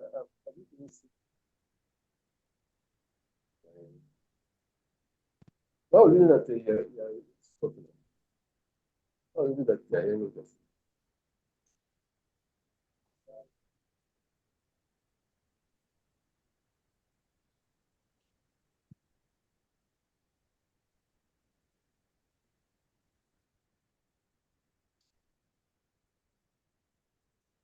See, Oga Pascal, you can go to this.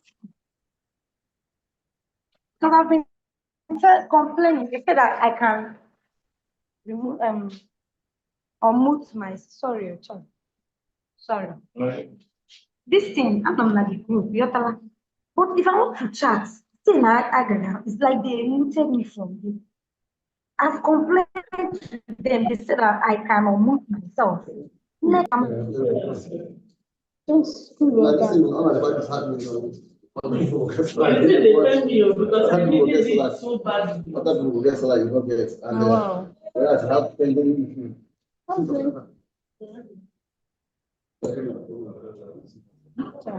so you gave me an appointment or something like this.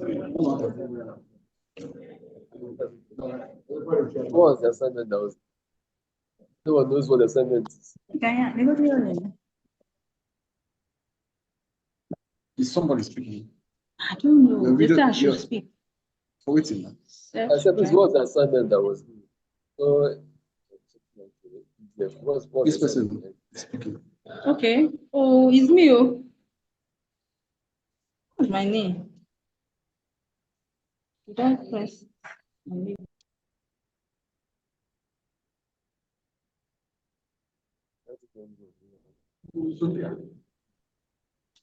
Yeah, no, honey.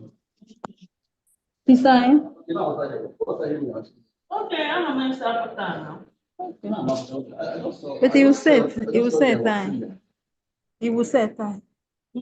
Okay, by using. Now all of us now. Okay.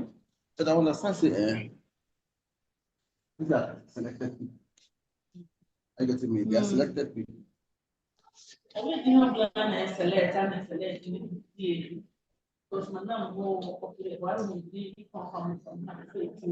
Okay.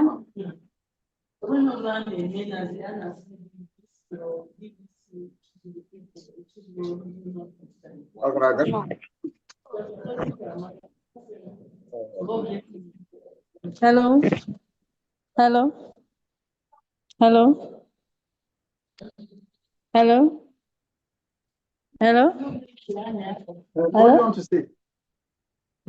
Hello. Keep talking. Talk now. Hello. Hello.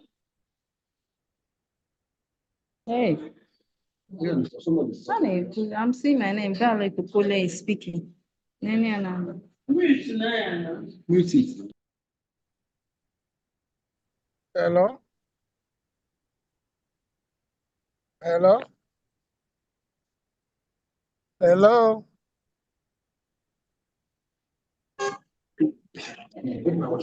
Hello?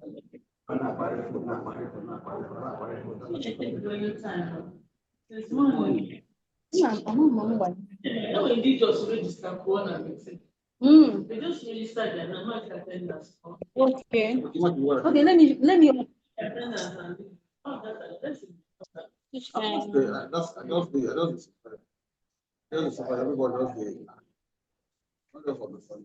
Yeah, I don't.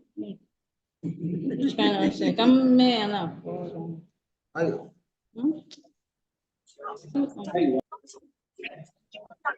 Good afternoon, sir.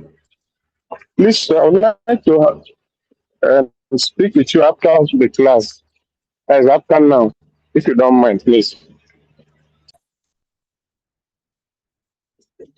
This is Oche Jude.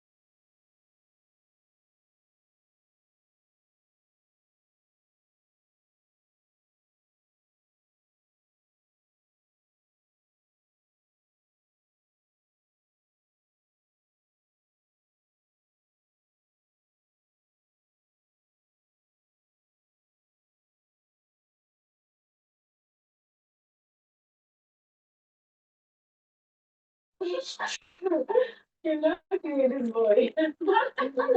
They don't teach you that in school. Okay? What the heck? Okay, sit down, get your lunch. That was very young. She's scared.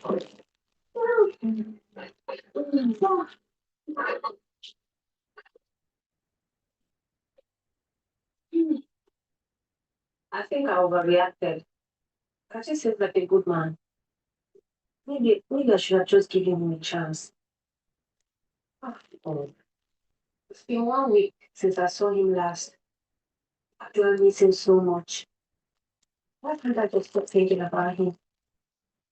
It doesn't mean that I have fallen in love with him.